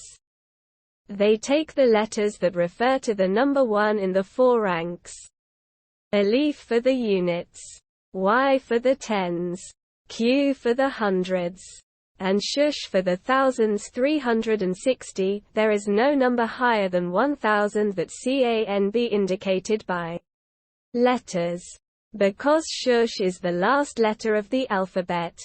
ICAL arrangement for numerical purposes, and arrange these 4 letters in sequence so as to form a word of 4 consonants. Yash. Then, they do the same with the letters that designate the number 2 in the first 3 ranks, omitting the thousands because there are no letters of the alphabet left for them. These 3 letters are BFOR2, K for 20 and RFOR 200. Arranged in sequence, they form the word BKR. The SAM-E is done with the letters that designate the number 3, resulting in the word JLS, and so on through all the letters of the alphabet. This results in 9 words, 9 being the highest unit. The words are Yash, BKR, JLS, DMT, 10th, WSKH, Z, HFZ, and TDGH, here arranged according to numerical sequence. Each of them has its own number. 1 for YGSH, 2 for BKR, 3 for JLS, and so on to 9, which belongs to TDGH. If they want to divide a name by 9, they note in which of these 9 words each letter of the name appears, substituting the number of the word for each letter of the name, and adding together all the numbers thus obtained. If the sum is greater than 9, they deduct 9 or a multiple of 9 from it and take the fractional L remainder. Otherwise, they take the sum as it is. The same thing is then done with the other name, and the two results are compared in the manner indicated above. The secret of this rule is clear. The fractional remainder in a division by 9 is the SAM in any given multiple of the powers of 10.361. In a way, the person making the calculation just sums up the unit number in any given multiple of the powers of 10. The numbers in multiples of higher powers of 10, thus, are like the corresponding units. There is no distinction between 220y, 200, or 2000.362. Likewise, 330, 300, and 3000, all are 3. The numbers are arranged in such a sequence as to indicate nothing but the unit number in any given multiple of the powers of 10. The letters that indicate the same number in the different powers of 10. The units, tens, hundreds, and thousands, are combined each in one word. The number of the corresponding word is valid for all the letters it contains, whether they are units, tens, hundreds, or thousands. Thus, the number of the word can be used for all the letters it contains, and all of them are added up. As we have said, this procedure has been common among people for a long time. Some sheikhs we knew personally were of the opinion that the correct thing is to use 9 other words in place of those mentioned. They too represent consecutive numbers. The procedure of dividing by 9 is the SAM-E. These words are RB, YSQK, JZLT, MDWS, HF, TKHDHN, GHSH, H, TDZ, 9 words in all, in numerical sequence. They contain 3, 4, or 2 letters, respectively. As one can see, they follow no coherent principle. But our sheikhs are transmitting the M on the O authority of the leading Maghribi scholar in astrology as well as letter magic.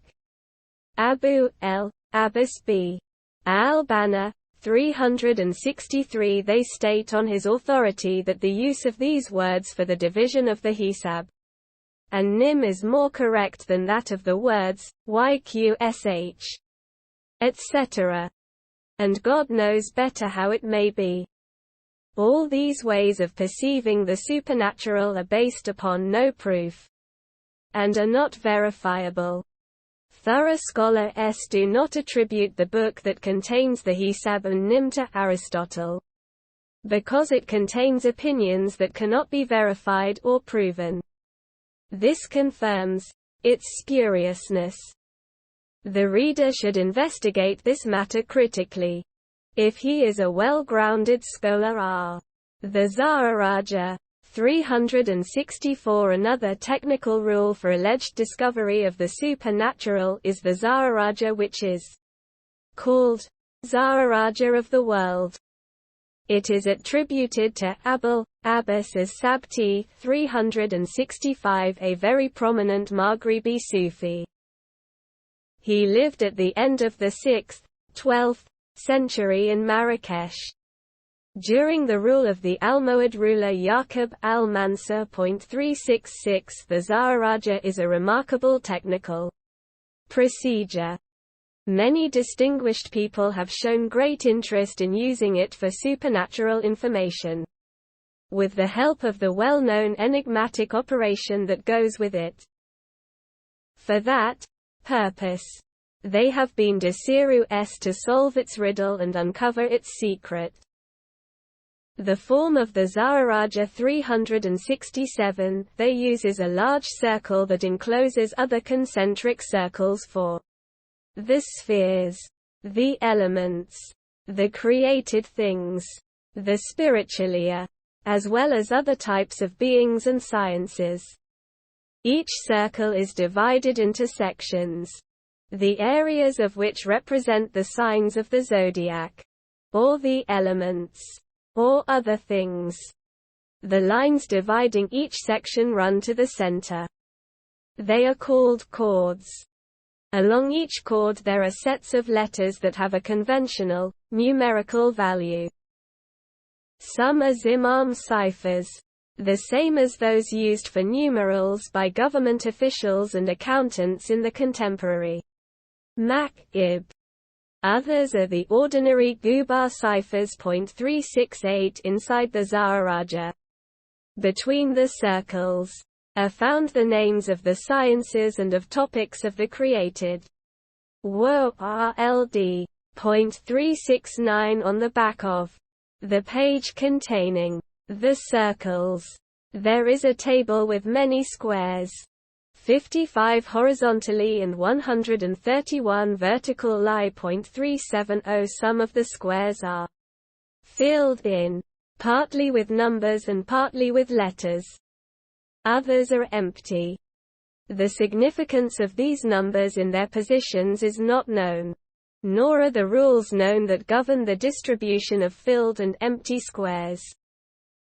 The Zaharaja is surrounded by verses in the meter at Tawil and rhyming on La. 371 They describe the procedure which must be followed to discover the answer to a particular inquiry from the Zaharaja. However, since the verses express they are meaning in riddles, they lack clarity. On one side of the Zaharaja is one verse from a poem ascribed to one of the great Western forecasters of future events, the Sevillian scholar Malik b. Wahab 372, who lived during the reign of the Lamtuna Almoravids. This is the verse, "A weighty question you have got. Keep, then, to yourself remarkable doubts which have been raised and which can be straightened out with diligence."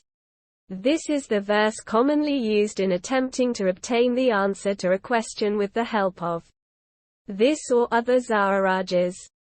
To obtain the answer to a question, the question is written down in unconnected letters and the ascendant as of that day is determined. That is, one of the signs of the zodiac and the degree of the sign on the horizon. Then, the Zaharaja is consulted, and the particular chord of the Zaharaja that borders the sign of the zodiac of that particular ascendant is chosen. This is followed from where it starts to the center, and then on to the circumference of the circle opposite the ascendant. One takes note of all the letters written upon that chord from beginning to end, and of all the numbers written in between.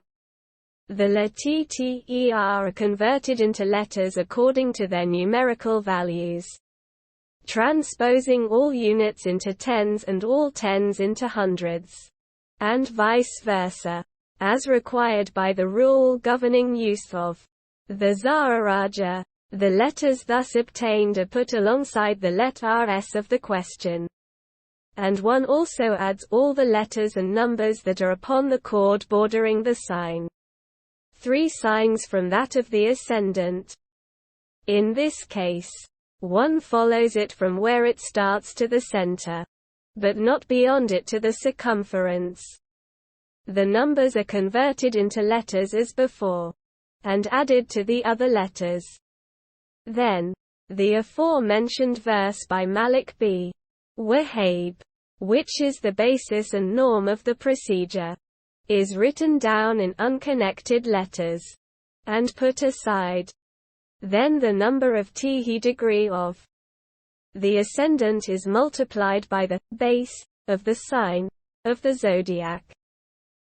In the language used here, the base is the sign's distance from the last rank, in contrast to the meaning of base in the language of astronomers, where it is The distance from the first rank. 373. The degree is then multiplied by another number, called the greatest base, and principal cycle.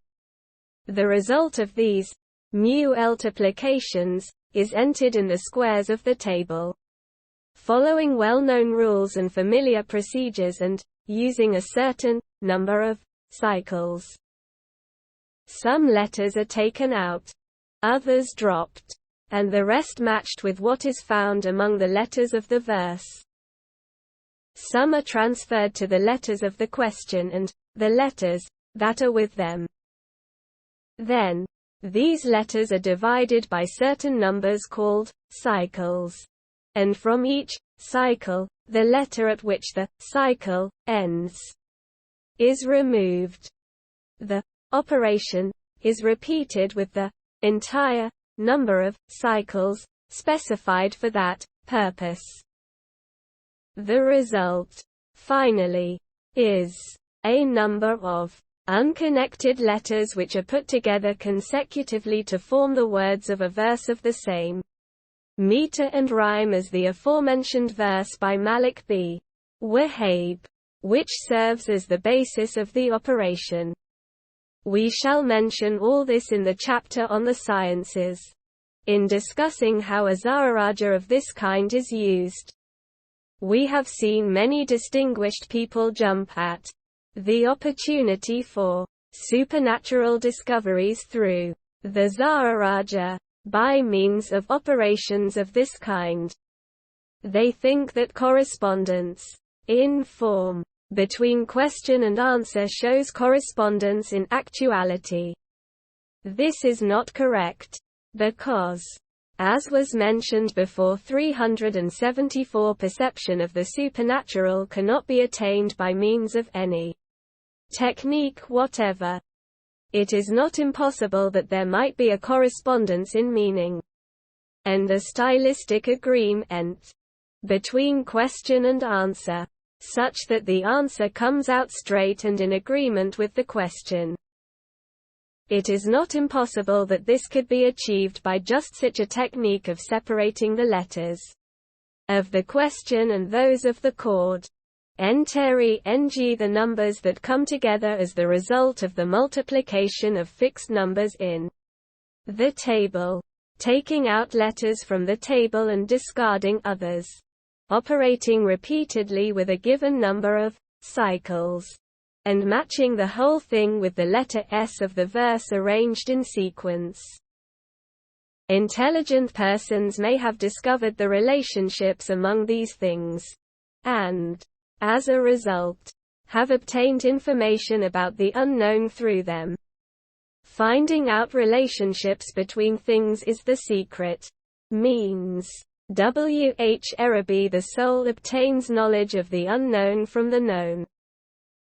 It is a way to obtain such knowledge, especially suited to people of mystical training.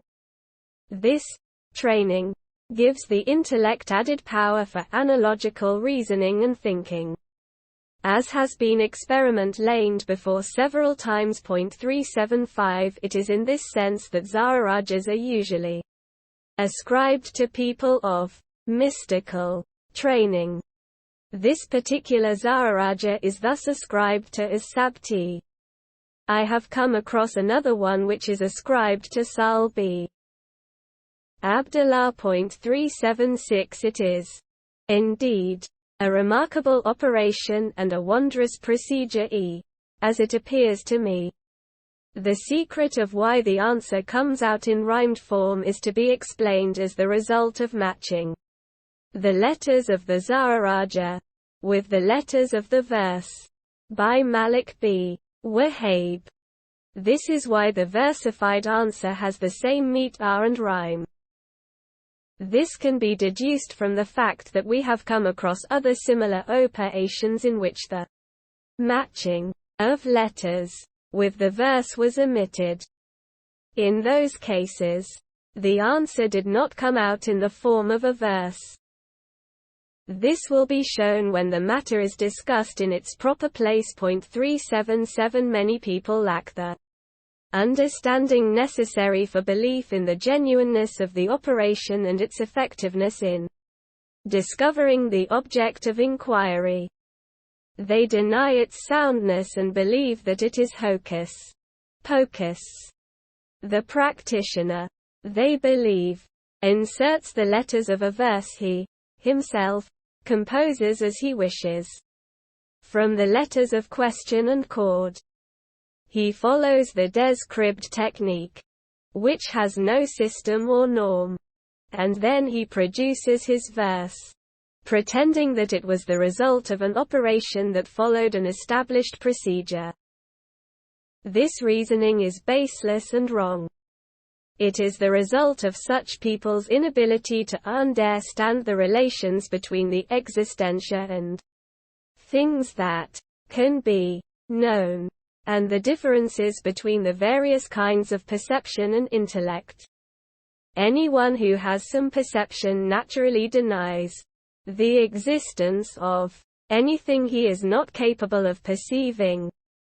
In order to refute this denial of the genuineness of the operation of the Zaharaja, it is sufficient for us to refer to the fact that the technique has been observed in operation and that it has been definitely and intelligently established that the operation follows a coherent procedure and sound norms.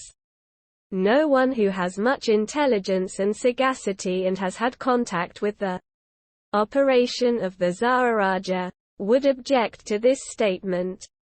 Many an operation with numbers, which are the clearest things in the world, is difficult to grasp, because the existing relations are difficult to establish and intricate. This is the case to a much greater degree here, where the relations are so intricate and strange. Let us mention a problem that will to some degree illustrate the point just stated.